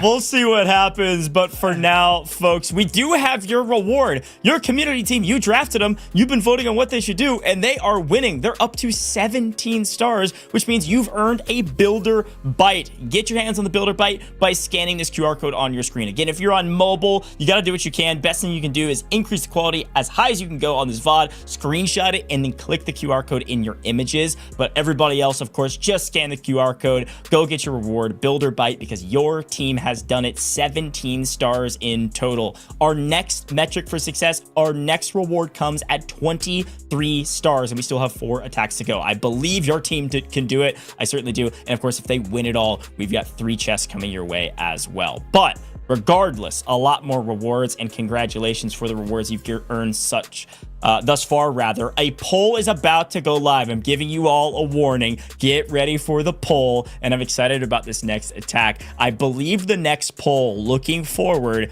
is going to go back to the same question we've been using, which is what army comp should our creator use? It'll come down to similar things that we've been asking, but take me through our base while we wait on that poll to be live. Well, let's look with this base. It is a bomb hive that is next to the monolith. If you fireball that section, that's a lot of value. With an earthquakes through that area, you can grab and damage the defensive mini prince and the defensive king. But oh, this is actually a base that, remember at the very beginning that I talked about doing a queen charge through? Well, this is the exact one actually, where if you were to charge your queen from the top side towards the town hall, that revenge tower could hit your queen. But if you don't take out buildings and you just leave the other buildings on the outside up, then the queen can charge through and not get hit by the revenge tower at a higher level. And then that queen could grab the town hall, and then you could pull her back with a recall spell. I like it, Carbon. And Coco, we'll come right to you for the same thoughts on strategy, but our poll is live. We've got to get our community members voting. Get your voting fingers ready. You get to pick the next comp. What is your team going to do? Root Riders, Electro Titans, Super Yeti, or Dragons? We've seen a lot of Dragons. We've seen the Super Yeti. Coco, is it time for the Electro Titans or the Root Riders? What are you thinking? I don't know how Electro Titans do at Town Hall 18. I loved Electro Titans when they initially came out, so I would kind of love to see it, but I don't know if it's a safe option. I think Super Yetis, Root Riders, probably Dragons are better options. I don't know which one I would prefer. I don't think we've seen many Root Riders, if so any Root Riders so far, but we've seen quite a decent amount of Dragons and Super Yetis, so maybe we'll switch it up a little. Well, I think your hunch is correct. The community has got their nostalgia hats on. Root Rider is the choice for the community team, which means our community attacker has to go Root Riders. It's some sort of a comp with Root Riders involved. Excited to see what they build. And Coco, I'm actually going to go back to you because I think you had some thoughts on that base. And maybe give me some thoughts around Root Riders on that base if you can remember it. It's hard to picture the base, but with Root Riders, we usually see a lot of World Champion charges. Now, World Champion charges did get a little bit harder with the update before Town Hall 18 because we had a buff to the Spring Traps, making it a bit harder. Didn't kill the strategy. It's still definitely viable, so we'll have to wait and see from which angle that they approach it. But ideally, they want to set up a funnel, clear out a corner of the base to push those Root Riders in. Now, you do have to keep in mind that the Town Hall is not a defense. We've said this many times before. This is also the reason why we've had some 1-stars. The World Champion can't get it. It's also not a defense, so we have to make sure that we're bringing something that can actually get that Town Hall down. Yeah, that is a great breakdown. I love that, Carbon. As we get into this, Kenny Joe and Chief Rion. Chief Rion is going to be the one attacking, of course, for our community and has to use the Root Riders. What do you think about the community's choice? Root Riders have always been a very strong attack, but things start to change because the Roots cannot target the Town Hall. So at that point, you won't be able to go into the Town Hall compartment, but in that base that we just saw, it seemed like it was pretty far. Well, it's not exactly in the core, but it is kind of offset. So there are a couple other defenses that are around it, but if the Town Hall was isolated in the middle of literally nothing else, then there would be no way for Roots to even open up the walls. So we see Roots all the time at Town Hall 16, Town Hall 17, because it's such a strong meta attack, especially once you move up into Legends and you have the modifiers, and that's why the pros run it so often. But now that the Town Hall is no longer a defense, it could start to change that attack. And now I'm gonna be curious, how is the bomb hive, if it was being run, I'm trying to think back, I think it was on that base against roots, which can be a big problem. And that revenge tower, by chaining and hitting 3 different troops, which could really do some damage to the roots. Yeah, that is a good shot. I will remind everybody at home, too, that the Revenge Tower, we still need 2 more full power Revenge Towers taken down for another extra star to be able to added to the community team. That is something to keep an eye out for. I think Alvaro is the only one that's been able to do that thus far for the community team. If 2 more are taken down, that's a bonus star. That's one of our continuing challenges that is active out there right now. So maybe there's a chance it happens in this one, but I think you're right. I think the Revenge Tower is going to do a lot of work with this Root Rider comp. But I'm really pumped to get into the game. Of course, community, you've been a blast to watch this whole event. I've seen chat lighting up this entire time. I think the most excited you've been is when Alvaro got his 6-star, but we'll see what happens in this next game. Maybe something even more exciting than that. Coco, take it away. Here we go. We're up again. Root Riders. Been a while since we managed to actually see these. We've got the totem spells. We'll see how the totem spells actually manage to distract some of the defenses. And I also see we're starting with the Warden on the right-hand side. We've got the Angry Jelly, which means he's only going for those defenses. Yeah, target those defenses, and nice that the healers are far enough away from the Warden so that the Super Wizard Tower did not chain onto them. But a Flame Flinger is being used, it looks like, off to the far right, but this Warden is going to try to take out this Ricochet Cannon and set up the pathing to go straight in towards the Monolith. And now there is also the Air Expo that's over there, so the Flame Flinger really is going to have to just move pretty far in the base in order to start to get value. We're going directly into the Monolith, into this bomb hive as well. Clan Castle troops are about to emerge. We'll see how that distracts all of these Root Riders pathing through. Everything's being knocked back a little bit by some of these spring traps in here. What do you see? The RC ability right off the bat with Hogs coming out. So now he won't have an RC for later in this attack. And he's going Rocket Spear, so that Rocket Spear is really almost not getting much value from afar. We're trying to use the totems, and this town hall is pretty far, and these roots have all but pretty much died off here. And we got that Revenge Tower defending that clan, the clan castle and the town hall compartment. It is actually low, but it's still going to be doing so much damage until anything approaches it. And it is making it. I think that Revenge Tower is max level. He takes down that next max level Revenge Tower. So that is great for the community team. But that Flame Flinger is trying to continue off to the right. A couple Headhunters delayed, but that won't. Wait. No! The town hall never went down. What? The Phoenix is still there. Surely the Phoenix gets it done. It's taking damage from. Yes. It was taking damage from the fire spit. It was just enough. Kenny Joe was already cheering for that 1-star defense, but that Phoenix came in clutch just in the very end there. Unfortunately, not able to get a 1-star defense there from the creators, but Chief Rion almost getting that 1-star, but he saves the 2. And look, there's not too much stuff left. 2 invises. Maybe use it on the Queen. Nope, never mind. Don't have. Okay, Queen is gone. Well, can use it on the Giant and or the Sneezy. Remember, every building matters here. Granted, there is a big start lead, 17-12 at the moment, but I'm telling you, there's always a chance. Just creators, they still have some amazing attackers, including their captain, the one and only Itsu. Yeah, very, very lucky there that we actually did manage to get that town hall down. Brought the right pet along with him, I guess. Unfortunate for Kenny Joe, he was still cheering. We actually managed to get it to the 85% here. So, no, just getting closer towards that 3-star there.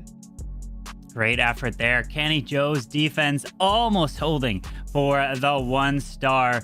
And we already know that Kenny Joe did attack already, so he won't be attacking. He's all done. Now his attack's gone in. His defense has gone in. So now he can just kick back and relax and watch the war unfold. But the next attacker for the creator team. This is an opportunity. The window is here for you to be able to try to deliver a 3-star and try to slowly inch your way back in this match, because I mean, these challenges, it's really, yes, it's challenging, but it's really benefiting the community team because of those bonus stars. Yeah. The challenges are super cool. I love the challenges. I think I will definitely be keeping note of some of them just to give a go at them to see how that they do at Town Hall 18. Bear in mind, this is all new to some of these players. It might be the first time that they're playing, as we just had the update today. So there's a lot of new stuff, a lot of still new strategies yet to unfold over the season. I'm excited to see how things shape up. We've seen some new stuff in here, a lot of new stuff actually, with the new totems, the meteor golems. We've got a lot of changes to how we even approach bases with that town hall not being a defense. So very exciting overall. Can't wait to see what the end of the tournament brings.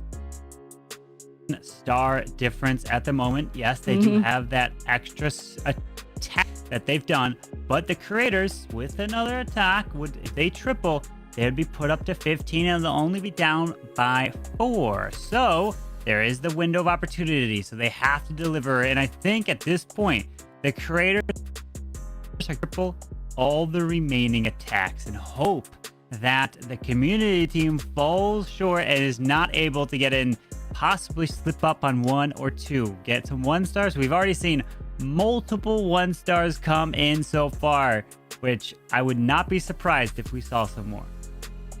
Yeah, definitely. It's really exciting. It's nice to see all these creators come together, try some new things, you know, bringing all their communities together. Overall, it's really exciting. It's one of the most exciting times in the year for Clash of Clans when the new town hall drops. So I'm very happy that we actually get to watch some of these, and I'm definitely taking note. Those totems, we've been seeing some really good used totems. Some of them actually doing really well at protecting troops, at protecting heroes. Some of them a little bit deeper, but at the end of the day, it's a learning experience. You see where they're getting placed. You see these dragons maybe going down too soon. You see the totems going down too soon. Overall, it's a great way to have a look at all the new toys that Town Hall 18 has in store. Yeah, absolutely. And this is a great way to practice, right? Try to figure out what works. And you're going to use an attack today, and a week from now, you're going to use something completely different because you're learning. And these bases are going to get stronger. And also, and hopefully in a few days' time from now, the crafted defenses that you are seeing being used in this match is going to come in the live game where you're going to be able to use it yourself. And which ones are you most excited to use? Is the Hero Bell? Are you going to use the Bomb Hive, the Light Beam? The one of the two that I'm keeping my eye on is definitely the Bomb Hive up there, and then that Hero Bell raging up those buffs for the defensive heroes. Oh, it's going to be a nightmare, especially if you push up into Legends with the Legends modifier. Good luck. Yeah, I can imagine Legend being so much tougher than this. Bear in mind, this is in normal mode. Legends will be very different once you get that experience over there. Very excited to give it a go.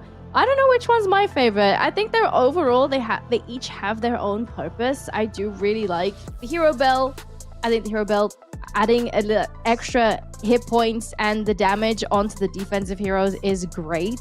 The bombs from the Bomb Hive have been so frustrating to play against, especially with World Champion charges. Me personally, I definitely do not want to face that in Legends. But then also, I'd like to see the Light Beam as kind of like a mini monolith. It might not be as strong because maybe it doesn't do like splash damage. It only targets one at a time, but it targets for so much damage once you get up close to it. Well, let's see the choice. There is the Light Beam off to the right over there. But it is the choice of the Royal Champion. Earthquake spell right there to start. And the Revenge Tower is active because we had the 5 buildings that went down. But can this RC get this value? Continue to make her invis because she is finding a bunch of giant bombs and traps. Yeah, that is tough. We don't have the Fox on this one. Yeah, so we're dropping these invisibilities back to back. We actually make the Revenge Tower invisible, which might not actually be a really bad thing because we can start to do damage on nearby defenses whilst the aura around the World Champion can do damage, but it's just not enough. She does get a revive and then finally gets the Revenge Tower down.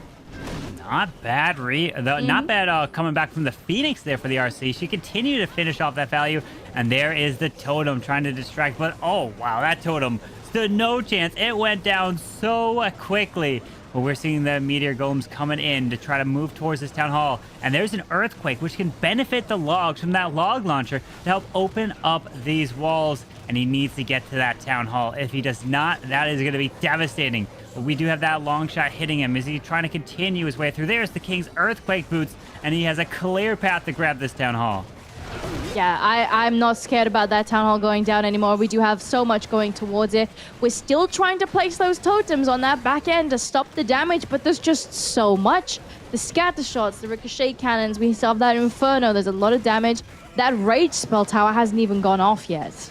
Yeah, continuing through all that defensive Rage Spell Tower is raging everything up, but he's got 2 hero revives. What does he decide to revive? I mean, the Royal Champion, you can't do that because she's just going to die so quickly down there.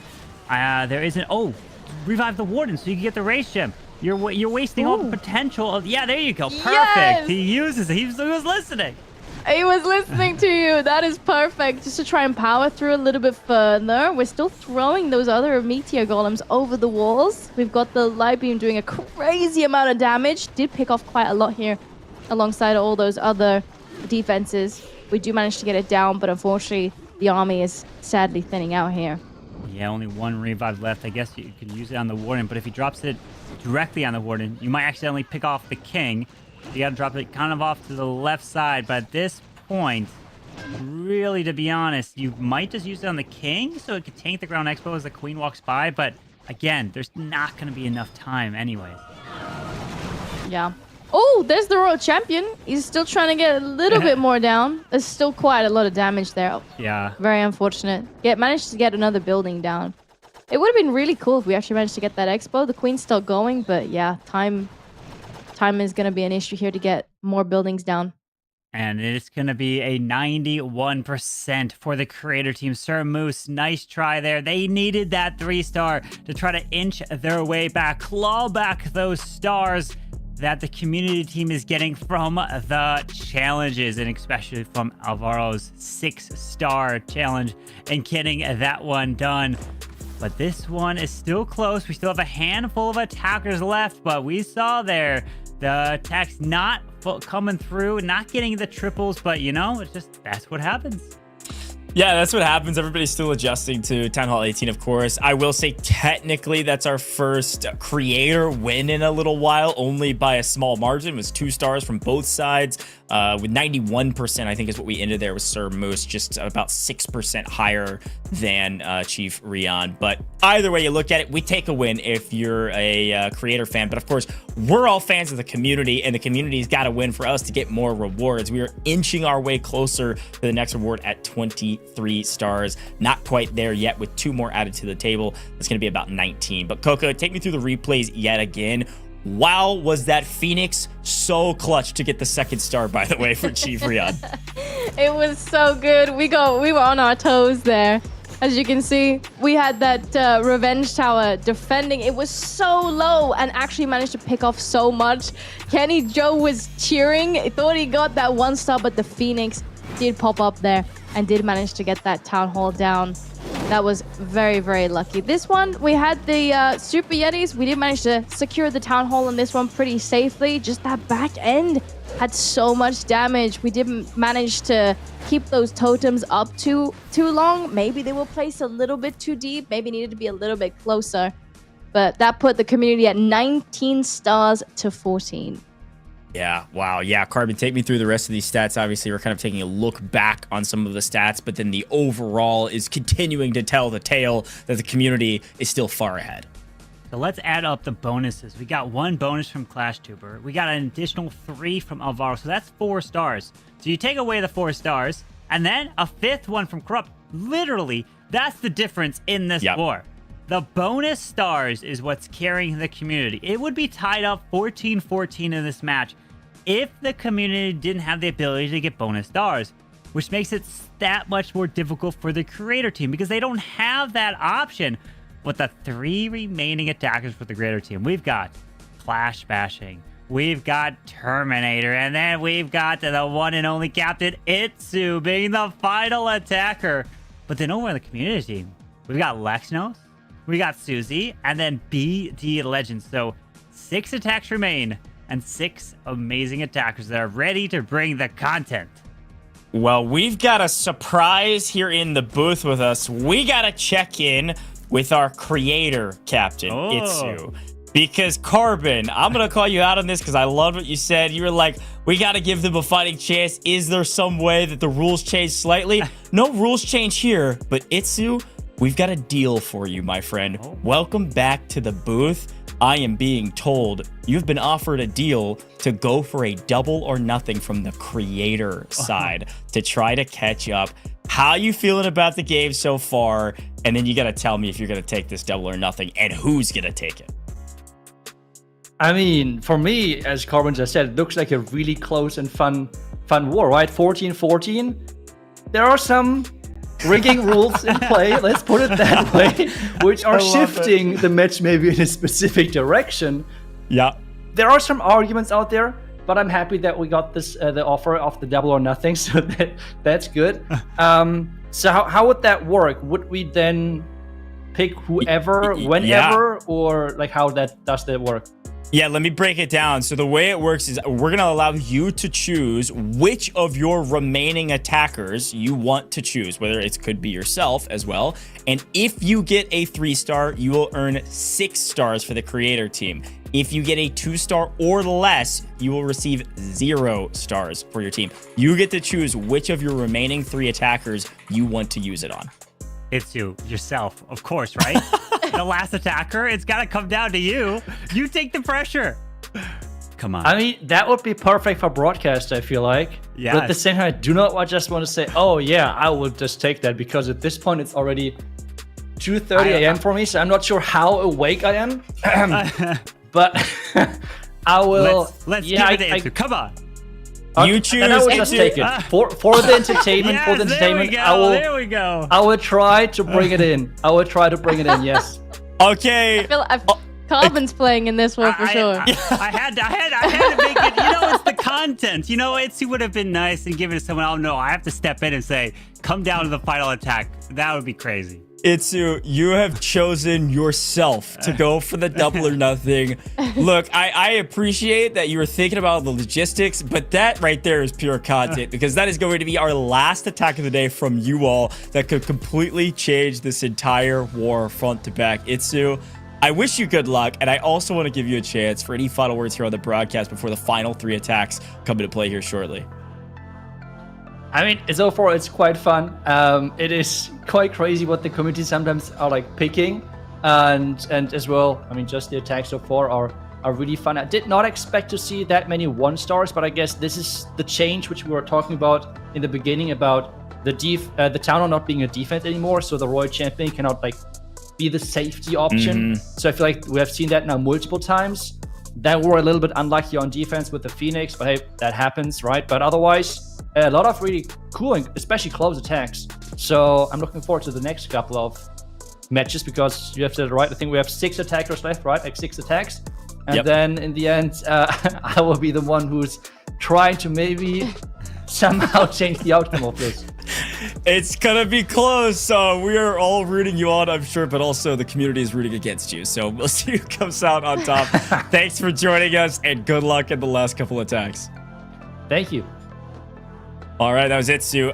Coco, I want to give you a chance to respond to this double or nothing offer because Carbon made sure that Itsu took it, which Carbon, I respect that, honestly. That's good content. Coco, if you were in the same position, do you put all the pressure on yourself or do you choose somebody else on your team? Me? No, I don't want the pressure on me.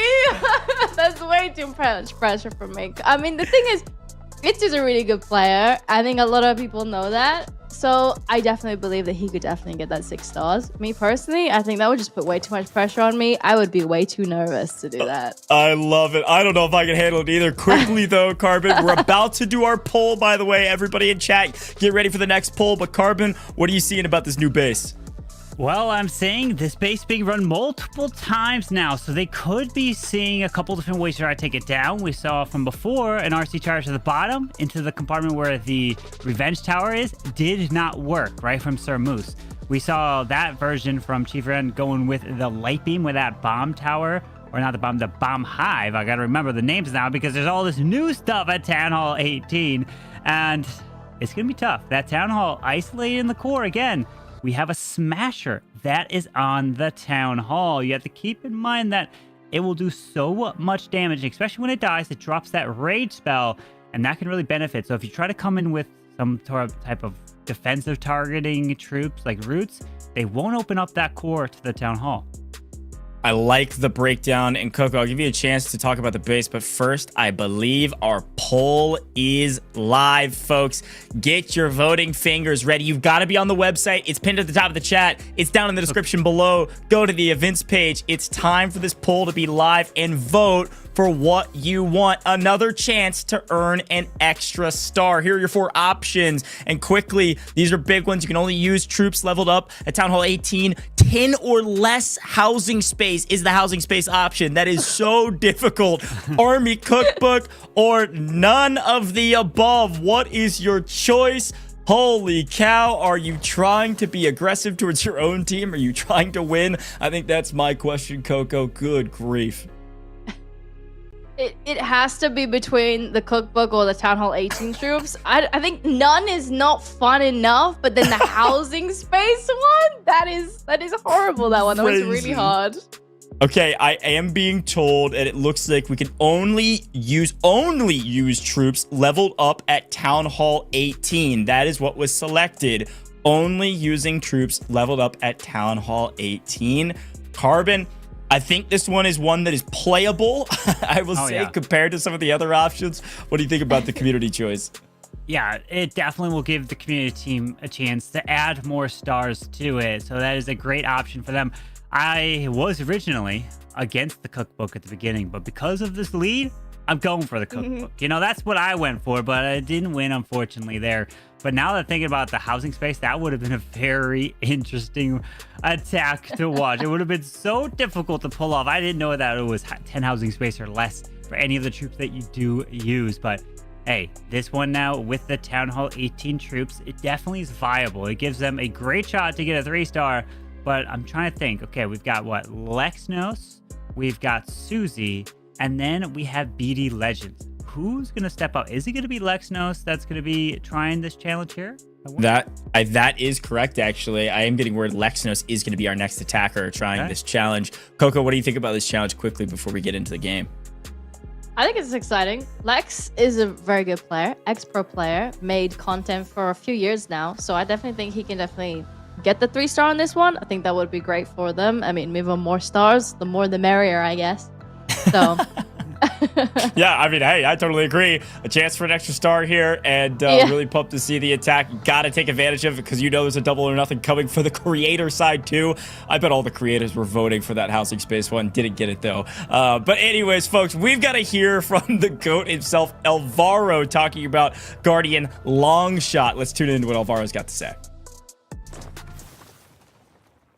Yeah, it's true. With the new Town Hall 18, we may have lost the Town Hall defense, but we got something better. Or at least different. My name is Alvaro845, Spanish content creator, and I want to focus on the Guardians, the brand new creatures that may defend your Town Hall when your village is under attack. As you probably know, we will have 2 different Guardians to protect our Town Hall, either Longshot or Smasher.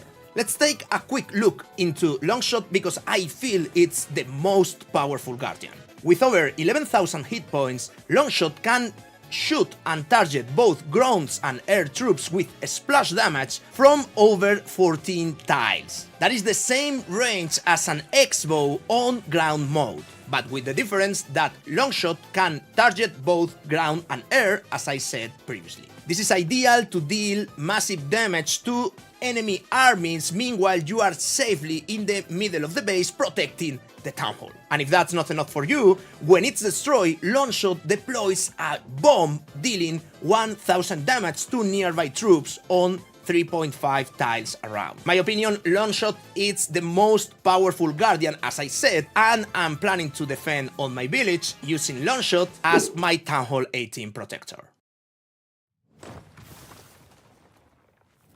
Alrighty, got a chance to hear from Alvaro and talking a lot more about Town Hall 18 and our Longshot Guardian, which is my personal favorite. But can you really have favorites when Town Hall 18's just dropped? You got to get your hands on it. Go level up, go grind, get your builders working. Come on, we got to get to Town Hall 18 as fast as possible. But Carbon Coco, we've got 3 more attacks on each side in total.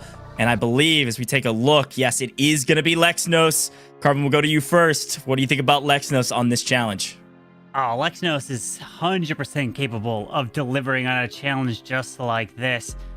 But what kind of risk will you take? Are you going to try to go all out and try to get that 3? Or, which I would assume you want to, right? But it could result in the unfortunate 1 stars that we have been seeing.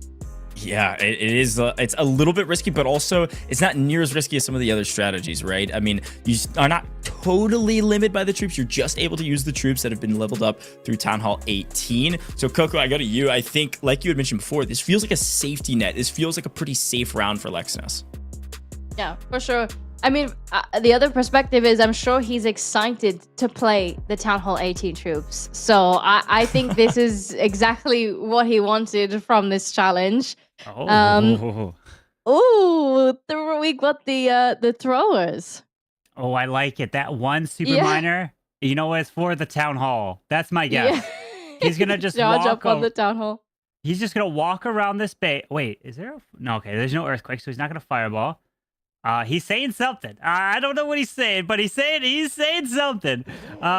We see okay, so it's going to be a Warden charge into the bomb hive here, just dodging it. Oh, yeah, that's right. There are no loons no here. loons, because he can't bring the loons, so wow. That's risky if there's any traps there. That is true. I didn't think about that, but let's see. He did grab the bomb hive, so he's going to move through, and then he's just going to walk around casually with a couple super wall breaks just in and out of the compartments, and then save that super miner for the Town Hall. And if I had to guess, he could use the totem spell to distract, to protect the super miner, and even make the super miner invisible if he really wanted to. Yeah. This is actually really nice. He managed to find a really good corner of the base to send the Warden in to get a few of those defenses down, and that will actually really help with the funnel, as you can see. Now, we're still going around the outside. We did have that builder repair some of the damage that we took in here. We've already got that totem going in here, but already gets taken down. A lot of damage going off in here. Yeah, King Siege Barracks to the top side, creating that funnel, which could actually get him straight into the core of this base.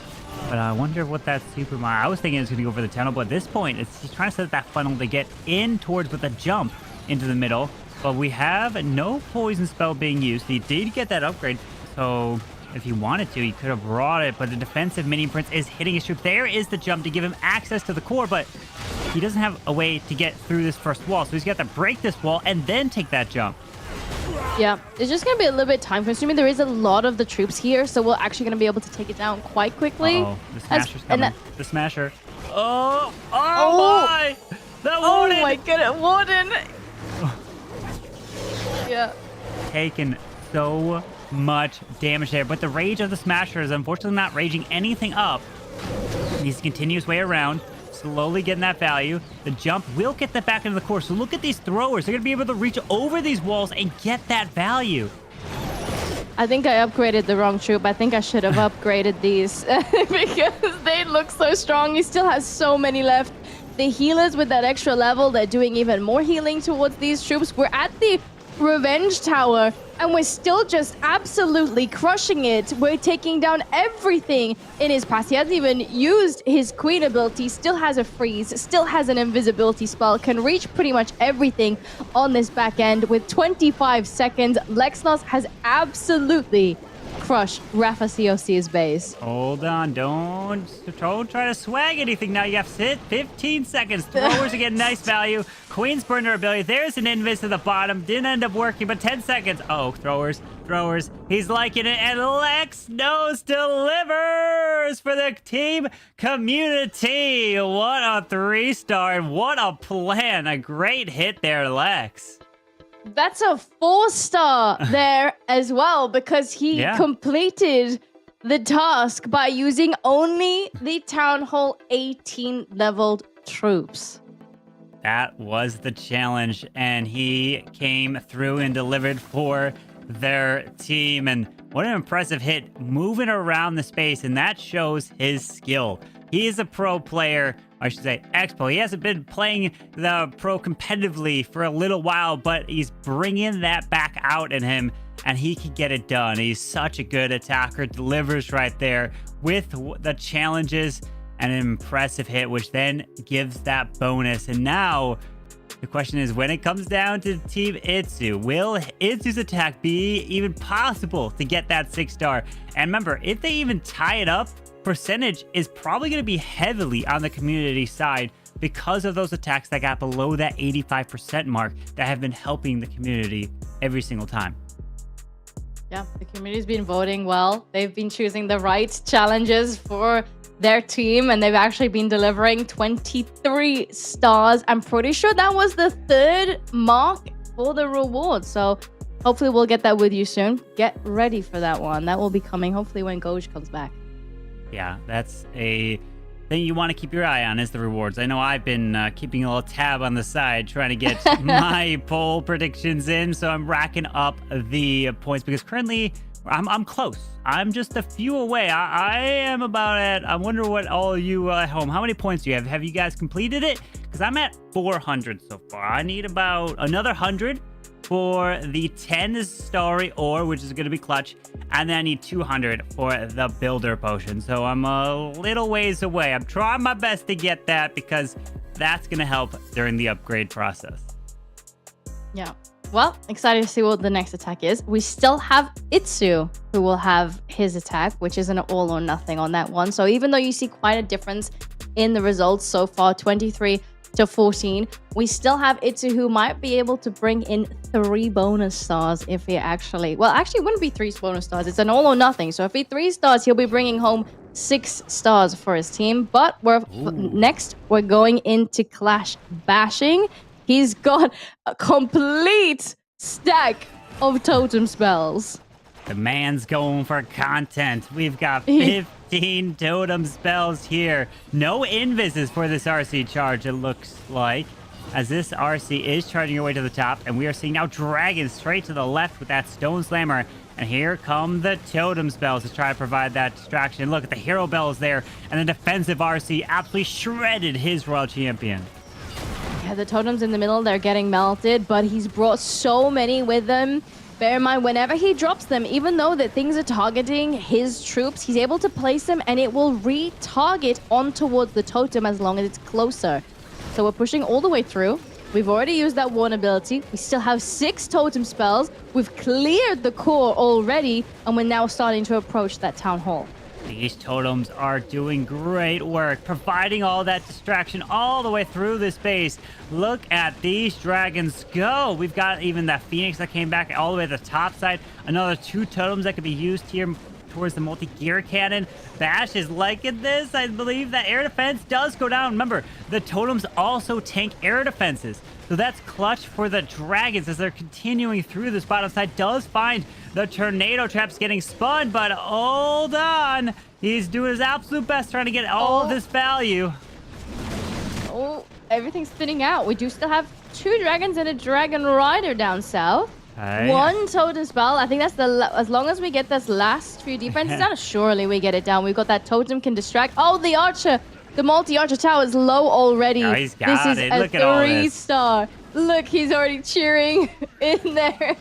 He wants that 6-star. I think that's what the 6 was referencing. He was like, I should have had the 6 stars given to me. Because he believed in his attack. Great job, Bash, though. Still delivering a 3-star in the end. But Lex also got that triple with the community vote on his side. So it looks like the community team continues to keep their lead here so far. And Bash, great attack with the mass totems there. That was unexpected. I gotta say, I wasn't expecting 15 totems, but apparently it works. I thought he used them really well. It paid off. But again, here's the thing. We knew Clash Bashing was gonna be a really good player. It was the first draftee for the creator team. But Lexnos is unstoppable. Picks up the full 100% 3 stars and the bonus star from the community. And so very well done for both of these gentlemen. Great play, great attacks, but still the community ekes out a little bit further ahead. Coco, 2 behemoths coming to a head, but the community cheers them on, gets an extra star. Take me through the replays again, Coco, because this was the battle of the finest so far. Yeah, This one was really clean. Lexnos's attack was really cool. Had me wondering if I had upgraded the wrong troops first. I need to be getting some of those books in there now to rush the extra levels. It just goes to show that all the extra levels, they are evening out the playfield. We're seeing triples that are absolutely so strong at Town Hall 18 with a completely different meta. We haven't seen these troops for a while now. They are slow, but they get it there when you have a plan down. Yeah, it was a great hit there from both of them, and both showing off two different versions, two different attacks that could be viable, especially bashes with the dragons and totems. As we are taking a look at the war stats there, and look at that, 23 stars for the community, but it's only a 6-star difference, I might add there. Ooh, it's close. I mean, yeah, 6 feels like a lot. You got to remember the creators also have a double or nothing coming, so it's certainly still within reach. You take a look at percentages as well, and then Coco, of course, you can see the current game. This is what we were talking about. Lexno does technically pick up a 4-star. And again, you see that red highlight, which means we got that bonus star, which is why he got 4. But either way you look at it, is it close? It's debatable. Is it within reach for the creators to still win? Absolutely, Coco. I think it all depends on what you guys at home still choose for Susie and BD Legend. Yep. If you actually manage to pick the right challenges for them and they can get any bonuses, that would absolutely clear it. And no matter what, I don't think the creators will make a comeback here, but it just depends. Are you going to vote for them or are you going to sabotage them? Yeah, and I want to take a look at this base, but also want to remind everybody at home, the poll is about to be live. So if you want to follow what Coco was just talking about, get ready to vote. It's about to happen. Be ready. Quick look at the base, though, here, Carbon. What are you thinking? Well, I see the town hall straight to the bottom side, which means that you could grab it. Actually, you can't grab it with your queen behind the wall, but you can grab it with throwers. So an attack that we saw with Lexnos using throwers to the bottom side could actually reach the town hall, and then you can move left or right depending on which way they decide to go. So a thrower attack to the town hall and then try to smash into the core would be a really good choice. But if I'm thinking that it's going to be Susie attacking, Coco, you've done many different voice chats with Susie trying to plan your attacks. What do you think Susie's most comfortable with? I would say some sort of a smash attack. I can imagine still trying to be on par with the Town Hall 17 I'm gonna jump in zone. here, Coco. I think it could be smashing for sure. I want to talk more about Susie's strategy, but first, we got to see what it may be because of this vote, folks. Here's a quick look. It's an extra chance at 15% on overall score. No active equipment can be used is what that selection is. 50% of the army comp must be meteor golems or back to the army cookbook, or are you going to be boring and pick nothing? Let's see what the community thinks. Let's see what they want. And I want to say from production, they're saying it wasn't even close. It's Meteor Golems. So, Coco, right back to you. You're talking about smash attacks. With Meteor Golems now the play, what do you think Susie's going to go for inside of that realm of creating that comp? Yeah. No, I think smash attacks, I think that is probably where she feels comfortable. Going back to even like Hog Riders, I think that's probably what she was using most at Town Hall 17. So I feel like this could be good for her, but I don't know how much that she's practiced at Town Hall 18. I know that she might be nervous. Maybe she has somebody on voice helping her. I'm not too sure, but I know when she does have people helping her, she does perform pretty well. Okay, all right, interesting. Maybe calling in a lifeline here to help out with the brand new Town Hall 18. Let's take a look as preparation is going. It looks like Susie's going to be attacking against Jacob Clashes here, Carbon. How do you feel? They both look pretty comfortable. Both are hanging out, relaxed, ready to hopefully earn some stars for their team. And maybe if you're the creator side, close the gap. The one thing with Susie that I know, when stuff starts to go wrong, it snowballs. No. It starts to really go wrong. When the queen's not getting that balance. Oh, she can hear you. Yes. She wasn't supposed to hear me. Wait, maybe I take that back. Oh no. Susie, That's I believe right, in you. Susie. That's right, Susie. Don't let him talk about you that way. Susie's going 3-star, 100%, no questions asked. I believe in Susie. Oh, that is so funny that they had the watch party up while we're talking about him. Cam's on and everything. I'm sure Jacob, like we saw, base looking pretty good. But as we go back to Susie preparing for this attack, hey, Coco, I'm seeing all smiles except for when she was mad at Carmen. So I believe in her. I believe in her. We played in a few wars together. She gets nervous when it's a little bit like harder, when like in the hard mode. Now that it's changed like esports mode and stuff. So she's used to this. So I fully believe in her capabilities. I will get it done for the community team. yeah, and again, as a reminder, folks, rewards coming here very soon. 23 total stars. We have hit it already, regardless of what happens here in this attack. I think, Carbon, like, we were doing a little bit of math behind the scenes, and you said it earlier. It's like we almost need a 3-star every single time from the creators. Take it away. This is a big moment to close this competition out, potentially. Fireball!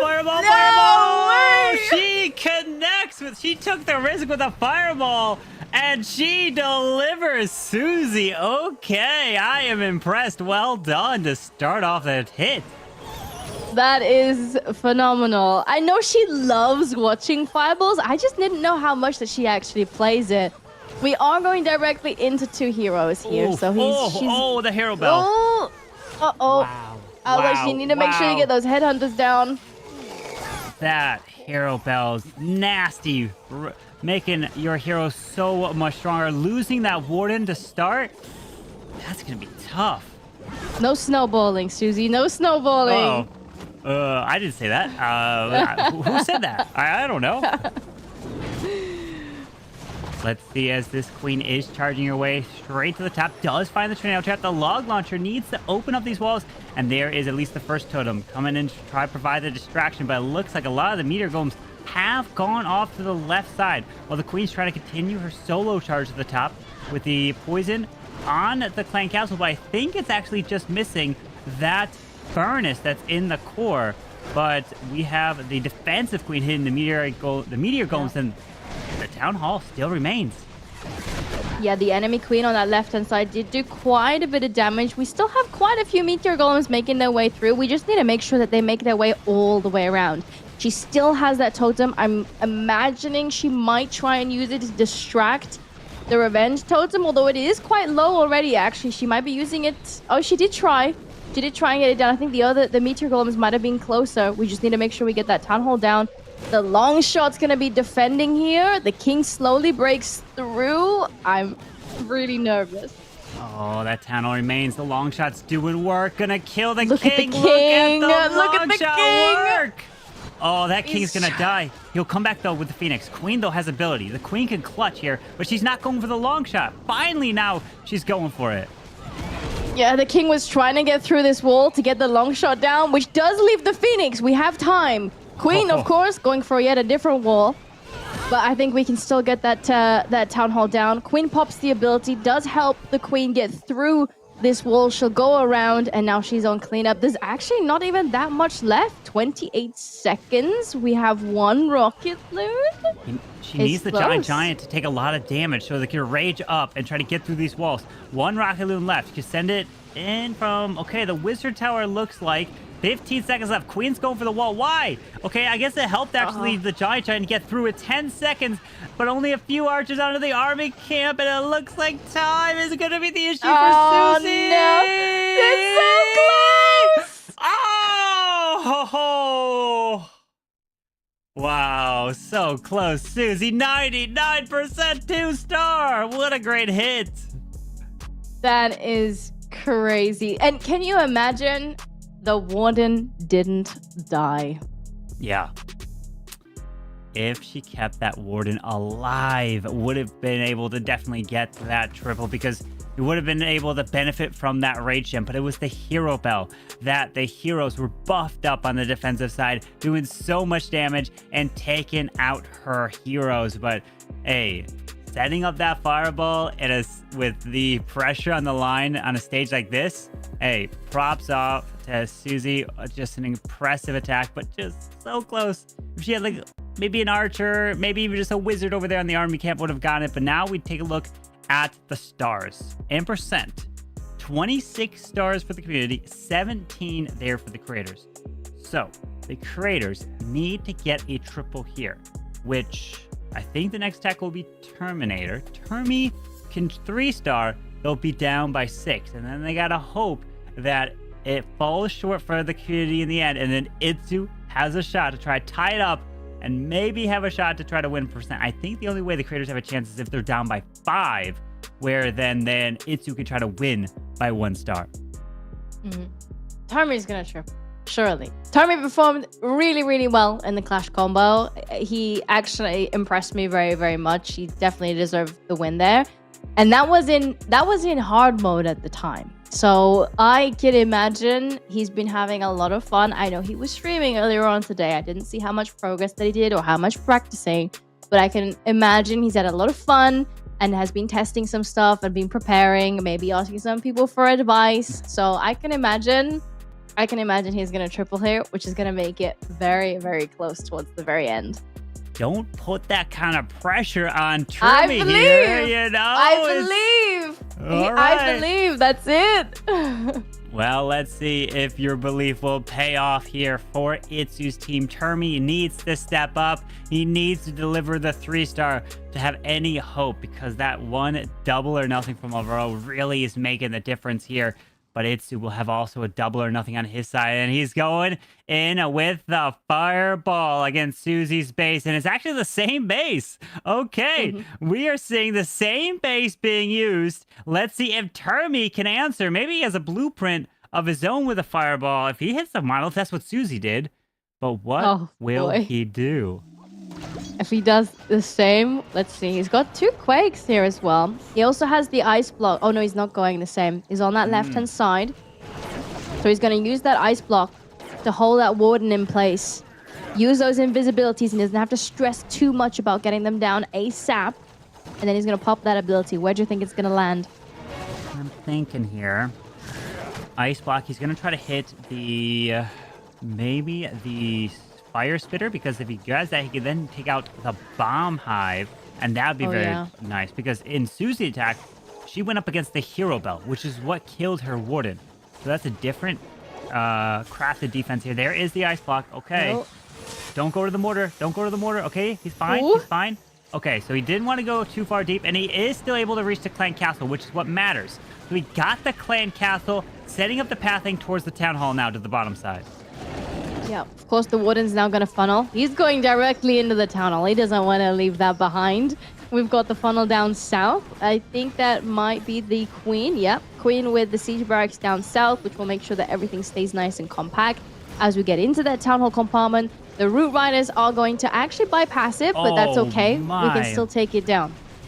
The healers are all gone. The bomb hive ripped through those healers. And then pair in some red air bombs. They went down so quickly. And the bomb hive just did work for the healer charge. Now the royal champion deployed to the right. Trying to get that value. These throwers are getting some nice value straight into the core. But remember, no healers remaining means these throwers can go down pretty quickly. Yeah, there's a lot of damage still up top. The monolith, that's going to be quite hefty against these troops pushing through. A lot of traps popping up as well. Still have that queen ability. I really wonder what it was. If he had like the healer hop it, that would have been so good to get some healers back, but I don't think so. No. He's trying to make his way into this model. It needs to be that triple. It does have the hero revive. What does he decide to do? Remember that totem that's all the way at the bottom? It's not going to do anything. It's just staying down to the bottom because it lasts forever. It only goes down if it removes all of the HP. But the RC is gone. The Warden's gone. Does decide to bring back the Warden because of the Rage Gem, as he's benefiting these heroes, pushing through this Ricochet Cannon, as there's just a few more troops left to deploy, but a Super Wizard Tower still remains, and that is going to be a bit of a problem, as the Ground Expo is trying to now work through the Giant, as it does take it down. This was super close. We're at 92% here from the creator team. Tarmi, nice try. That was a really good try. Honestly, if the healers managed to stay up, we would have kept the troops alive a little bit longer, and then would have been able to push through. I really, really underestimated how much damage the bomb hive can actually do. Yeah, the bomb hive does so much work there, but now we only have two attacks left here in BD Legends and Itsu, the remaining hitters. Crazy. I mean, honestly, what a fun pit ultimate fight, really, for both sides. First of all, big shout out to Susie. Literally needed one more second and would have had the 3-star there. Really well done. And by the way, I did get word from production that was a full power revenge tower that she did take down, which means that's 2 out of 3. There is still an extra bonus star on the table for BD to potentially pick up if he ends up taking down that full power revenge tower, which is pretty difficult to do. But hey, certainly has been done twice and it could happen a third time. But the bomb hive is so strong. Oh, wait. I'm getting word from production. That was actually the third one. So I think Susie technically gets the bonus star. That's right. So that was the third full power revenge tower. Susie technically gets a 3-star there because she was able to take down a full power revenge tower. Holy cow. We're getting all the rewards and everything in between. And all of a sudden, Susie barely takes the lead in just that bout, which pushes the community even further ahead. What a round. Holy cow. That was a lot of nuance, a lot of math. But at the back end of it, let's take a look back at the replays. And going back to you, Coco, here for the replays. Again, so close. Yeah, this one was really close again. Look, the Phoenix has been on the town hall a few times now, guys. We need more troops going towards the town hall. That heartbreaking 99 as well. That was so sad for Susie. That was really good setup that she had in the beginning. Very unfortunate. Yeah, it was so close there. But hey, the benefit of getting the bonus star is going to now push the lead for the community even higher. But man, what a set of attacks there. It was so close from Susie. And Turby, you know, he wants to take a few things back there. And unfortunately, he wasn't able to deliver the triple. Yeah, the timing also of when he was able to move the funnel to the south side and the bomb hive hitting the healers in the back was so brutal for that push. I think if that doesn't happen, I think he's able to finish it all the way to the finish line. But speaking of rewards, folks, we've been talking about it all day. You've been asking for it. 23 stars. We're well above that now because of Susie's efforts, but we hit our last metric of success, or almost last metric of success. The last metric of success when it comes to stars, we've got another reward for you because your team, the team you drafted, the team you creative, had earned over 23 stars, which means you have earned a study soup. Huge congratulations. Scan the QR code right now. If you're on mobile, screenshot this and click the QR code. Make sure you up the quality as much as you can so that you can click that QR code, scan it, get your reward. This QR code will only be active for a couple minutes, so move quickly to get this study soup reward. Everything you've earned from voting, that'll automatically be given to you, but you have to scan to get this study soup. That's how it's been working all day today. The last reward that you haven't achieved is your team's got to win this competition. 3 chests go your way if your team wins and you stay till the end of the broadcast for that final QR code. Scan this one, get your study soup so that we can keep moving on into the last couple attacks. We're into the last round of the war. 2 attacks remain. Like Carbon said, this is going to be a doozy. And I want to go ahead and get you ready to vote because, well, casters, I have word from production. This last vote, yes, it's a double or nothing for our creator team. It is also a double or nothing for our community team. Community, get ready. Do you want to go double or nothing? If you get 3 stars, you get 6. If you get 2 or less, you get nothing. Holy cow. Wait a second. They're going up against Itsu's base, right? That's right. That means Itsu's probably got the best and strongest design here. This is going to be tough to go up against for BD Legends. Oh, wow. Yeah, talk to me about what you guys are seeing here, Coco, because this is literally everything on the line. I mean, this is like a 12-star swing potentially. I mean, Itsu's a very good player, but he's also a very good base builder. I can't tell if this is actually one of his own, but even if it is not his, he's for sure tweaked it to some extent, I can imagine. The core in this one looks feisty. The Revenge Tower is in there. We got the Ricochet Cannons in there. That looks very, very scary. That is a lot of damage there. You take out that Smasher and it rages everything up. This, Yeah. if you decide to go with the double or nothing, even if you get a 2-star, 99%, it's 0 stars. Yep. A 1-star doesn't even matter at that point. It's 3-star or nothing. I know, chat. I've seen a lot of don't do it. We already can win. Don't do it. But the poll is live. Are you going to relent to chat's wishes, or are you, the community, going to choose your own fate? Double or nothing. Choose yes if you think you want 6 stars off of a 3-star. Choose no if you want just normal scoring. Please don't mess me up, because like Carbon said, 2 stars, 99%. You get 0, and creators also have this exact same vote. We've hit 0.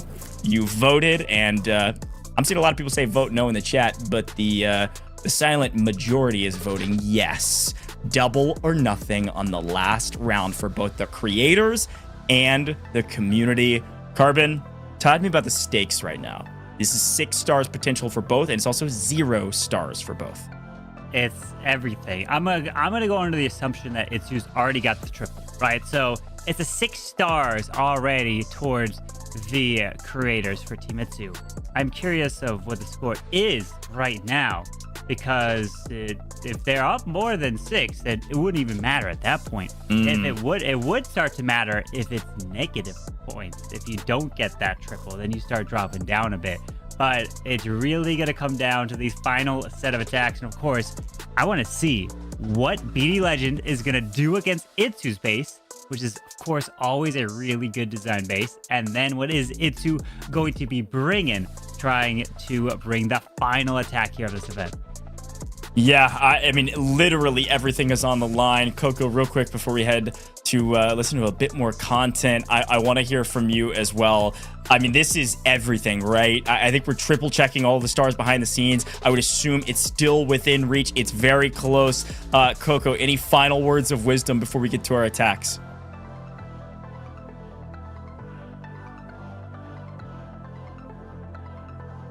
Get a 3-star from the creators team, the community team. That could be it if Itsu's got a 3-star. I know, it's so close. Well, speaking of Itsu, we gotta head over to Itsu himself to talk to us a little bit more about Town Hall 18 after this. The last couple of attacks, you're not gonna want to miss it. Double or nothing. Hey Clashers, Itsu here, and I would like to talk about the Super Wizard Tower, the new merged defense for Town Level 18. If you have 2 maxed out Wizard Towers, you can merge them together to create the Super Wizard Tower.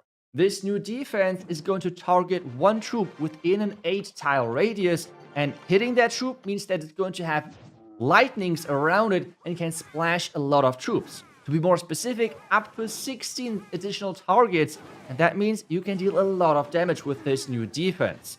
It has overall 1 additional level and then can be supercharged twice. The first supercharge is going to add even more damage, while the second one then is going to make sure that you have a little bit more hit points. How does this work exactly? You can see it right here with the giant getting hit, the barbarians behind it taking the damage. This works as well from air to ground, so you can splash always on the surrounding troops with a lot of damage with those lightnings.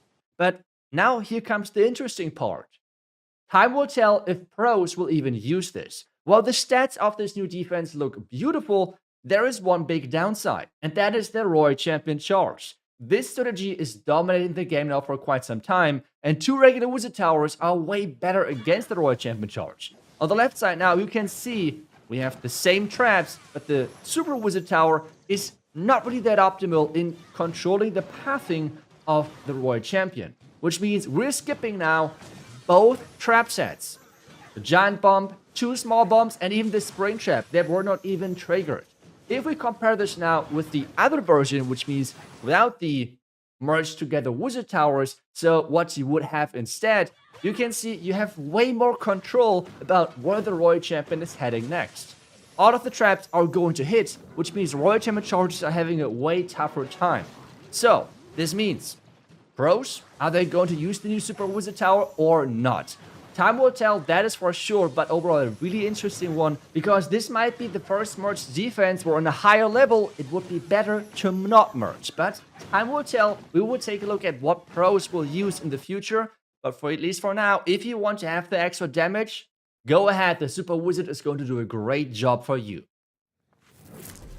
Well, a big shout out to Itsu there for breaking down Super Wizard Tower. And I gotta say, Itsu being able to teach us a little bit and then going into defending and attacking here at the very end to go for a double or nothing is certainly sweet. I am so excited about the final round. Chat, community got a little bit aggressive, I gotta say, with that vote. They had a lead and they're willing to risk it because they love the game, okay? A chance for more rewards going into this final round. And I gotta go to you, Carbon. Obviously, we've had a lot of fun in the broadcast thus far. What do you think about all of these crazy challenges and a way to kind of shake things up from a traditional competitive tournament? I know you do a lot of these, done a lot of esports for both of you guys, but this one has been crazy.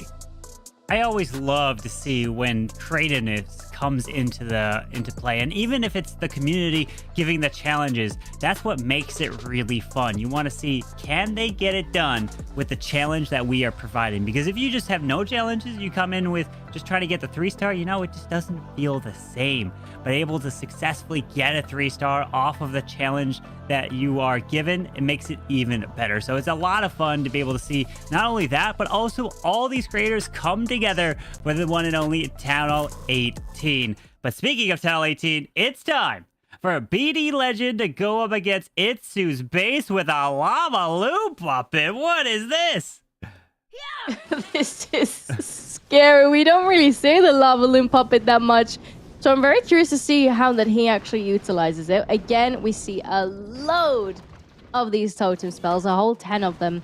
So hopefully we'll get some good tanking in there. The World Champion ability gets popped nice and early. She's doing some damage from afar. A few hidden testers pop up, but she manages to get that bomb hive down nice and early. And with the World Champion unfortunately finding the tornado trap, she is now gone. Comes back with the Phoenix, but she's going to get stuck on these ice golems. And there's the one totem. We have the meteor golems trying to toss themselves around to the left side, grabbing that value, jumping the wall, and now moving in, trying to smash right through that core. The log launch has also been deployed, trying to open up these walls, but get ready. That smasher is waiting to hit all these troops on approach. Yeah, we do still, I think there was a furnace hidden right behind that clan castle, which was doing a little bit of damage, but it's already gone down. We're into the core now. He's popping that ability. Here go those lava loons. They're going to the left and actually to the right as well. They're flying across this base. What was the goal? To try to pull traps, but it's not like he has healers anyways to do anything about that. But the lava loon puppets, I'm very curious what the goal was for them, as they are pretty much now gone. He does decide to revive that Royal Champion to the bottom side. She's moving through. We do have a Giga Bomb to the far right. Royal Champion backtracks a little bit. We do have the meteors throwing themselves over these walls. Queen no longer has her ability, but one totem left for the topside monolith, probably. Yeah, I was a little worried going into the core if everything would split, because we still had a lot on the left and a lot on the right-hand side. I think we did have quite the majority of everything stick together on this right-hand side. We did lose, I think, some of those queen clones to the left, but the Royal Champion, she's still going. And the meteor golems are running around, and look at that. He's got the meteor golems to show off there, trying to take down Itsu's base. Is it enough with a multi-archer tower still remaining to the far left? But luckily, the Warden and Yetis are actually going to go over there and try to take that down as the Diggy stuns it. And it's looking good for a 3-star, which means that it's going to be double or nothing, putting up 6, and that is definitely going to be way too far out of reach for Team Itsu. But you know, we're still going to be able to watch the one and only Itsu attack, right? We still want to see that. Oh, for sure. I wonder what he's got for his final attack. Massive congratulations to the community team. This means you guys are getting all of those chests. Congratulations. 3 chests coming to the community, which means that when we show that QR code on the screen at the end, make sure you are ready, because if you don't scan that when it's on screen, it will go away, and it only has a limited timer, like maybe just 2 minutes. So you have to be ready when it is on screen to come in with that one. So BD Legends, you have now secured the victory for the community, guaranteeing 3 chests for anyone that scans that code. So congratulations. But we still have one final attack from the captain himself, Itsu. Yeah, I wonder what he's been doing. I'm pretty sure he was streaming earlier as well. Had a lot of, I think he did some attacks in there too. So maybe he's got something that he's been cooking behind the scenes. Maybe he's going to be showing us what he's been learning on stream. You guys at home can let us know if you've seen it before, if you did manage to watch him throughout the day. But his was double or nothing at the end as well. So hopefully he does still manage to 3-star, get the 6 stars for his team. But unfortunately, it still will not be enough to catch up. As you can see, 32 stars for the community team. Absolutely incredible. Hey, they got more than a perfect war, right? Because if they were to go perfect, that would put them at 30. So look at that. They got better than perfect. So a great performance from them, of course, from the bonus stars that they were able to achieve. But one final attacker is left. Itsu, what attack is he going to bring? Is it going to be the meteor golems that we've been seeing? Because it is a very strong new troop. It was a temporary troop, but now it's coming as a permanent troop that is stronger than the temporary version. So it's definitely an attack that's going to become meta. I know that it's going to be used by so many players, and it could even take over the Root Rider meta. Yeah, I definitely think it could. It's very strong. I also think there's multiple different ways that you can use it. Because I feel like Root Riders, it wasn't as diverse. There was some small changes to the armies that you could have. Whereas I feel like with the Meteor Golems, you can take it in whole different directions. We've seen mass Meteor Golem. We've seen them with the throwers. You can use them, maybe a few of them amongst an army. And I think that it still actually works pretty well and can be quite versatile. Yeah, it's going to be very versatile in many different attacks as we are getting ready for the final attack here from Itsu to come in with. And if I had to take a guess, what kind of attack? I really don't know, because Itsu pretty much could do anything in the game, right? That's how good he is. And the attack looks to be a fireball with some rocket loons and 5 furnaces. He's got that 1 totem and a giant... Okay, is it a giant arrow to remove the hero bell right in the core? It could be. It could be. However, I feel like the hero bell, it's very hard to go up against these heroes, but if you have the perfect headhunters, you can kind of counter the hero bell. So I feel like being so high skilled from Itsu, I feel like maybe he would just actually use these headhunters to actually get them down. He's only got 2.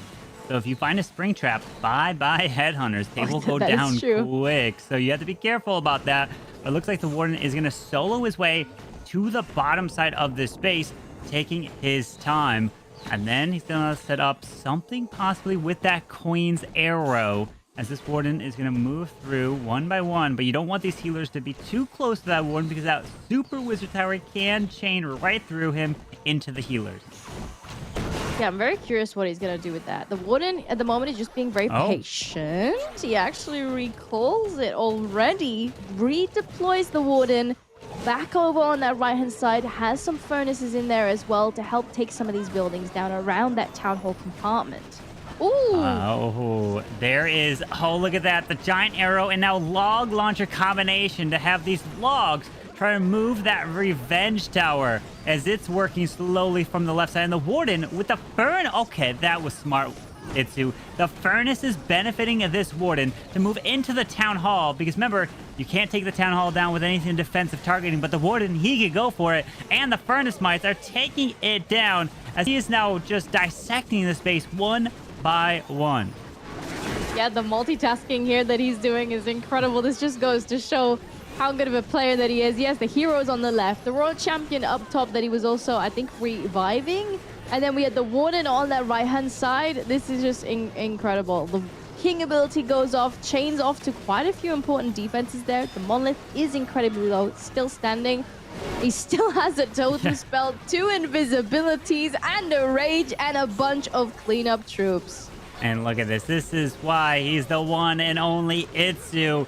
He is such an amazing player. Still has another rage to use. A couple rocket loons finding some stinking air mines. They're working their way in, and he's got to go to sleep. It's what time is it? Maybe 4 a.m. for him or something. But he is tired, and he saved his attack for the very end, and he didn't disappoint. Great attack there, Itsu. There's the swag invis, taking down BD Legends base. And congratulations, though, to the community as they are victorious in the end. And all of you at home will be earning those rewards. And what an event we have. And thank you to all of the creators for showing up, even as it is so late for many of them. But there it is. The community are the champions of Clash Unleashed Controlled Chaos. Yeah, everyone at home, you were a part of this. This victory is yours just as much as it is the players. You were the one helping out there. You were the ones voting in the polls for the strategies. We got smiles on some of the on the creators in the community team. Congratulations to everyone all around.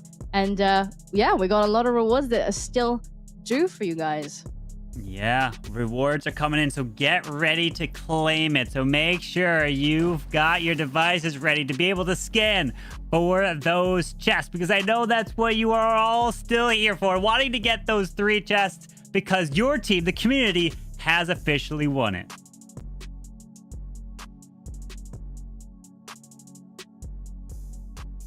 Or nothing in the very last attack for both their teams, and both 3-starring is such a great way to end such an incredible broadcast. What a way to finish the community team on top. By the way, we were checking some of the scores behind the scenes.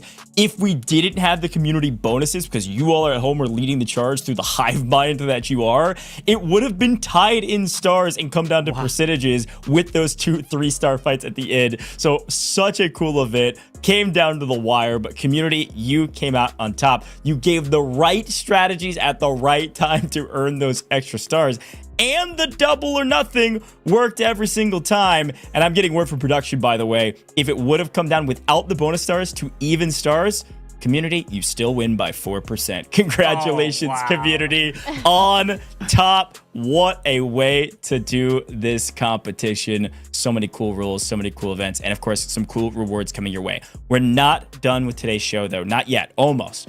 We are going to interview one of our community members that just won this competition. Now, chat, this is not ready for you yet, but it's about to be. When this poll goes live, we've got one final poll.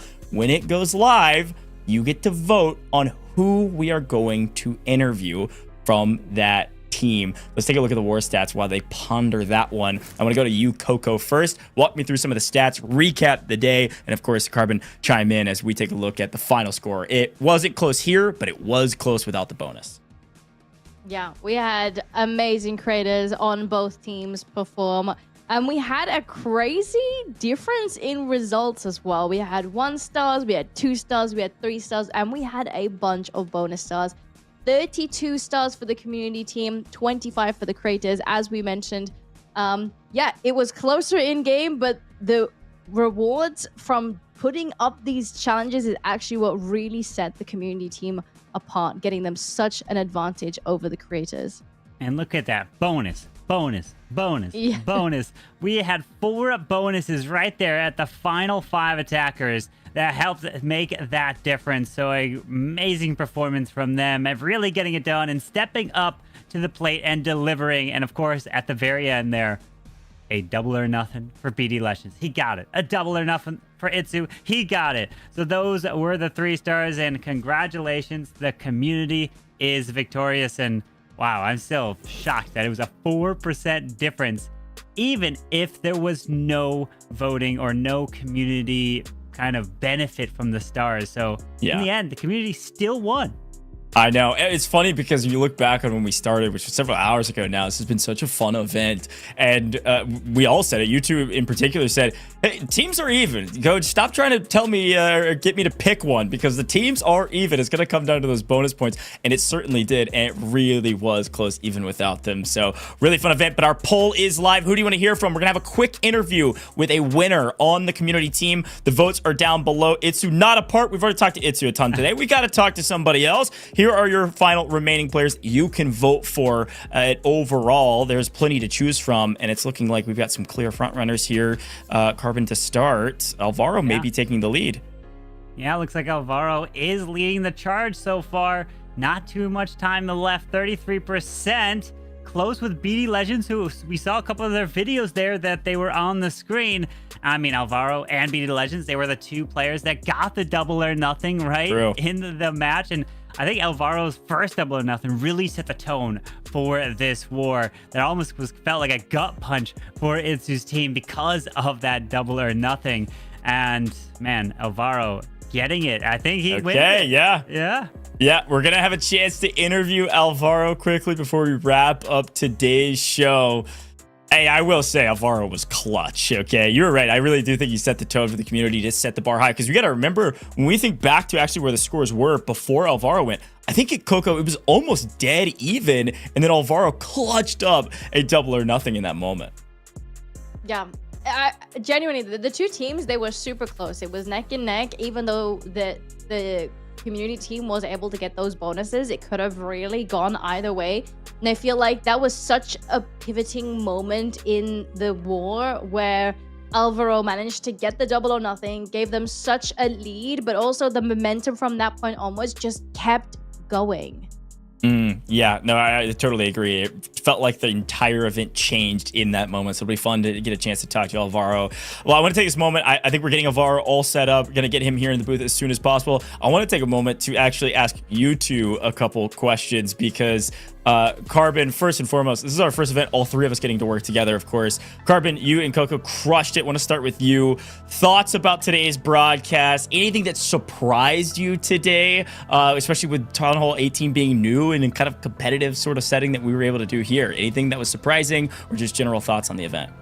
I mean, I would say something that would be surprising for many is the amount of 1-stars, but I kind of called it. I was thinking that there was going to be 1-stars because of the change to the mechanics of Town Hall 18 no longer becoming a defense. So you can't have that safety net of a royal champion grabbing that value. But really, the surprising thing to me was the fact that this war still was won on percent by the community in the end, even if we didn't take in the bonus stars. That was shocking. It was still an incredible war nonetheless, and it was amazing to be part of this.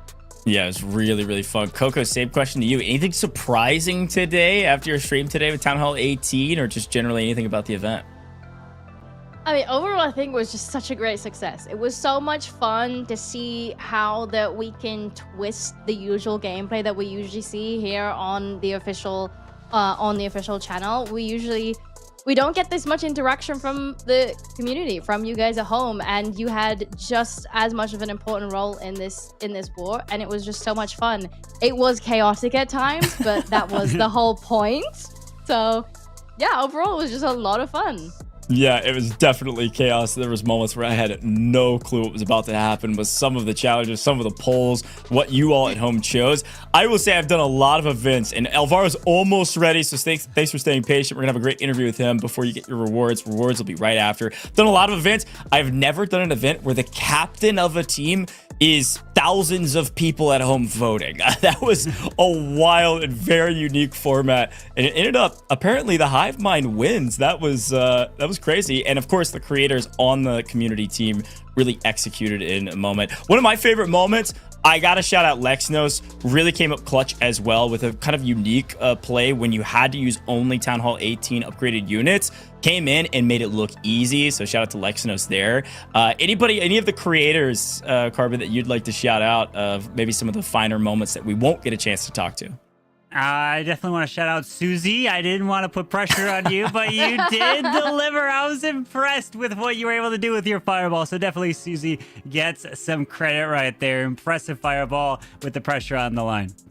Yeah, Coco, same question to you. Anybody in particular want to shout out? Yeah, I agree. Don't let Calvin influence you like that. That was really good. The fireball impressed us all. No, I think it was also really cool to see Asher play in main builder, like the main village event, because he, as I said, like he's a builder hall guy. So the fact that he actually played in this, and he played very well, was just a lot of fun to see. Yeah, no, I agree. Everybody played really well. I think, too, Beaker was giving us some really good content. I mean, everybody was having a blast. And, Carbon, I want to go back, too, because I think with these types of events, especially the last Clash of Clans event I did, I'm not sure I saw a single 1-star at all in that event. So it's cool to kind of see the meta shift, everybody trying to figure out different strategies, especially when you throw these wrinkles in. So it was fun to kind of see, I'm not praying on anybody's downfall, but it was kind of fun to see, not perfect game after perfect game, waiting for somebody to make a mistake. And in a moment like this, these creators just had to think on their feet, pivot, and make adjustments. So I think the next question I have for both of you is, obviously we talk a lot about the attacks in these events. Talk to me a little bit about the defense with Town Hall 18. Obviously some changes. I mean, Bomb Hive was kind of going crazy. Revenge Tower's nuts. What did you think about the defenses today? Start with you, Carbon. Well, yeah, that Bomb Hive, especially when we saw some World Champion charges, they tried to make the RC invisible, but the Bomb Hive wasn't having it. It kept hitting that RC, taking her down, and we are going to see base designs centered around the Bomb Hive, trying to protect sections where the RC could be pathing in. So now base builders are just so happy with the ability to be fine-tuning these bases. Do they use the Bomb Hive? Do they use the Hero Bell, the Light Beam? So many options now here at Town Hall 18, especially trying to hide the Town Hall in a certain way with a Smasher, Long Shot. Oh, I can't wait to see what Town Hall 18 is going to be delivering. Yeah, no, I liked that breakdown a lot. And Coco, I'm going to spin it the other side. We talked about the attacks a lot today. Was there any big moment with the attacks that you're going to take home to your strats on your stream as you prepare for more Town Hall 18 content? Anything with the attacks you like to see? I think a lot of the attacks, I loved watching the totem. The totems are really cool. I like being able to protect my troops. I like being able to protect my heroes. So I've definitely taken a lot from that, from the great placements, maybe the not so great placements. I think overall it was just really cool to see so many of them. I need to make sure I get mine max. I need to level mine up so I can actually play it to the same way that these guys did. So yeah, I'll definitely be trying the totem. I mean, the meteor golem looked like so much fun as well, Yeah, so I'll definitely be giving that one a go. But the totem is definitely one that I want to try with a lot of different things. I love it. Well, I am getting word. Thank you for your patience in chat.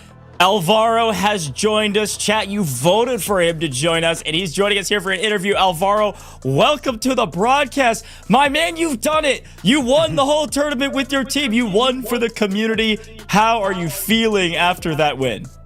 Yeah, I mean, it feels good. I was super nervous, I have to be honest, because this was my truly first attack on the Town Hall 18. Even for the sneak peeks, I've been sick all the weekend, so I didn't have the time to prep myself. But yeah, it worked. I mean, I'm in love with the dragons. Man, it was an impressive performance. And how much pressure did you feel knowing that it was double or nothing? Did that add pressure? Did it make you more nervous to do your hit? It did add a lot of pressure, because I thought that it was only that you got the 6-star if you 3-star, which was great. But I thought that you kept the 2 stars in case you failed. But just at the last minute, I read the rules again, and I realized that, I have to 3-star or nothing. I mean, it's what it is. So yeah, it was a lot of pressure, and particularly with the Royal, it didn't go as I expected at the beginning. I had a different plan, but it worked. Never mind. I was about to ask that exact question. When you go into that all or nothing, did you stick with the same plan, or what made you decide to actually change it up there towards the end? Yeah, I mean, it was at the very last minute that I decided to go with the dragons. It's the army that I'm using more often in the game, so I felt more comfortable with that. And because I had the double or nothing, then I could completely choose my entire army. So I just played comfortable. That's what I selected. Nice. Well, Alvaro, we love having you in the booth. It's been a long day. You crushed it. I want to give you a moment, though. Any final words for the broadcast? Any shout-outs you want to make? And then, of course, at the end, shout yourself out. Tell people where they can find you. Yeah, I mean, it's been amazing. Great to play together with good friends and other creators. And for every clasher, I mean, enjoy Town Hall 18. It's a ton of work, a ton of new content, and I'm looking forward to exploring more the different strategies there. Thank you very much. Amazing. That's Alvaro. Go check him out on all major socials. This guy is the GOAT. Fantastic content creator, great competitor today as well. We'll see Alvaro, I'm sure, later in future broadcasts. Wow, what a day. We've done it. We had a great interview there with Alvaro. Again, the GOAT. But folks, I know you've been waiting on it at home. Your final rewards, 3 chests. You did it. You're the team captain. All thousands and thousands of you. You won this whole tournament with the help of all the creators you drafted. Here is your final QR code, nice and big so that you can scan it. If you're on mobile, make sure you screenshot this, scan the QR code ASAP, and go get these 3 chests. All of your other rewards that you got from voting and that reward track, you've already earned that. That's on your account. It's attached to your account. This is not. You've got to scan this QR code to get your chest. Huge congratulations to you all at home for being fantastic content creators of your own almost, because you led the charge for this community event. This has been really fun to watch you guys win all day today, because we have received, I think, every single reward we could possibly receive. It was almost perfect from everybody at home. And can I pull it? Can I? Oh, let's see. No, it's a common. It's a common. No. I was trying to pull a legendary. Dang! My luck wasn't there. I was so close, so close. But I wonder if anyone's scanning right now. Did anyone at home get a legendary? We'll keep an eye on the chat. I love it. To wrap up today's broadcast, we've been talking a lot about everything Town Hall 18. And I got to say, I had a ton of fun. I'm sure you both did. Carbon, I am going to go to you first here. Final thoughts for the broadcast. Anything you want to convey. And also shout yourself out. You're both amazing content creators as well as casters. Oh, it was such a pleasure to be here. And I just love to see all the creators coming together and pulling through and bringing some creative attacks, bringing some different hits, and going to give a lot of people ideas. So Town Hall 18 is going to be so much fun, and I can't wait for it.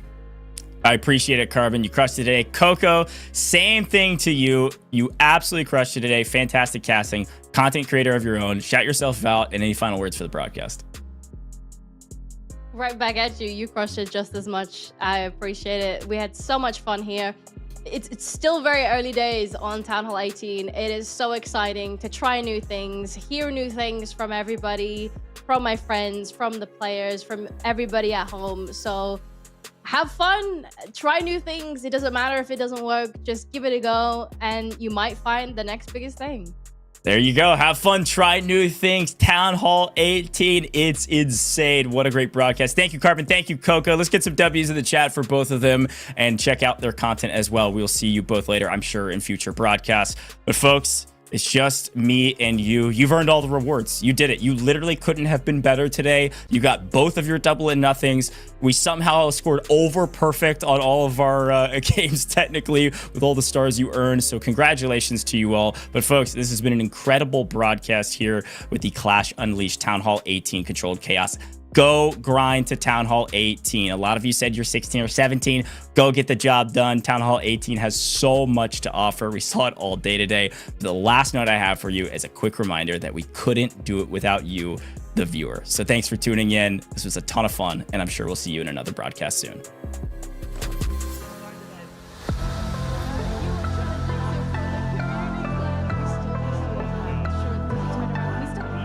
Are launching their shots, and out comes double ice golems. And this is something I just thought about, Coco. Are we going to see maybe meteor golems in there's the rage from the smasher going off, but Town Hall's been speared. The half towards these remaining buildings as they merge back together there again, and there we have it.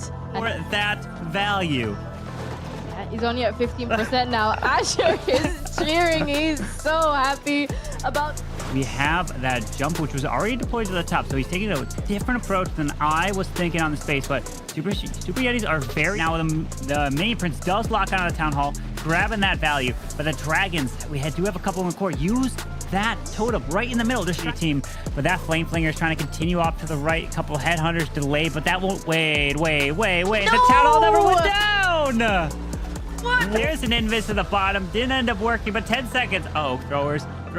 He's liking it, and Lex knows. Look, he's already cheering in there. He wants that 6-star. I think that's what the 6 was. Different wall.